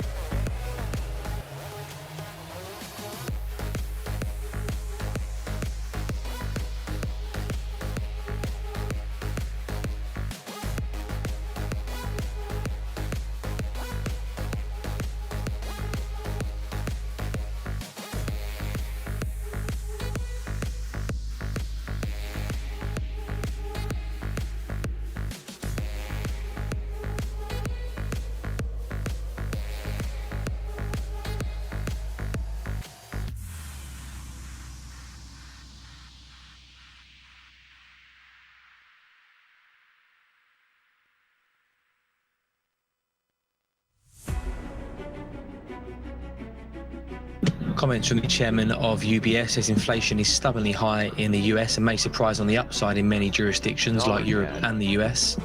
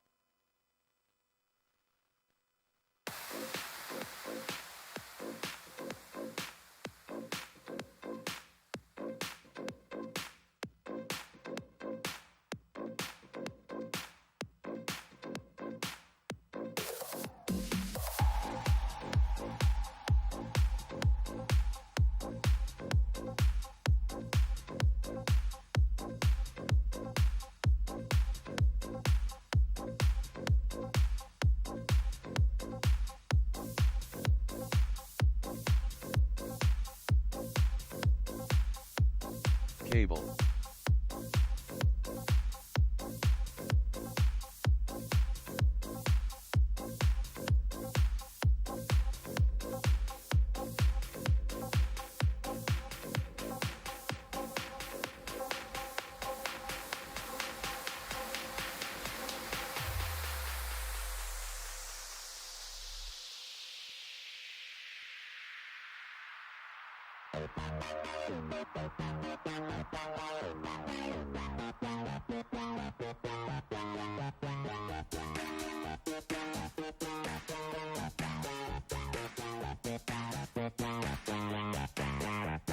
Sleep is for the dead and love is for the weak. Gotta play me till I repeat and fade.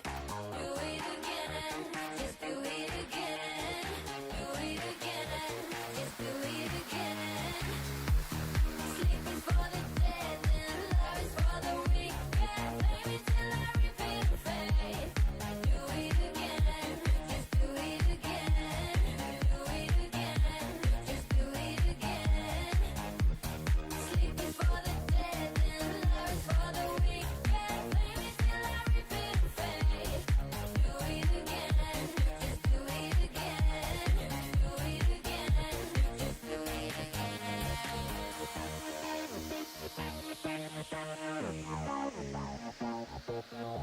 Cable.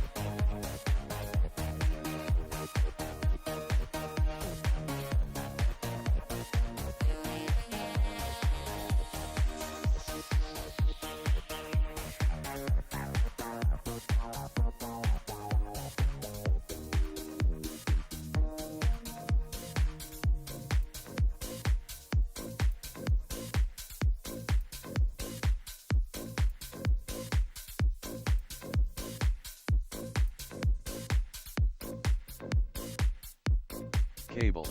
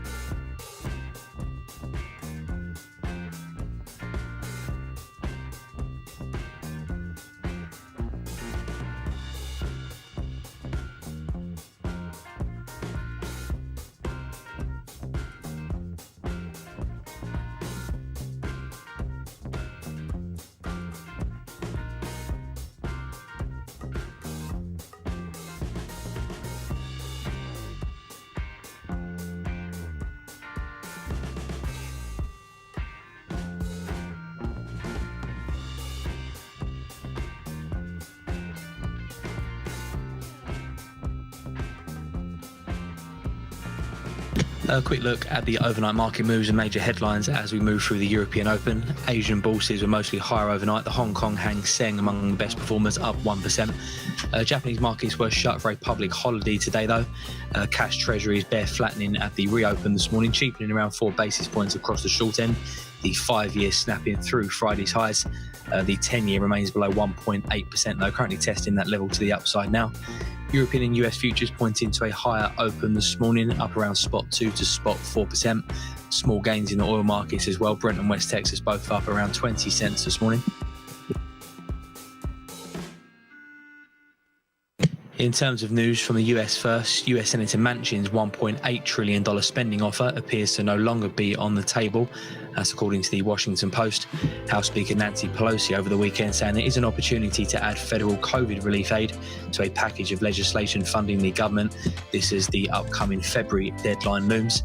And from the Fed, Goldman Sachs and the Federal Reserve will likely raise rates by 4 times this year and will start their balance sheet runoff process in July, if not earlier.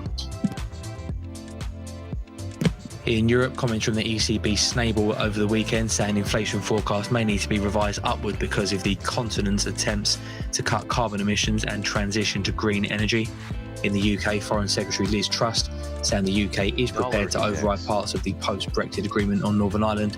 That's if talks with the EU fail. And lastly, in Asia overnight, China saw its first Omicron case in the community, igniting a mass testing blitz in the northern city of Tianjin.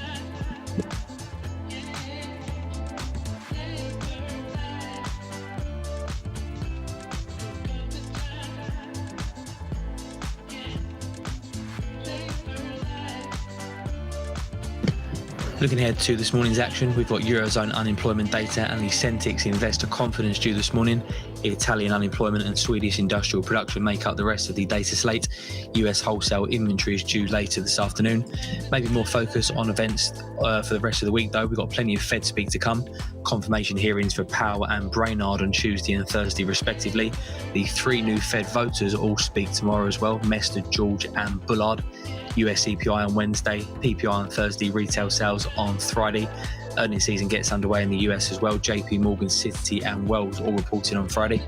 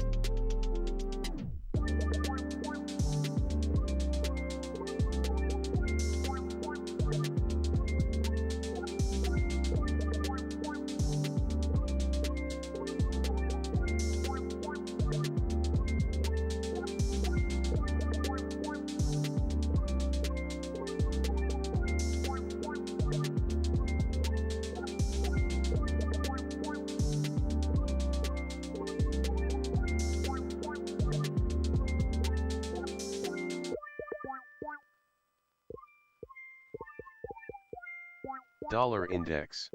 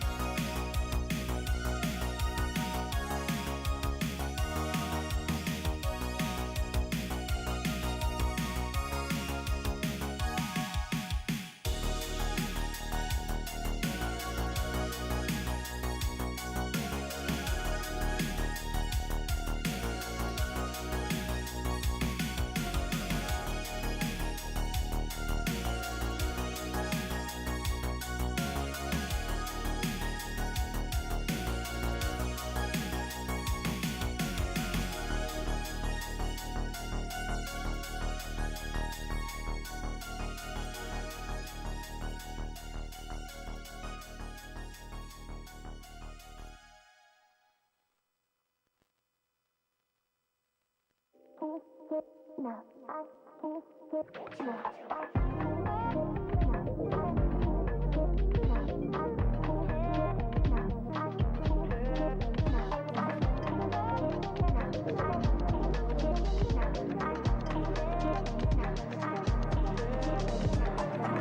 baby, it's so damn dramatic. Sometimes I don't know where to go. Oh, he's my sunshine and my headache, but I keep coming back for more. Scary to admit that I'm falling for you while looking in your eyes. And there is nothing that I wouldn't do. I keep trying to break through, 'cause he got me so high, just watching it time flies. Big up to him day night, I can't get enough. Yeah, he got me so high, just watching him time flies. Big up to him day time, I can't get enough.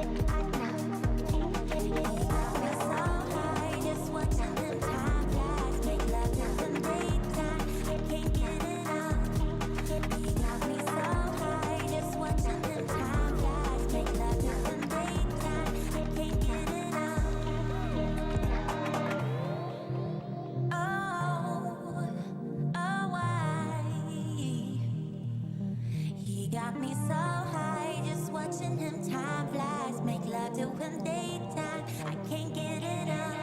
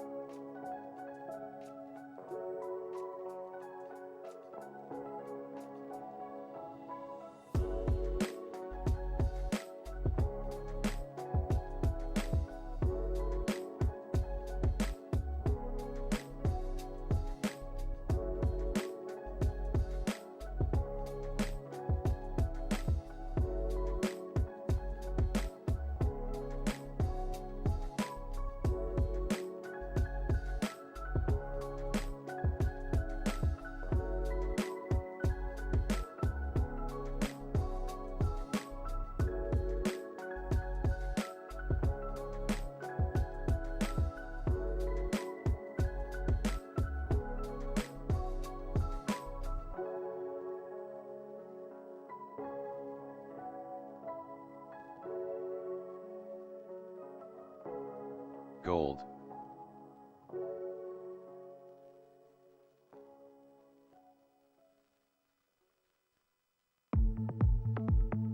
It's getting late now.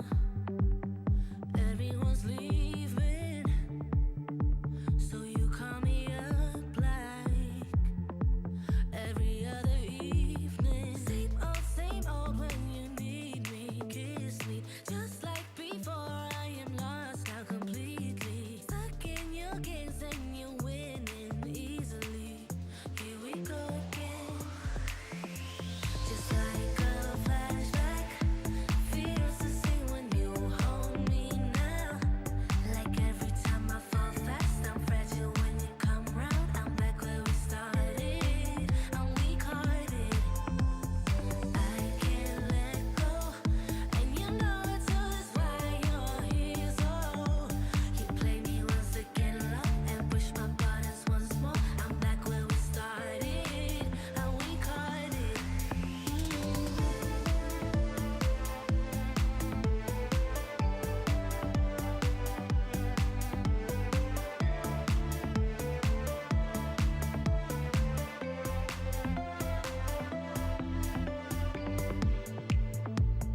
Playing by your rules, you had me going. I should be on my own now, but you want me to stay here.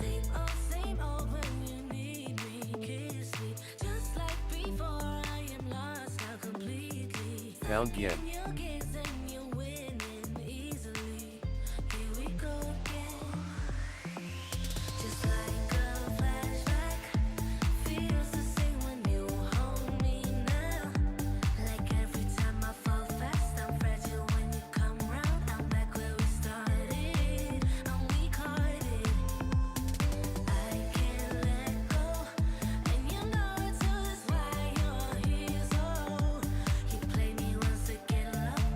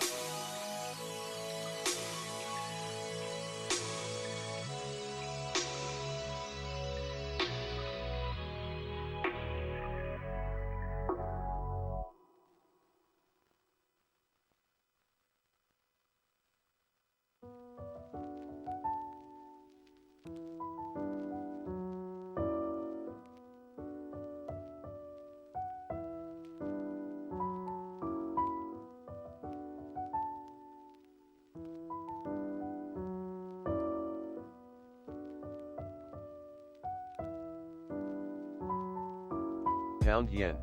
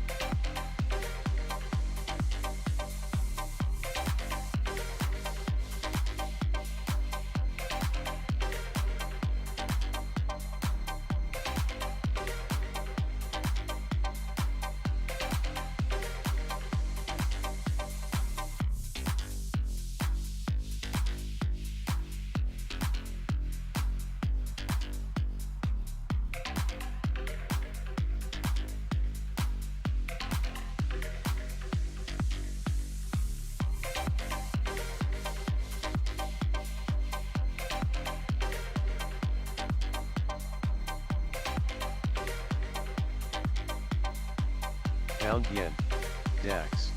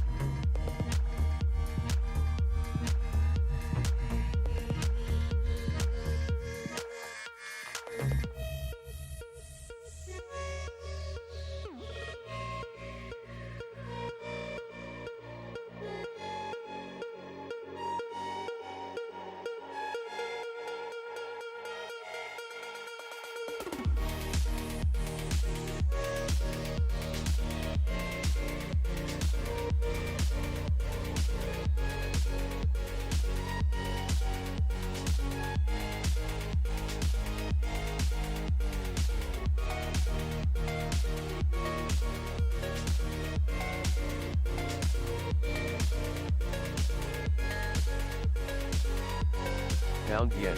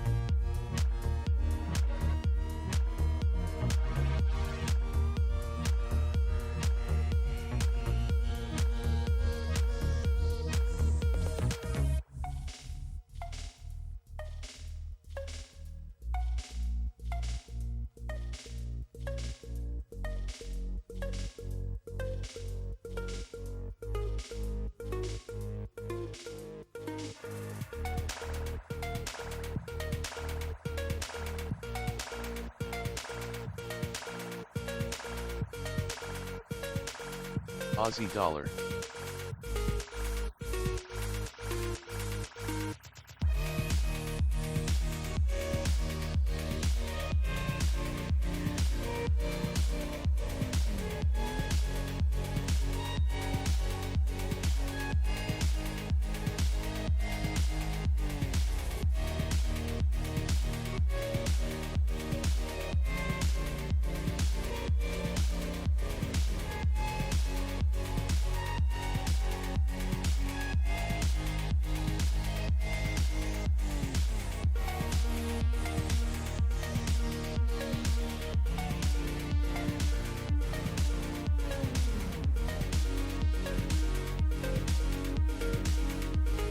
Seen a pullback in equity markets in recent trade.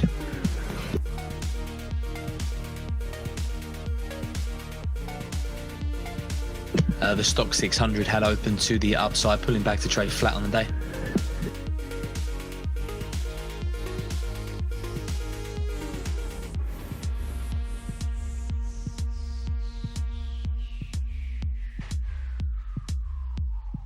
Aussie dollar.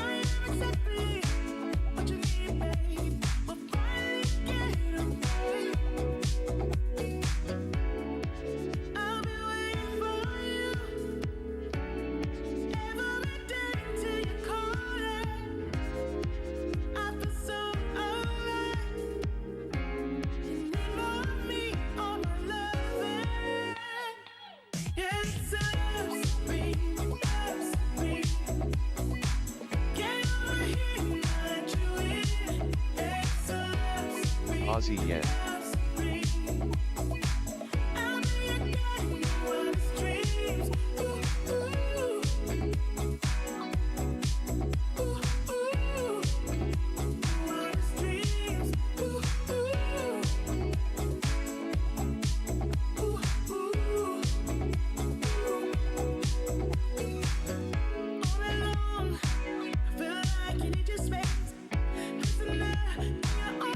Dollar CAD.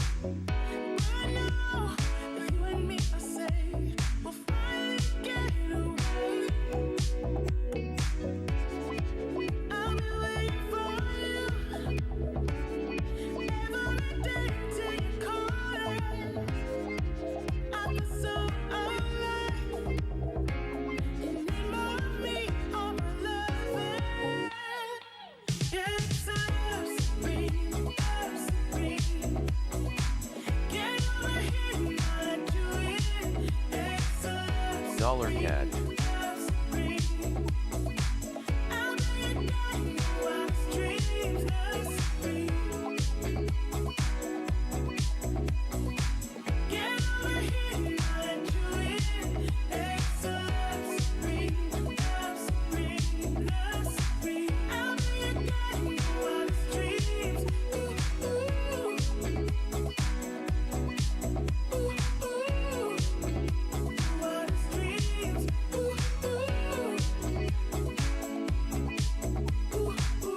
Aussie yen.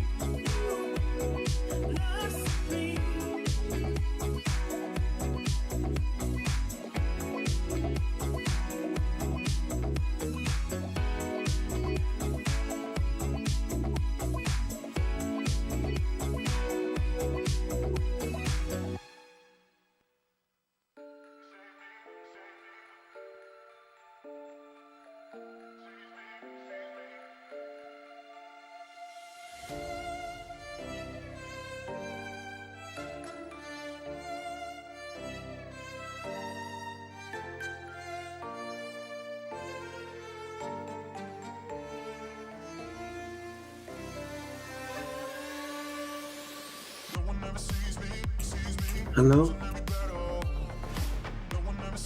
Rising yields being blamed for the latest pullback we've seen in equity markets. US 10-year yield has risen above 1.8% in recent trade. Did struggle to get above that level on Friday. 10-year now above 1.8%. Morning, Soph. Hey, good morning.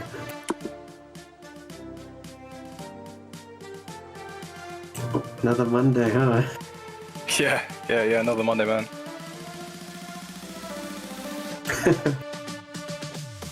Alright, dude. My god, should I close my positions at break even? Yeah, same. Yeah, fuck it.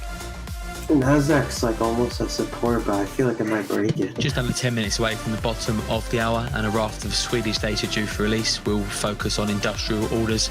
Month on month, a prior 4.9, year on year 6.8%. Yeah, we've been watching Swing trade the pound, like hold shorts of the pound since literally this morning. Like how long? Really?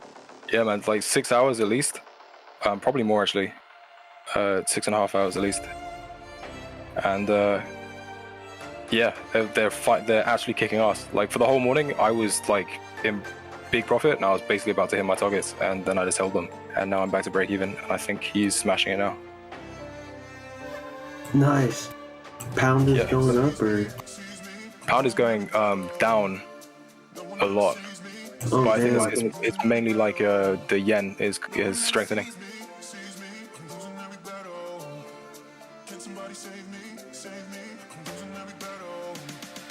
And it's got shorts in pound dollar and pound yen. Nice.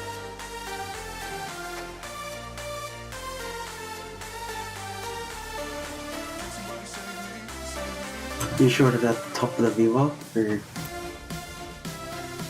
Oh, swing shorted at the top of the VWAP, I think. Oh, swing, nice. That's a good short. Yeah, dude. Or it's like, yeah, literally, yeah, he shorted from the VWAP, but he was holding pound yens from pretty low, and I think they finally come into profit, maybe. Oh, you bought pound yen back in the day? No, like he did. He bought. Oh, nice. He was shorting pound yen from yeah, like at least 6 hours ago. Dang. Actually, Yeah, when did he come online? Maybe like half one, so probably like 7 hours ago actually. But yeah, no. Nasdaq's looking, yeah. The Nasdaq? It's like dropping below support a little bit, I think. Yeah, there's that like 1500 level. Is it the 15? Oh, I think it's 530 actually. 15,500. 15,500 seems like a really strong level. Right, I remember we were talking about that earlier, and it dropped to 500 again. Yeah. Yeah, I'm shorting Nasdaq. Oh yeah, you're holding your short. Yeah, I just got in like 20 minutes ago though. That's not a bad time to get in, man. It's 20 minutes ago. Okay, so you basically just caught the beginning of this drop. Right. My target was 530 because it was, but I don't know if it's gonna rebound because there's no economic news today for US. True, but So it's like the gonna be beginning. an interesting day, I think. It might be like just view up range when US market hits. Yeah, it could be. I mean, what do we have? We have spiking COVID cases, and oh fuck it, I'm getting at this break even. Oh my god, man, so long and then nothing happens.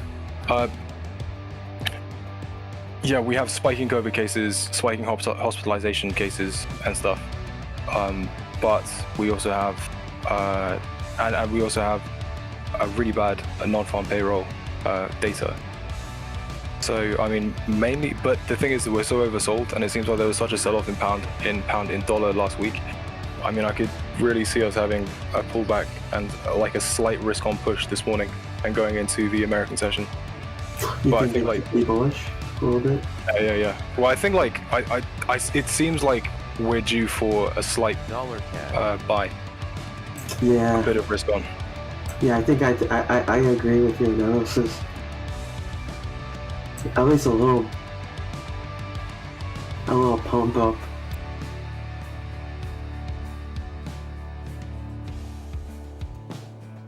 Yeah, I think so, because we really overreacted. Well, we reacted very strongly to the non-farm payroll figures on Friday. That was nuts. Yeah, dollar CAD was dropping a bunch. Yeah, dude, it's so weird the how out of sync the employment figures are. And did you see that credit card debt is at an all-time high now? Like double this month. Really? Fucking hell. Yeah. They were expecting it to be 17 billion this month, or last month, but it ended up being $40 billion in credit card debt for just USA. Shit. Yeah, people are just racking up the credit card.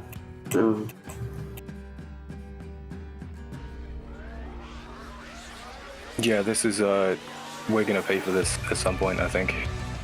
Yeah. Do you think there might be a recession? Or... There's always a recession eventually.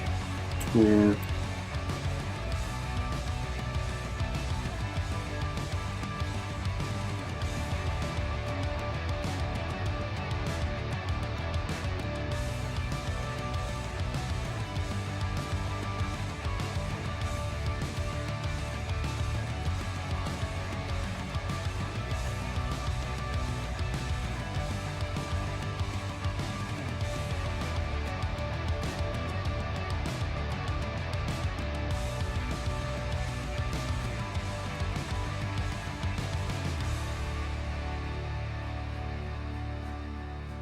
I'm just wondering if I should do what Swing was doing. But I'm gonna wait. If pound moves back to the VWAP, then I'll start thinking shorting. Damn, yeah, Aussie dollar is really, well, Aussie yen is really getting slapped. So is dollar. Oh, you're trading Aussie dollar? No, I'm just looking at the currency pairs, kind of. Yeah, this is a bit of a risk-off event, actually. Gold. Hold on, get my indicator. Yeah, this is definitely a bit of a risk-off. Wow, Aussie, yeah. Yeah, whenever it pumps like that during Asian sessions, it's usually a good short for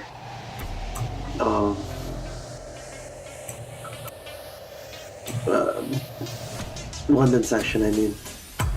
I usually shorted Aussie CAD during London session. Oh yeah? Is that Yeah, back in the past, but I haven't been doing that recently. Right, yeah, you're much more of an indices guy now.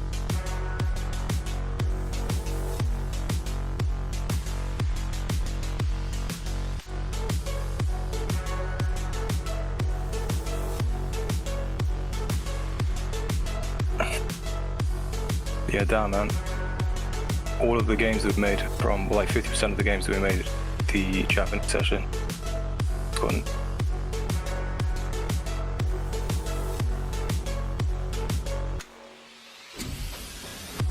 So I kind of like the Aussie dollar against the Kiwi dollar coming up, kind of, I think. Think of taking a long-term swing position in that. But looking at the Aussie dollar, yeah, just looking at the Aussie dollar chart, it looks pretty short.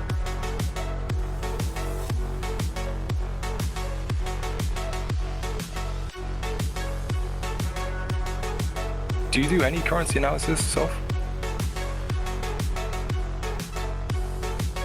I should, but not at the moment recently. Not lately. That's true, man. If you do, hey, dude, like, what's his name? Someone was calling you Elf. It is Self, right? Yeah, it could be either or. I don't really care. Okay, chill.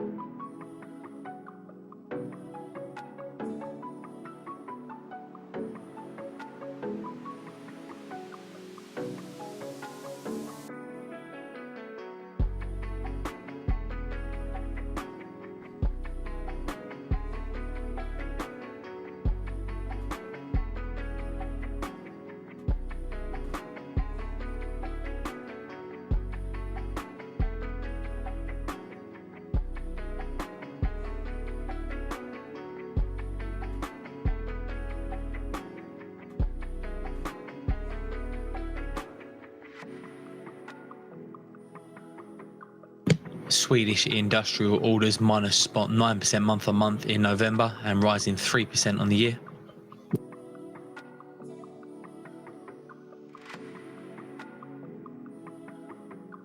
Some comments from the Bank of France as well, says they see very high risks from higher market valuations.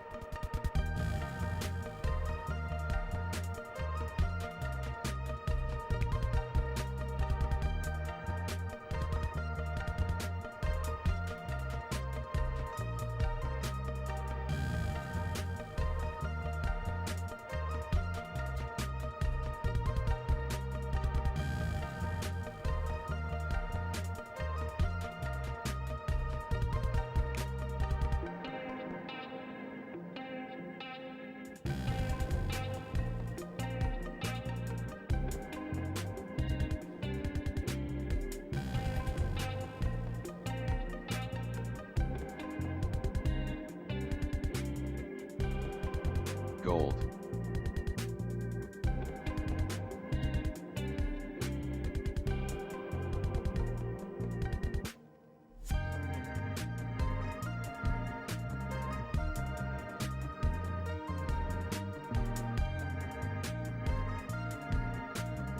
Dollar CAD.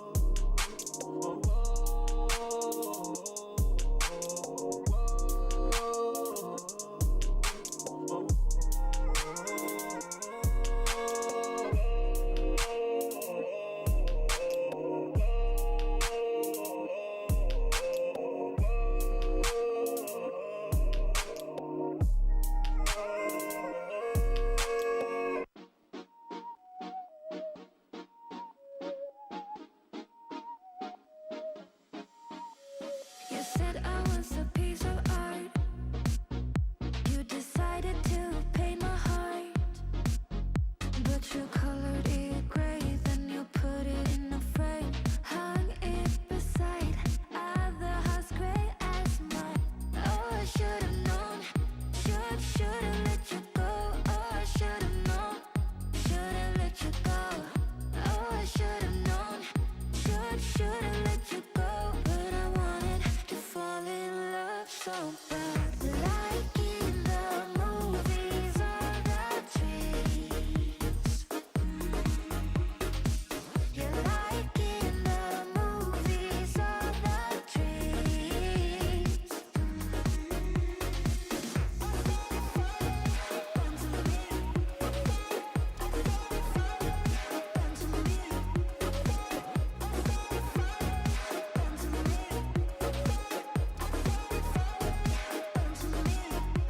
You wanted to tear down my walls. You did that by sweet talking. You got inside my mind. Now I'm wide awake at night. Put me aside. I wasn't worth your time. Oh, I should've known. Should've let you go. Oh, I should've known. Should've let you go. Oh, I should've known. Should've let you go. But I wanted to fall in love so bad, like in the movies or the dreams.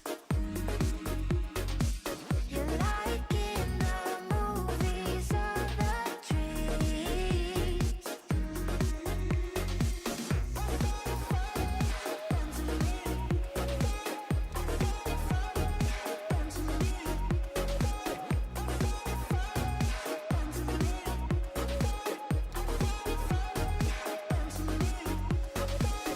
Oh, I should've known, should've let you go.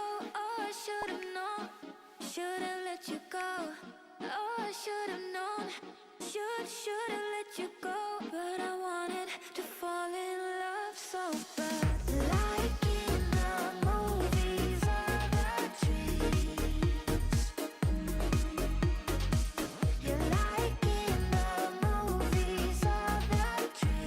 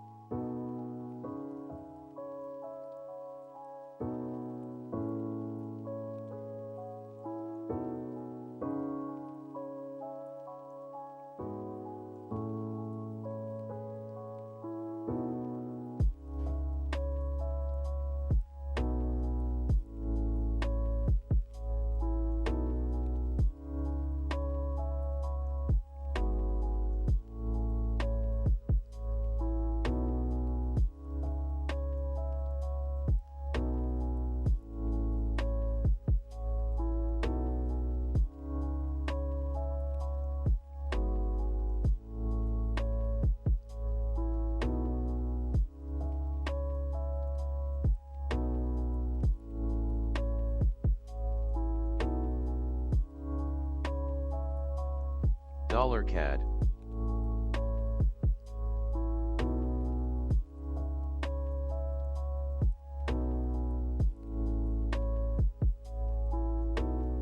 We're 10 minutes away from the top of the hour. The Italian unemployment rate for November expected to pull back to 9.3% from 9.4%. Data due from Switzerland as well. The domestic site deposits for the latest week, prior read of 648.9 billion.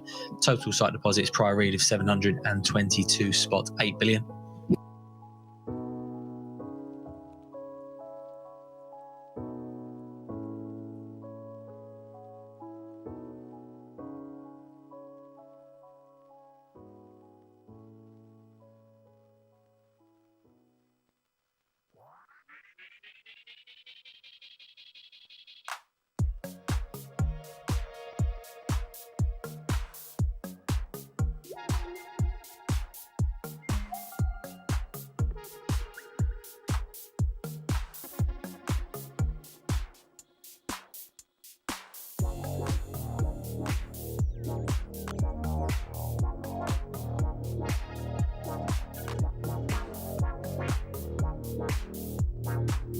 Dollar CAD.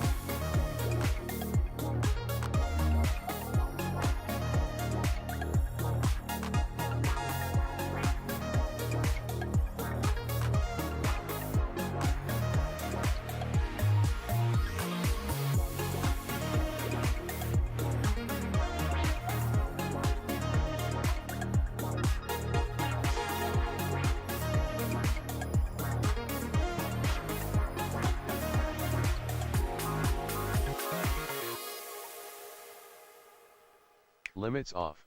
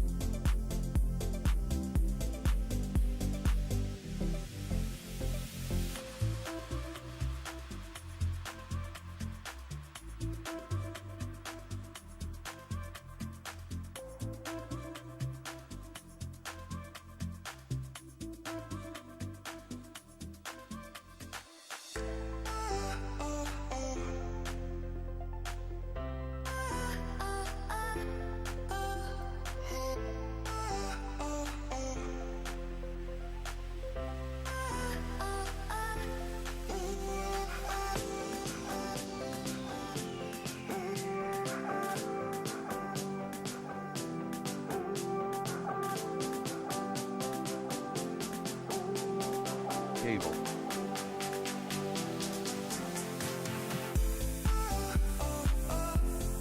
Dollar index. Just under 3 minutes till the Italian unemployment rate for November, seen dropping to 9.3% from 9.4%. Swiss sight deposits due as well.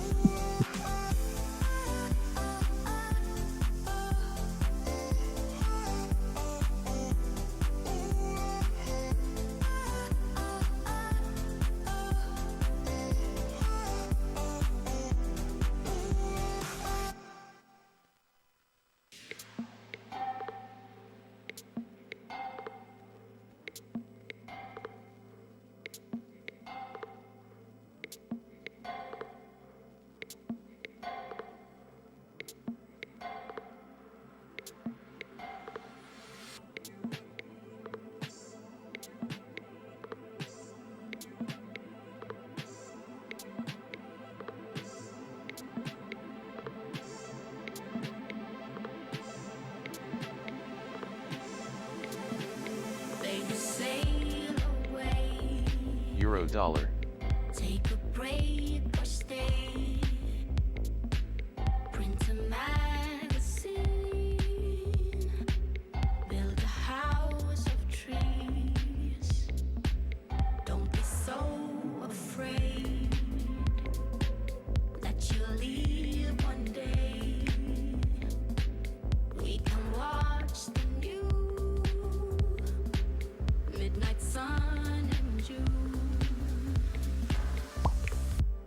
The world is spinning around you and me under the sun. We'll always stay in this heavy, ecstatic sound where the seeds in the ground will be forever around. 1 minute. 'Cause what we're making will last forever. No lies, no faking. We're true like rain, like the wind. No failing. There's only time, so make it worth it. Whatever story you're in, whatever story you're in, whatever story you're in, whatever story you're in. Maybe say I do. Make a home for two. Make up characters in a novel too. Don't be so 9.2% for the Italian unemployment rate. Swiss domestic sight deposits 650.6 billion. Total sight deposits 724.6 billion. Some data from the German VDMA as well. So says German engineering orders for November rising by 23% year on year. world is spinning around you and me under the sun. We'll always stay in this heavy, ecstatic sound where the seeds in the ground will be forever around. 'Cause what we're making will last forever. No lies, no faking. We're true like rain, like the So just to recap that, Italian unemployment rate drops to 9.2% from 9.4%, have been seen dropping but only to 9.3% for November. Swiss domestic sight deposits 650.6 billion in the latest week. The German VDMA saying German engineering orders in November rising by 23% year on year.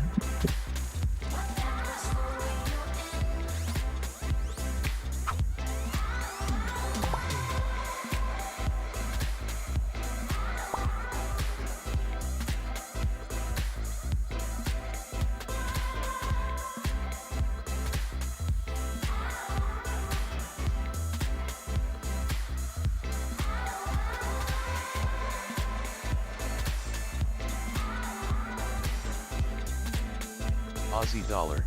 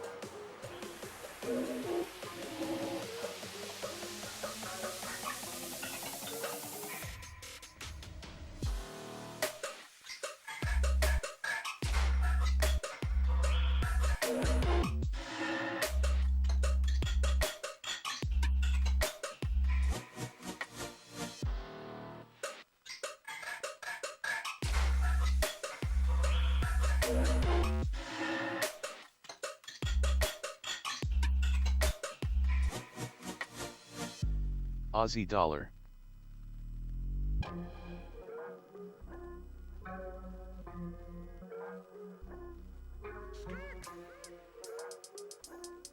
Euro dollar.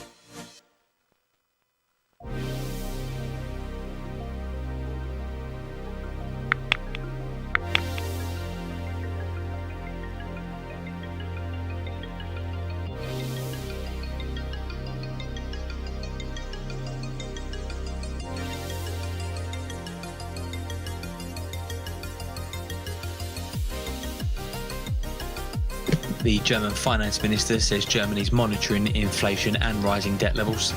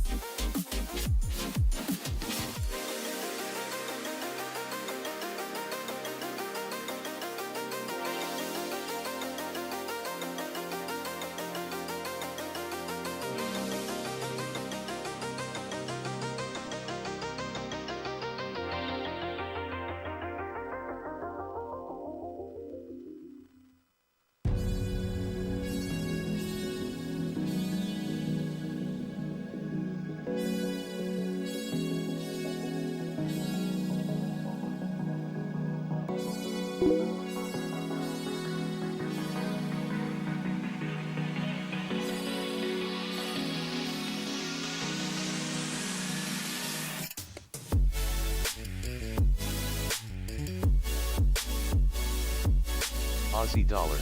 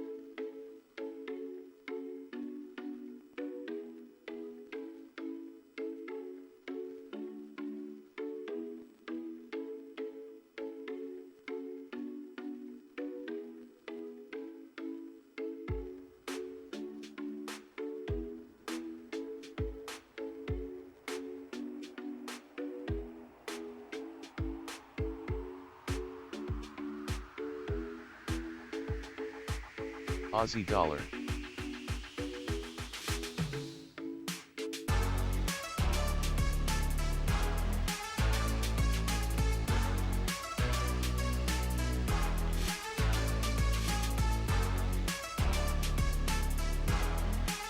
Comments from the president of the Euro Group says they're very closely monitoring inflation.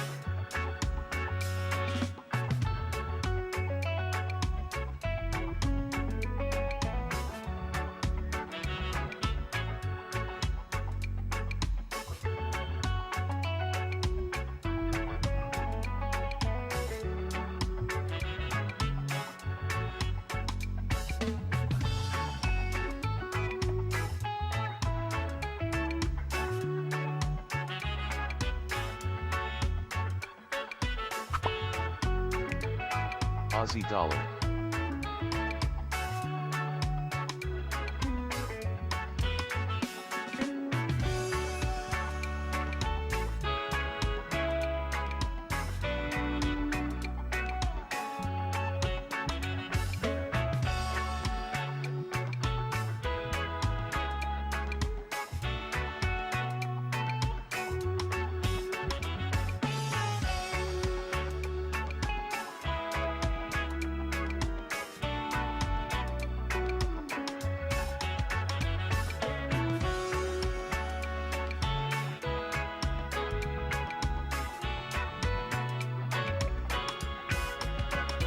Pound yen.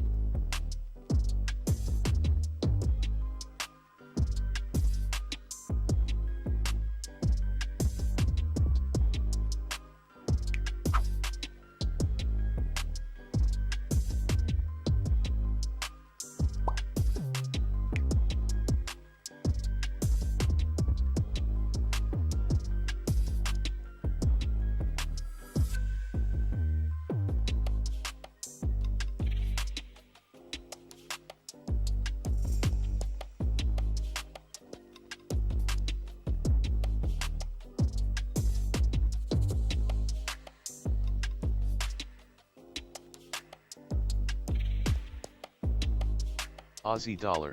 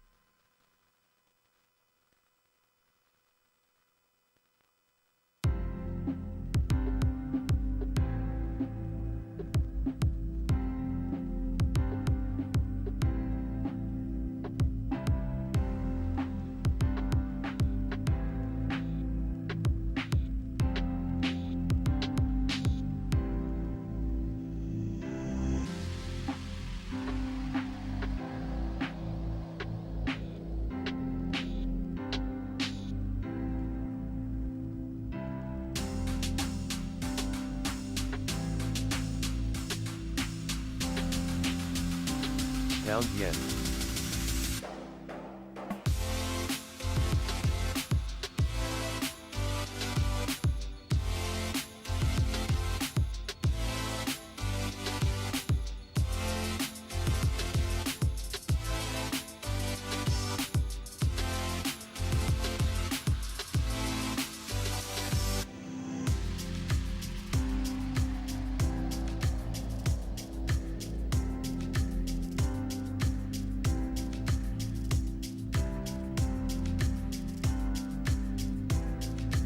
Geopolitics, the Israeli Prime Minister says Israel won't be bound by any nuclear deal with Iran. He says they'll preserve freedom of action.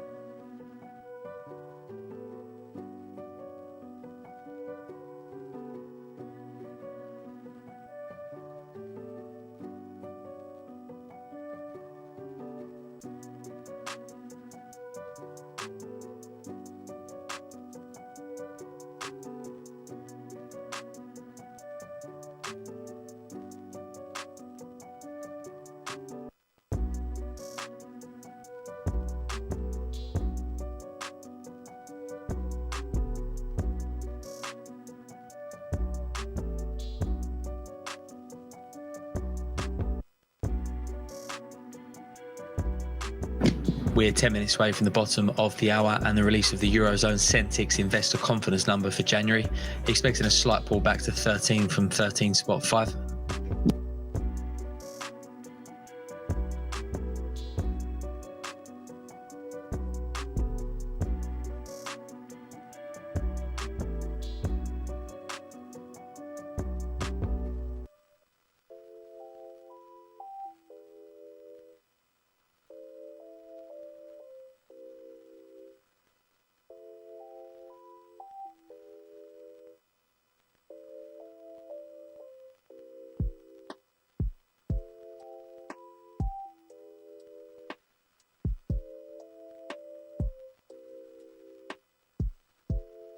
Pound yen.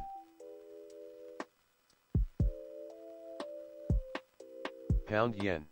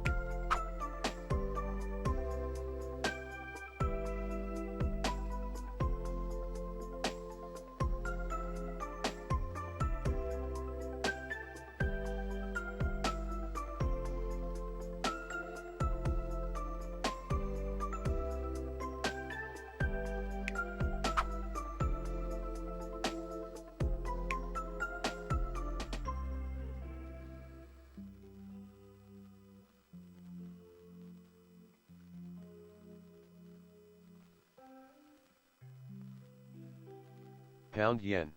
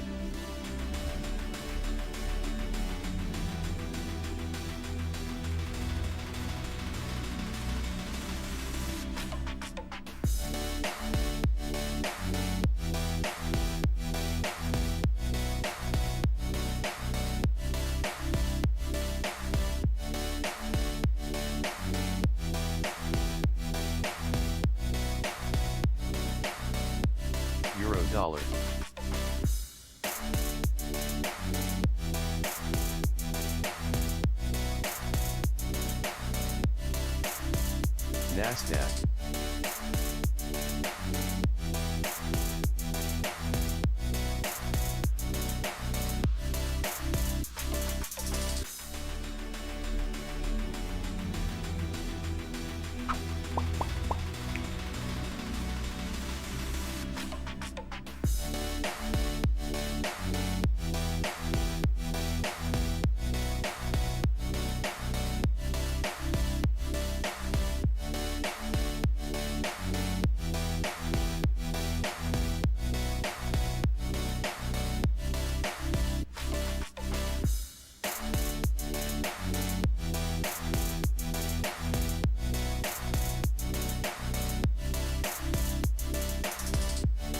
Euro-dollar. 3 minutes till Eurozone Centix investor confidence, looking for 13 in January, down from 13.5.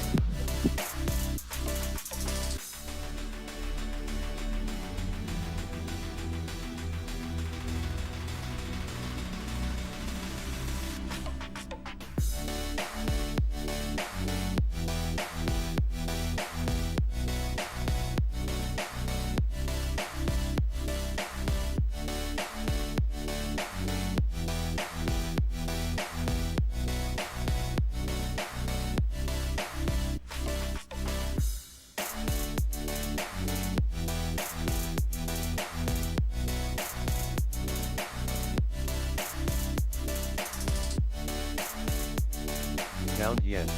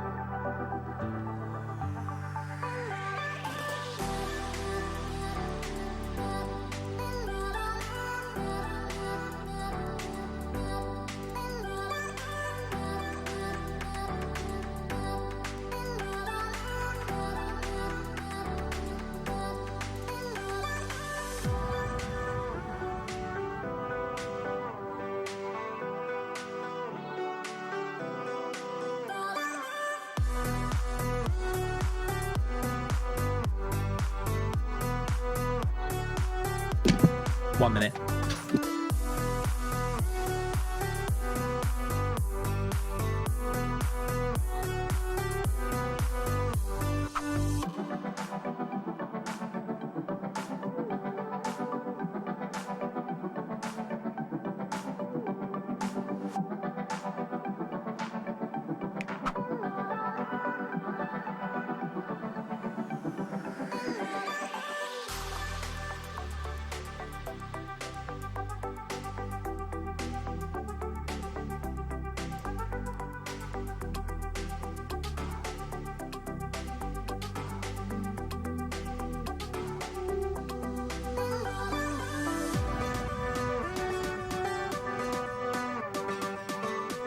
Ten seconds.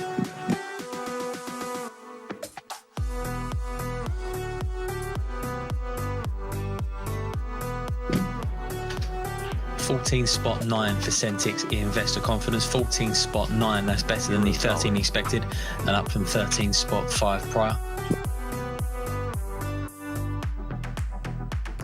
And reports China asked to levy anti-dumping duties on US chemicals. NASDAQ.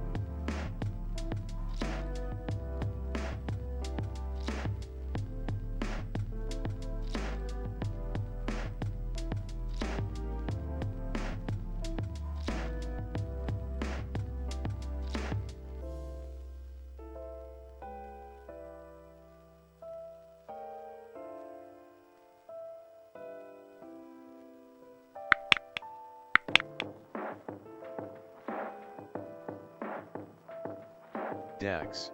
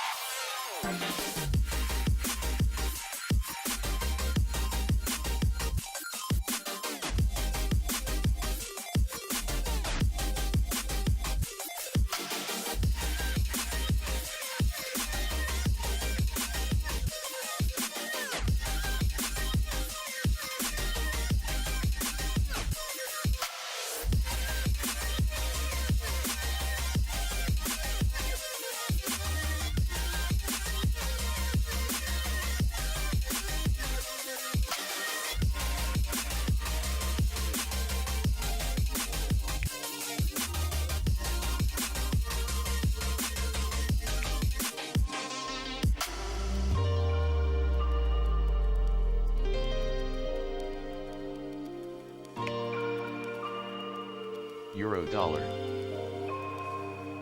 Nasdaq.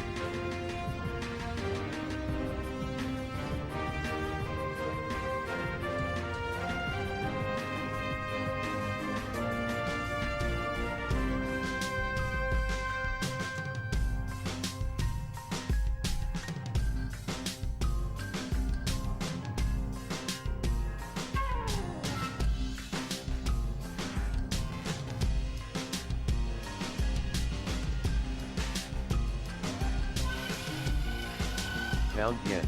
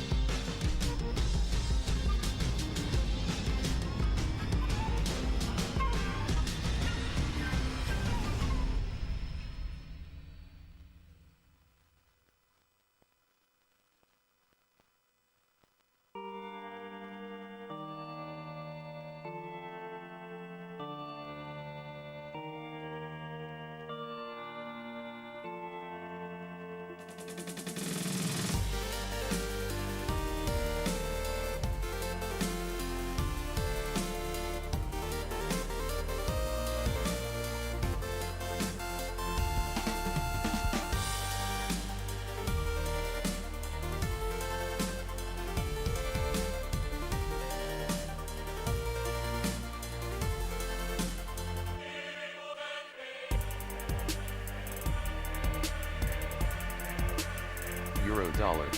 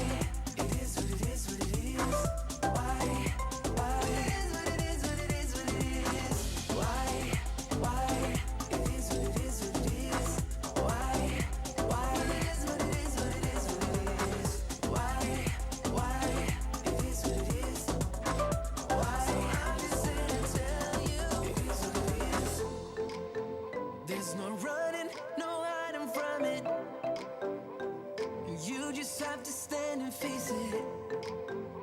She left you with no words of reason. All you can do is club and rebound. I know it's hard, but you can fake it. Yeah, just fake it till you make it. Before you know it, you forget her. Yeah, at least until the fog is clearer. You ask her what you did and how to fix it. You try to find a way and get forgiveness. The search for pain is close to an addiction. So I'm just here to tell you why. Why? It is what it is. Why? It is what it is, what it is, what it is. Why? It is what it is, what it is. Why? It is what it is, what it is, what it is. Why? You ask her what you did and how to fix it.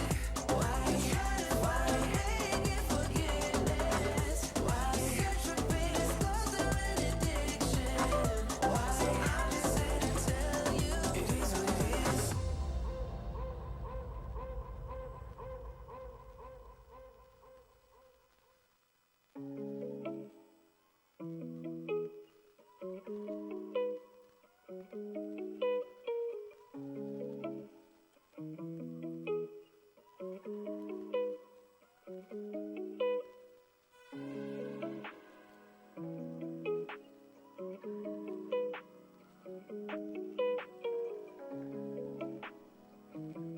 Dollar index.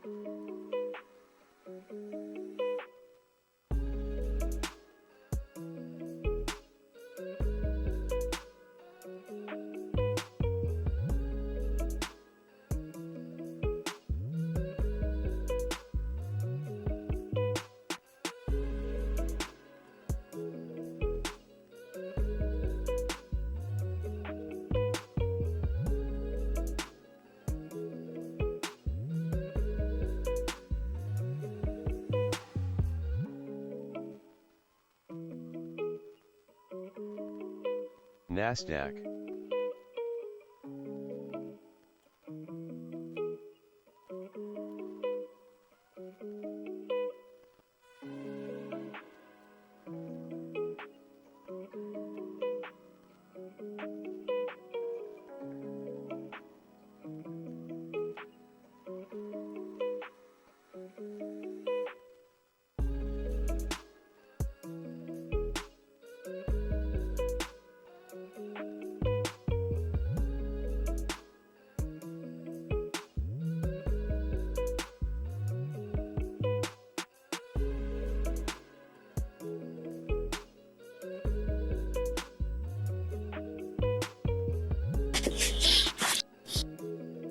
Is this voice chat live? Yeah, something like that. Dollar index. Hiya, Swing. It's Silent Trader. Today's not so good.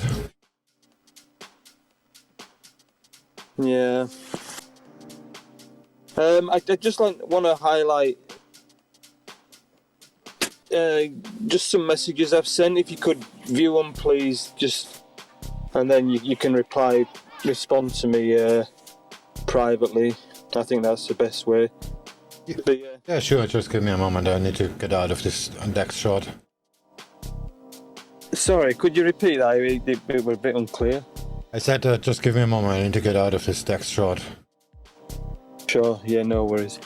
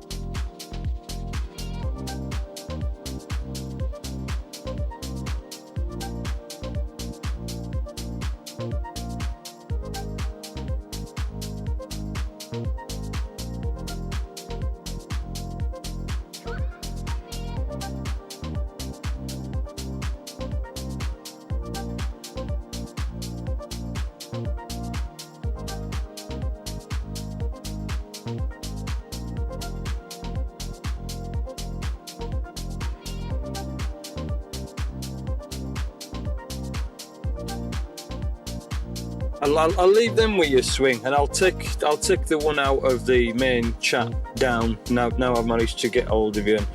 I'll let you just respond privately. I think that's best. And anyway, I'll speak to you soon. Cheers, Swing. All right. Bye.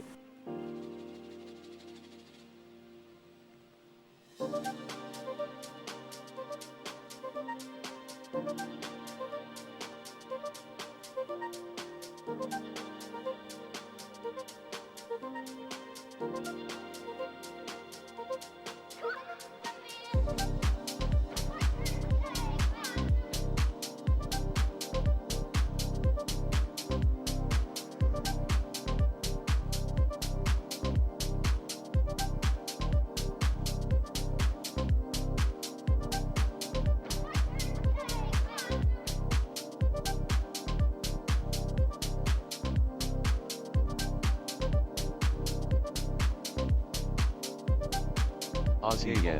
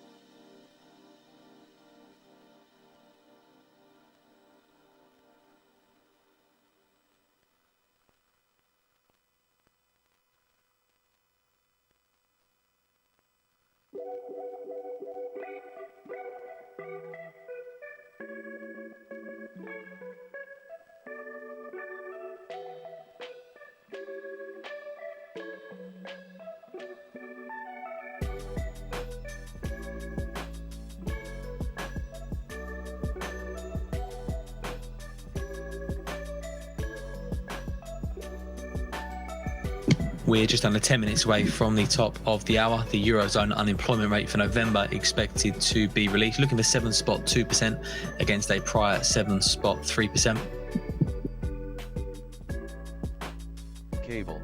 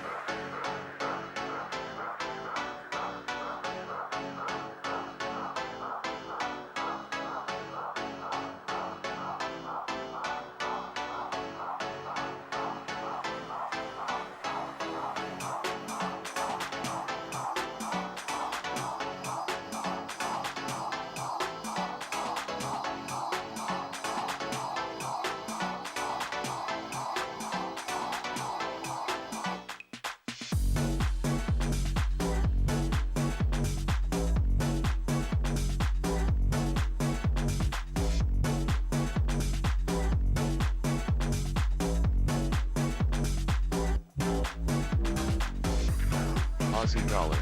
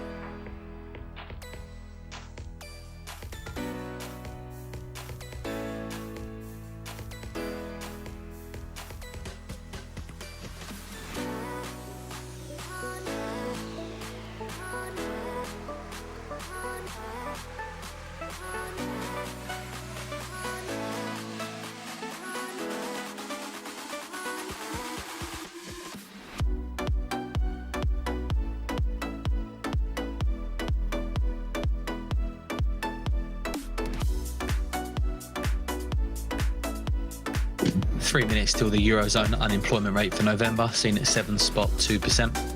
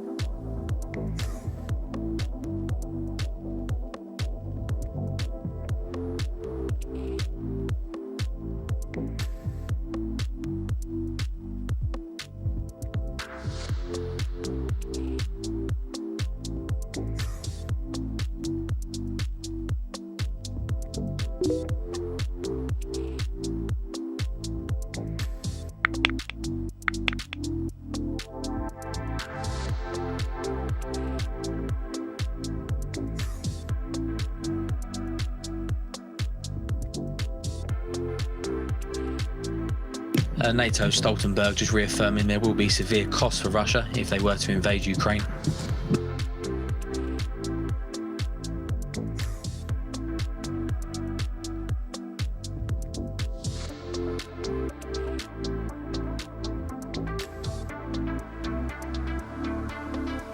Eurozone unemployment 7.2% as expected in November, down from 7.3% prior. Got the Belgium unemployment rate as well, dropping to 5.9% from 6%.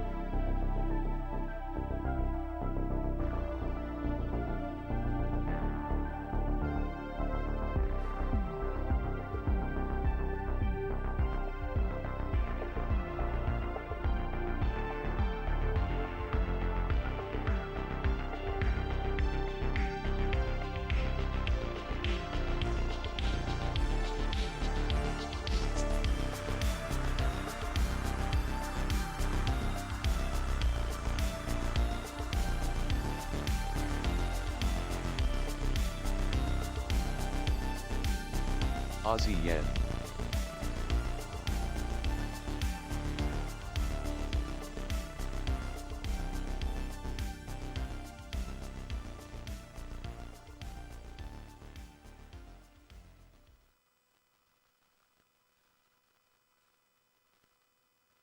I'm staying in bed thinking back on us and everything that went wrong.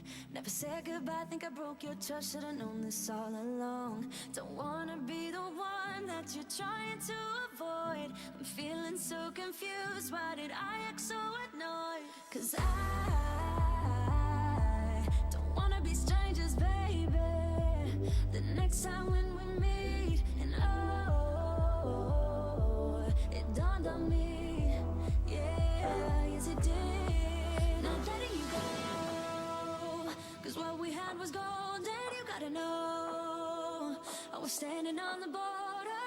The walls around me kept me safe, I couldn't see that I was shutting you out. I was stuck up in pride, but I'm waking up now.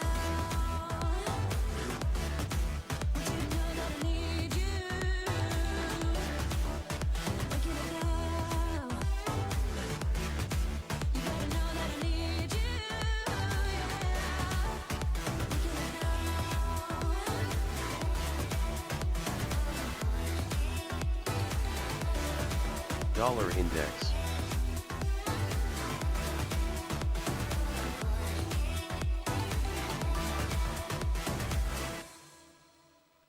I'm a little messed up, but it's time for me to be dropping down my defense. I realize I wasn't there for real, what I did didn't make any sense. How can I get you close? I see why you'd be so cold, but you need to forget everything that I've told you. 'Cause I ain't playing it low-key, baby. I'll bring you right back home, and oh, it dawned on Dollar me. index.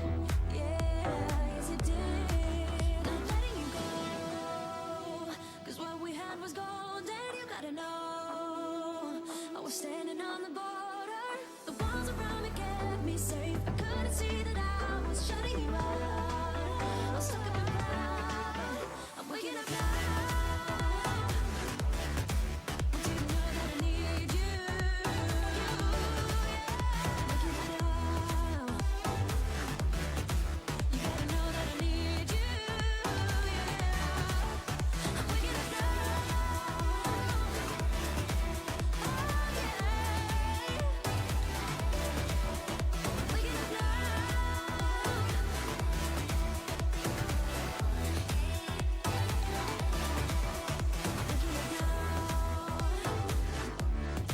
Want you to know that I need you.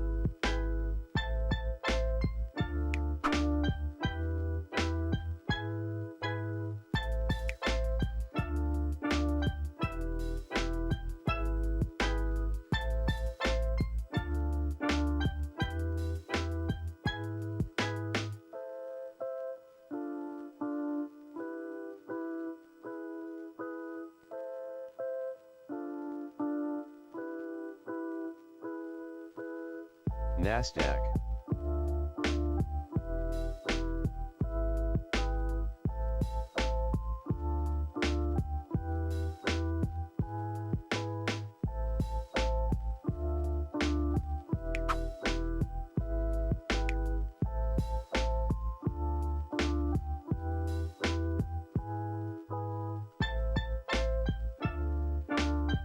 Nasdaq.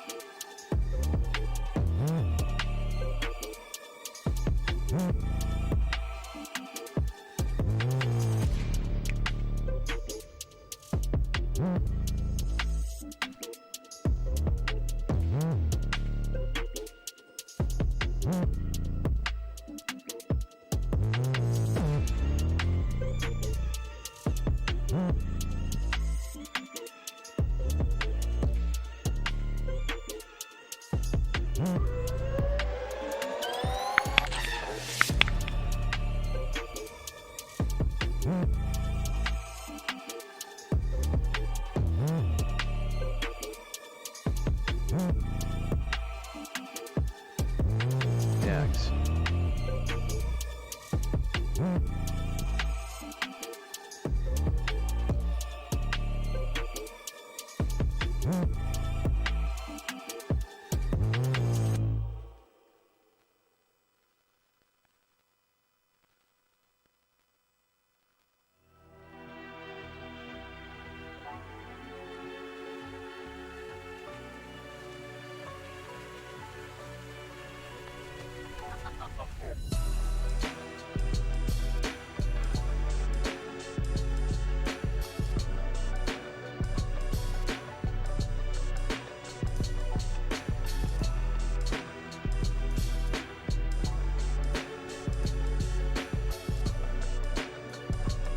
Bitcoin.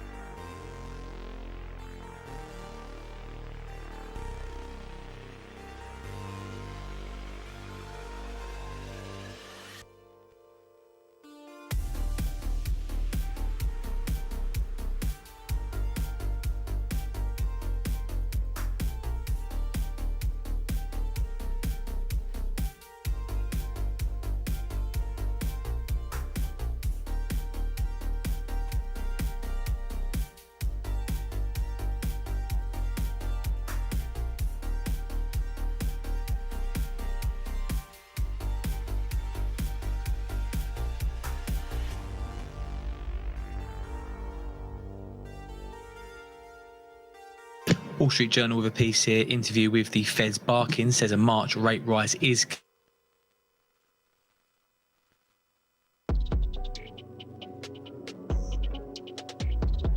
He supports the central bank's hawkish outlook for monetary policy and is open to raising interest rates when its bond buying stimulus efforts wind down.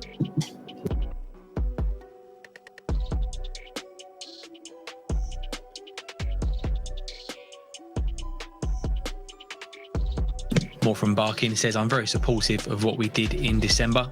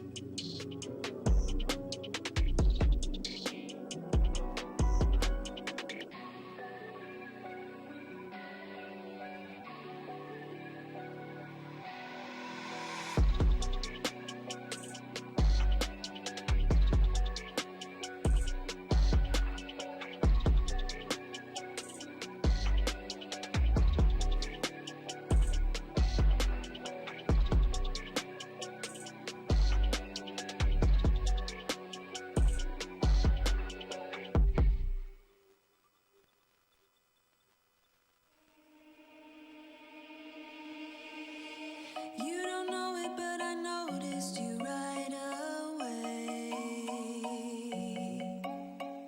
You're pretty sure I will ignore every move you make. Come over to me. Dollar index. Dollar index.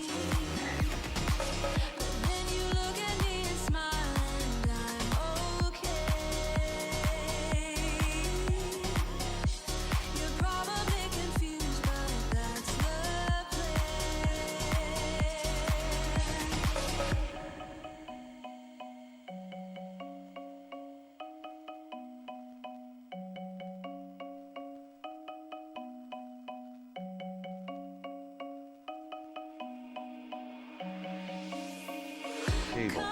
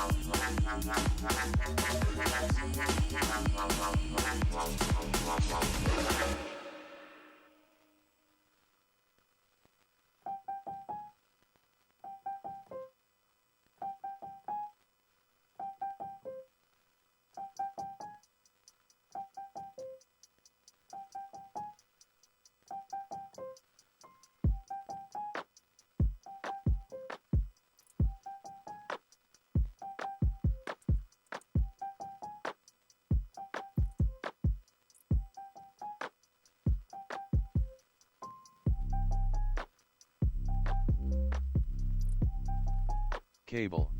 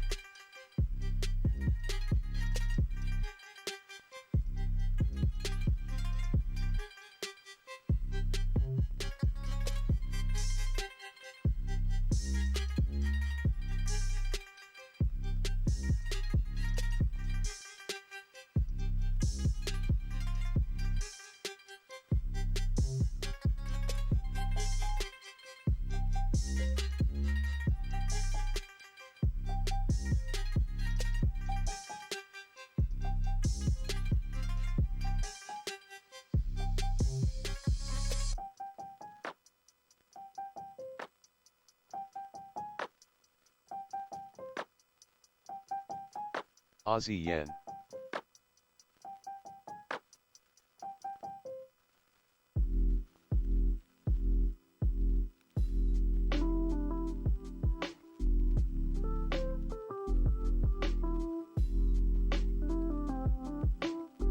UK Prime Minister Boris Johnson confirms they're looking at the possibility of reducing the quarantine period down to 5 days from the current 7. It says we're currently making great progress in seeing off the Omicron COVID variant. And UK Prime Minister says he does understand the pressures on household finances, says he did speak to the Finance Minister about it last night.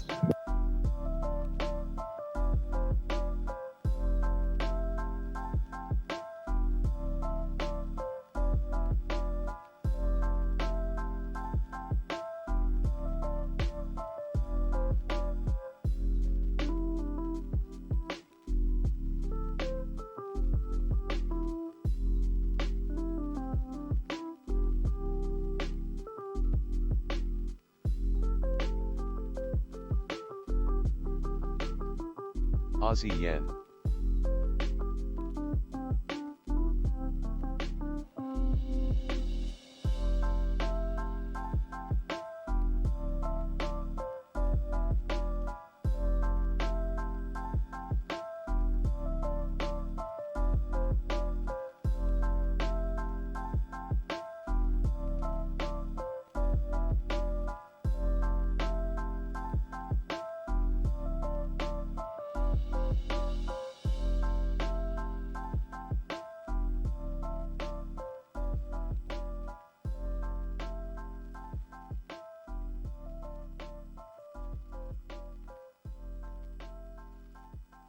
Bitcoin.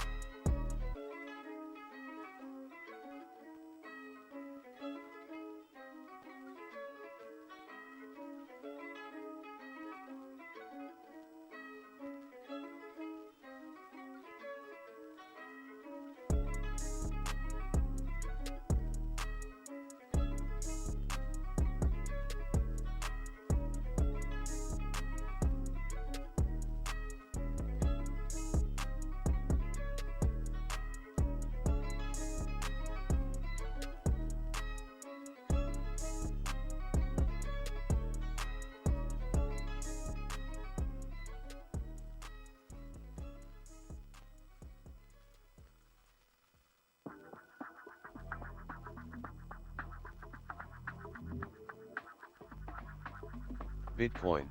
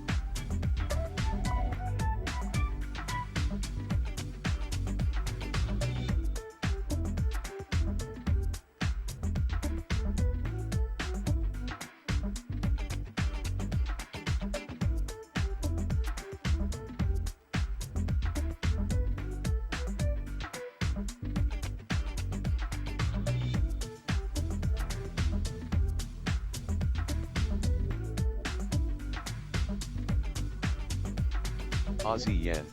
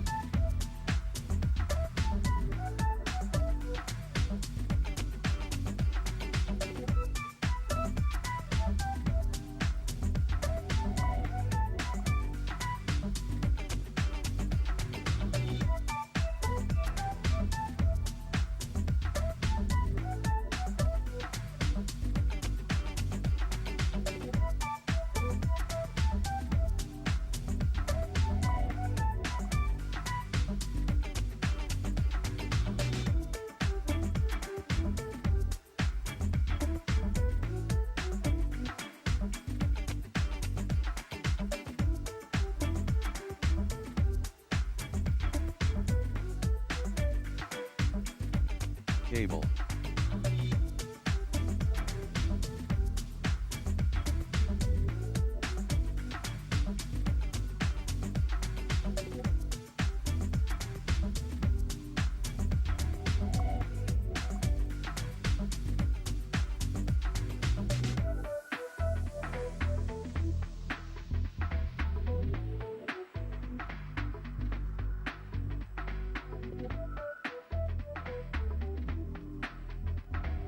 Dollar index.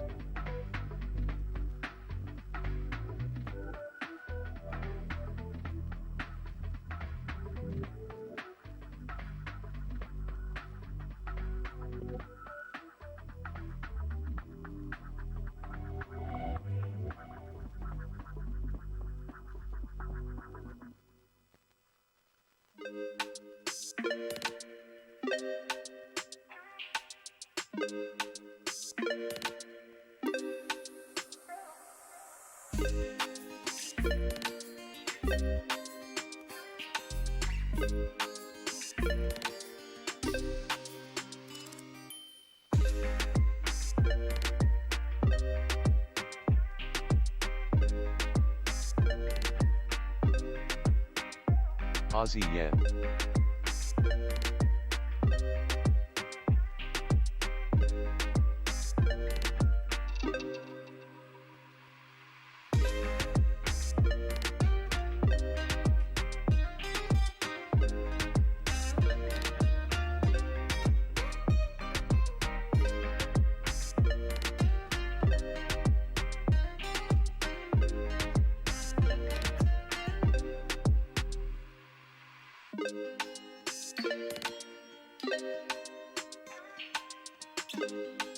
DAX.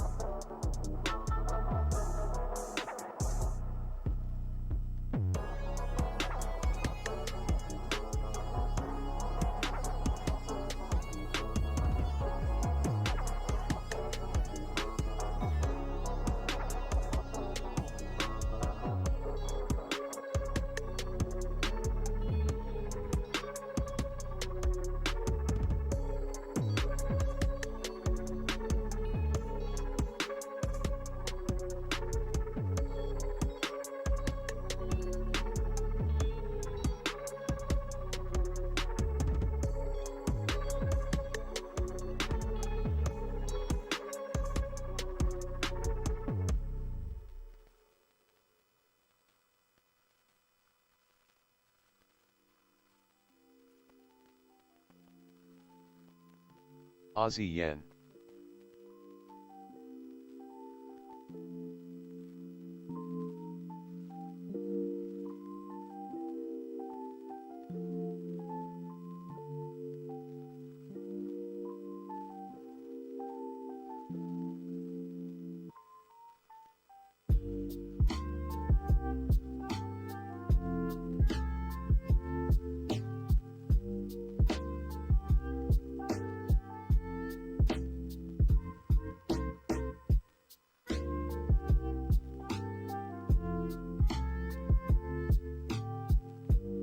Aussie yen.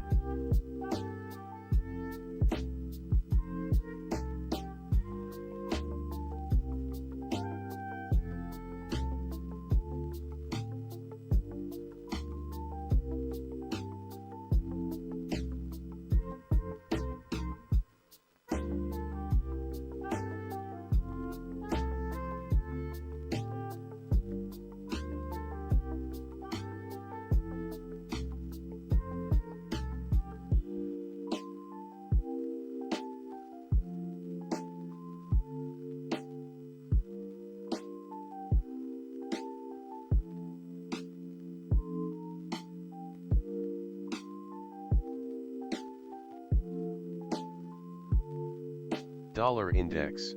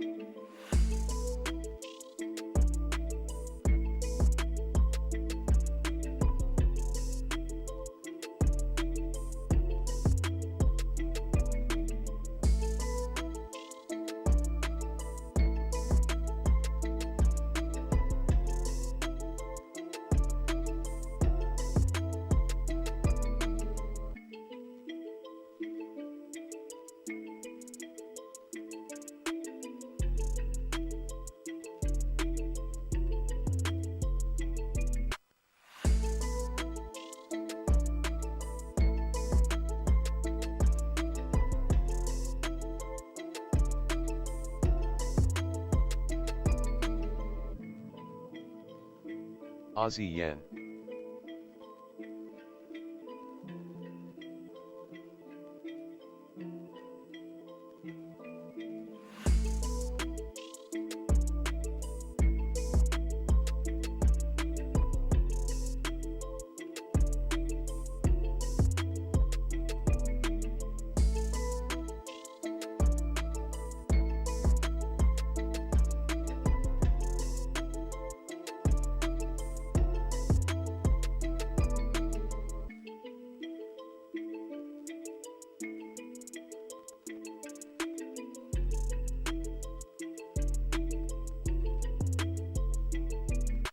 Dollar index.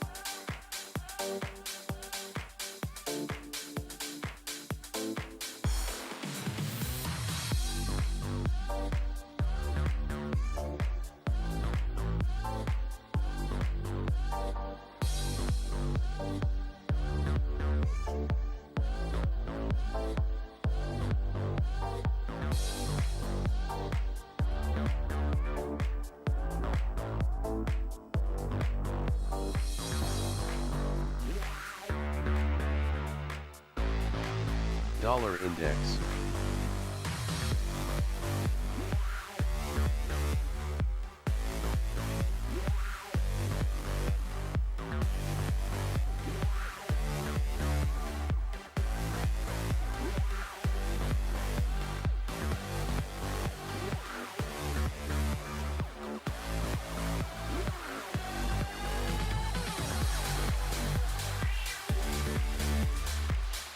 Cable.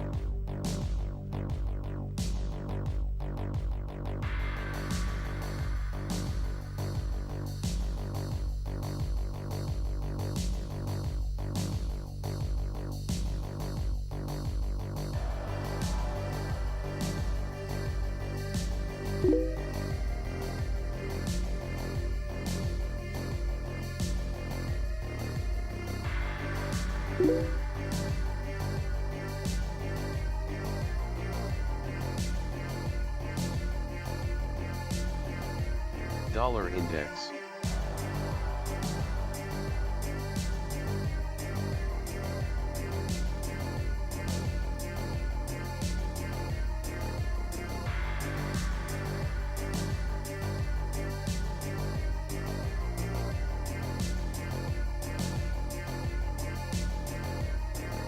Cable.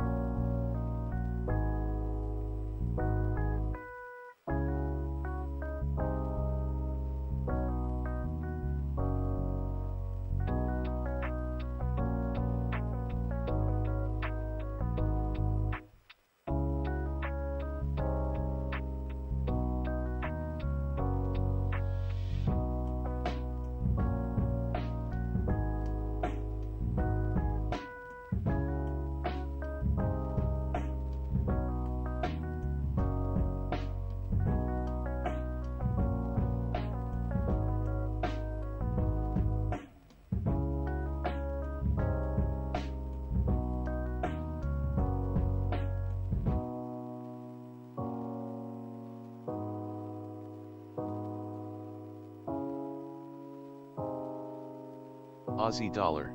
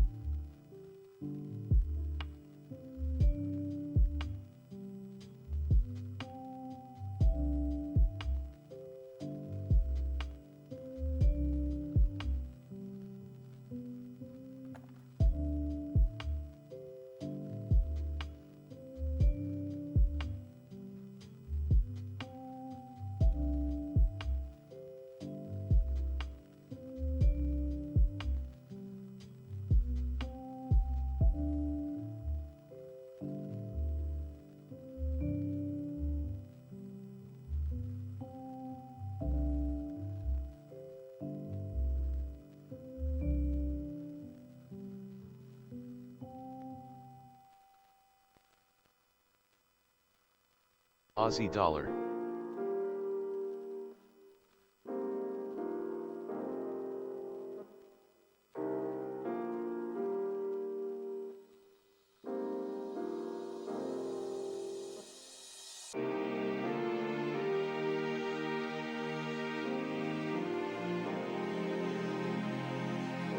Comments from the Chinese cabinet says they're to prioritise economic stabilisation. That's Reuters citing Chinese state media.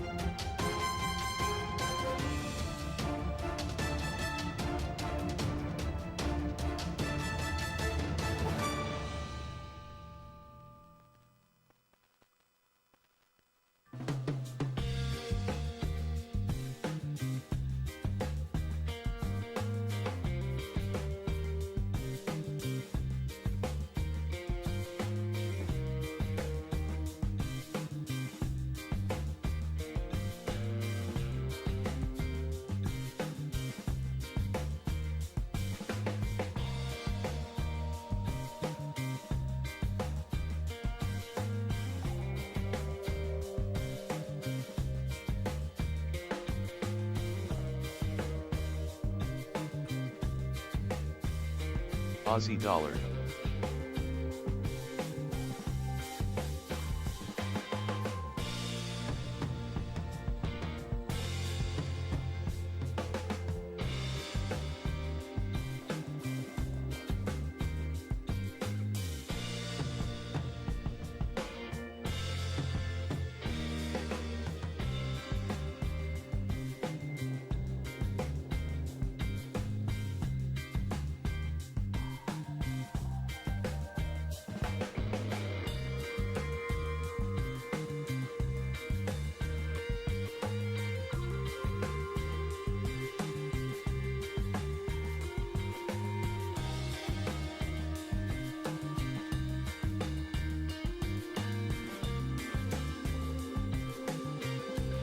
Dollar index.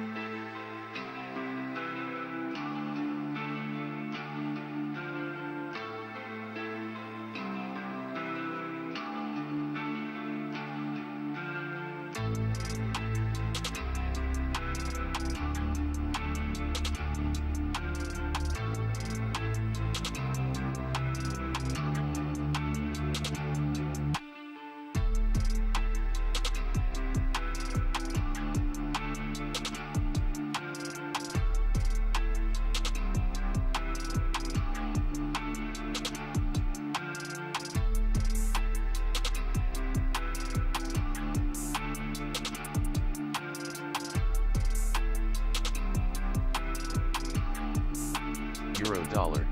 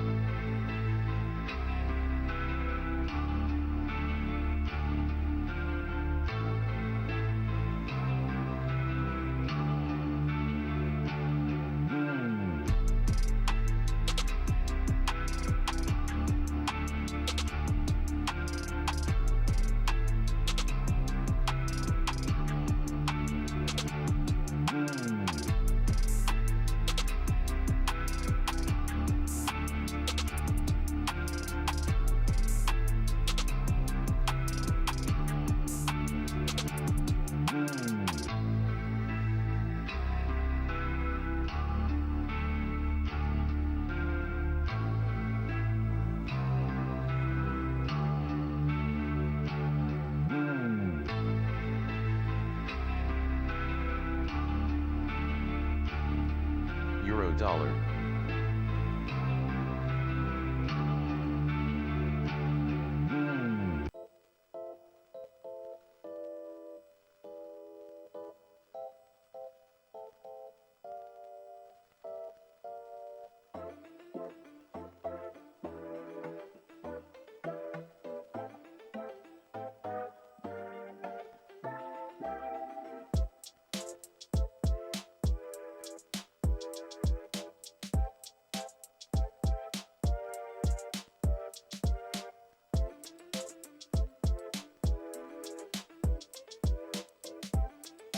Cable.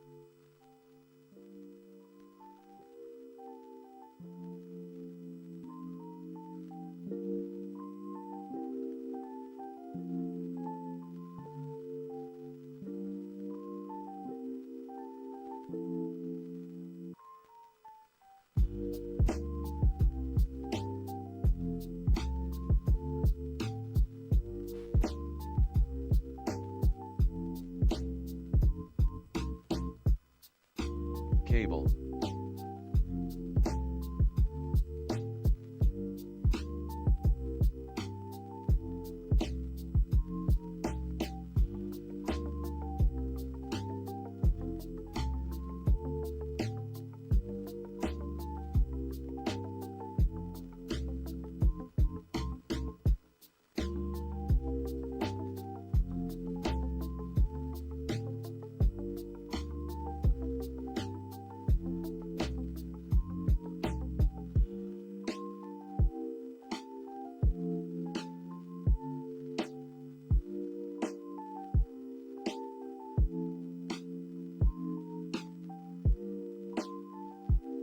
Oh man, look at dollar CAD, bro. It's spiking down. Something must have happened. No, damn. Oh, this makes no sense today. By the way, I'm out of the DAX now. Oh, you meant dollar CAD's going up? I meant dollar yen is spiking down. Sorry, not dollar CAD. It just shut down for some reason. Did you see my chart in training room or voice context? Oh no, I put it in my channel. SwingFish Reverb. Euro dollar. Wait, I'm copying it. Are you... Nice, DAX went back down. Are you still in the short? Yeah, I just closed the short. My target was actually 870, maybe S1, but yeah, I'm done. Yeah, NASDAQ, I stopped trading it after it went back up. Stopped out of the pound already. And I barely made money on pound yen. And of course, pound yen went straight the fuck down after I get out. I check out my pound trade. Same thing. Got stopped out, straight down. Yeah, that's Monday for you.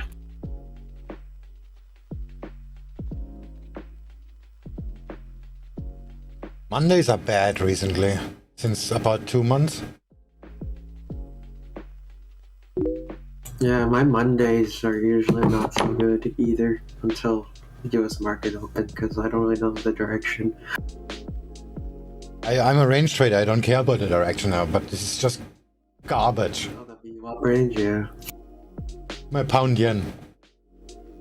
Straight into my target.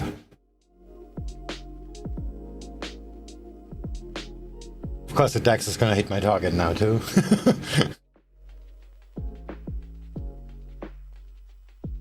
It's probably gonna range back up because I'm so done. How much did I make actually?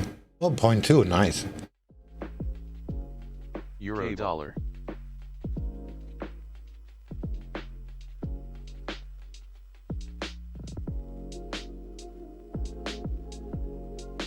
Wait, exactly 0.2? That's odd.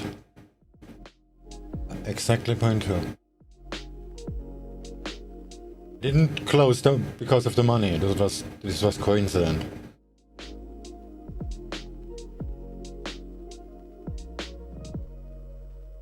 Oh fuck. Yeah. Straight to my target, pound yen. Let me show you. Like exactly my target. damn. Just now. It just broke the target, by the way. Just to rub it in, I guess. Oh, it's going to go to 156.6, I think. You and I so different now. We are always My final target would be 156.43-ish. Now it's a little bit higher now. 47. 156.47. It's probably going to have that liquidity crisis. Yeah, it's probably going to hit there too. That's what I literally wrote this morning in the blog. Let's just sell a pound yen to S2, to S1. This is exactly what's gonna happen. Just throw rocks or whatever.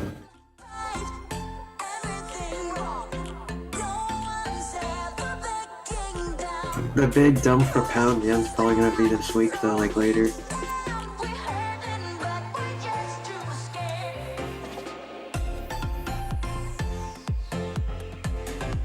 Why do you say that? Well, the MFI is still pretty high on the 4-hour, but it's dwindling down.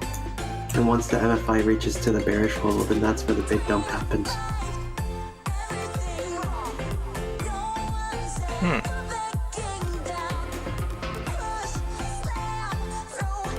So it's probably gonna have some like down the gut action still. Until the MFI starts dropping.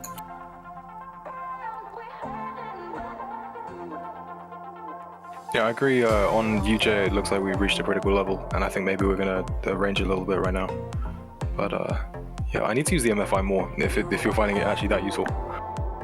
Yeah, it works for me most of the time, especially if you're looking. Alright, I'm gonna call it a day today because this took like for freaking ever to happen. And now I'm actually mad because it even went to my targets. So I'm just gonna pretend that I'm all fine, which I'm not. But usually when the mind is not in the perfect state, you tend to do stupid things. And in order to avoid that, I'm just gonna stop trading.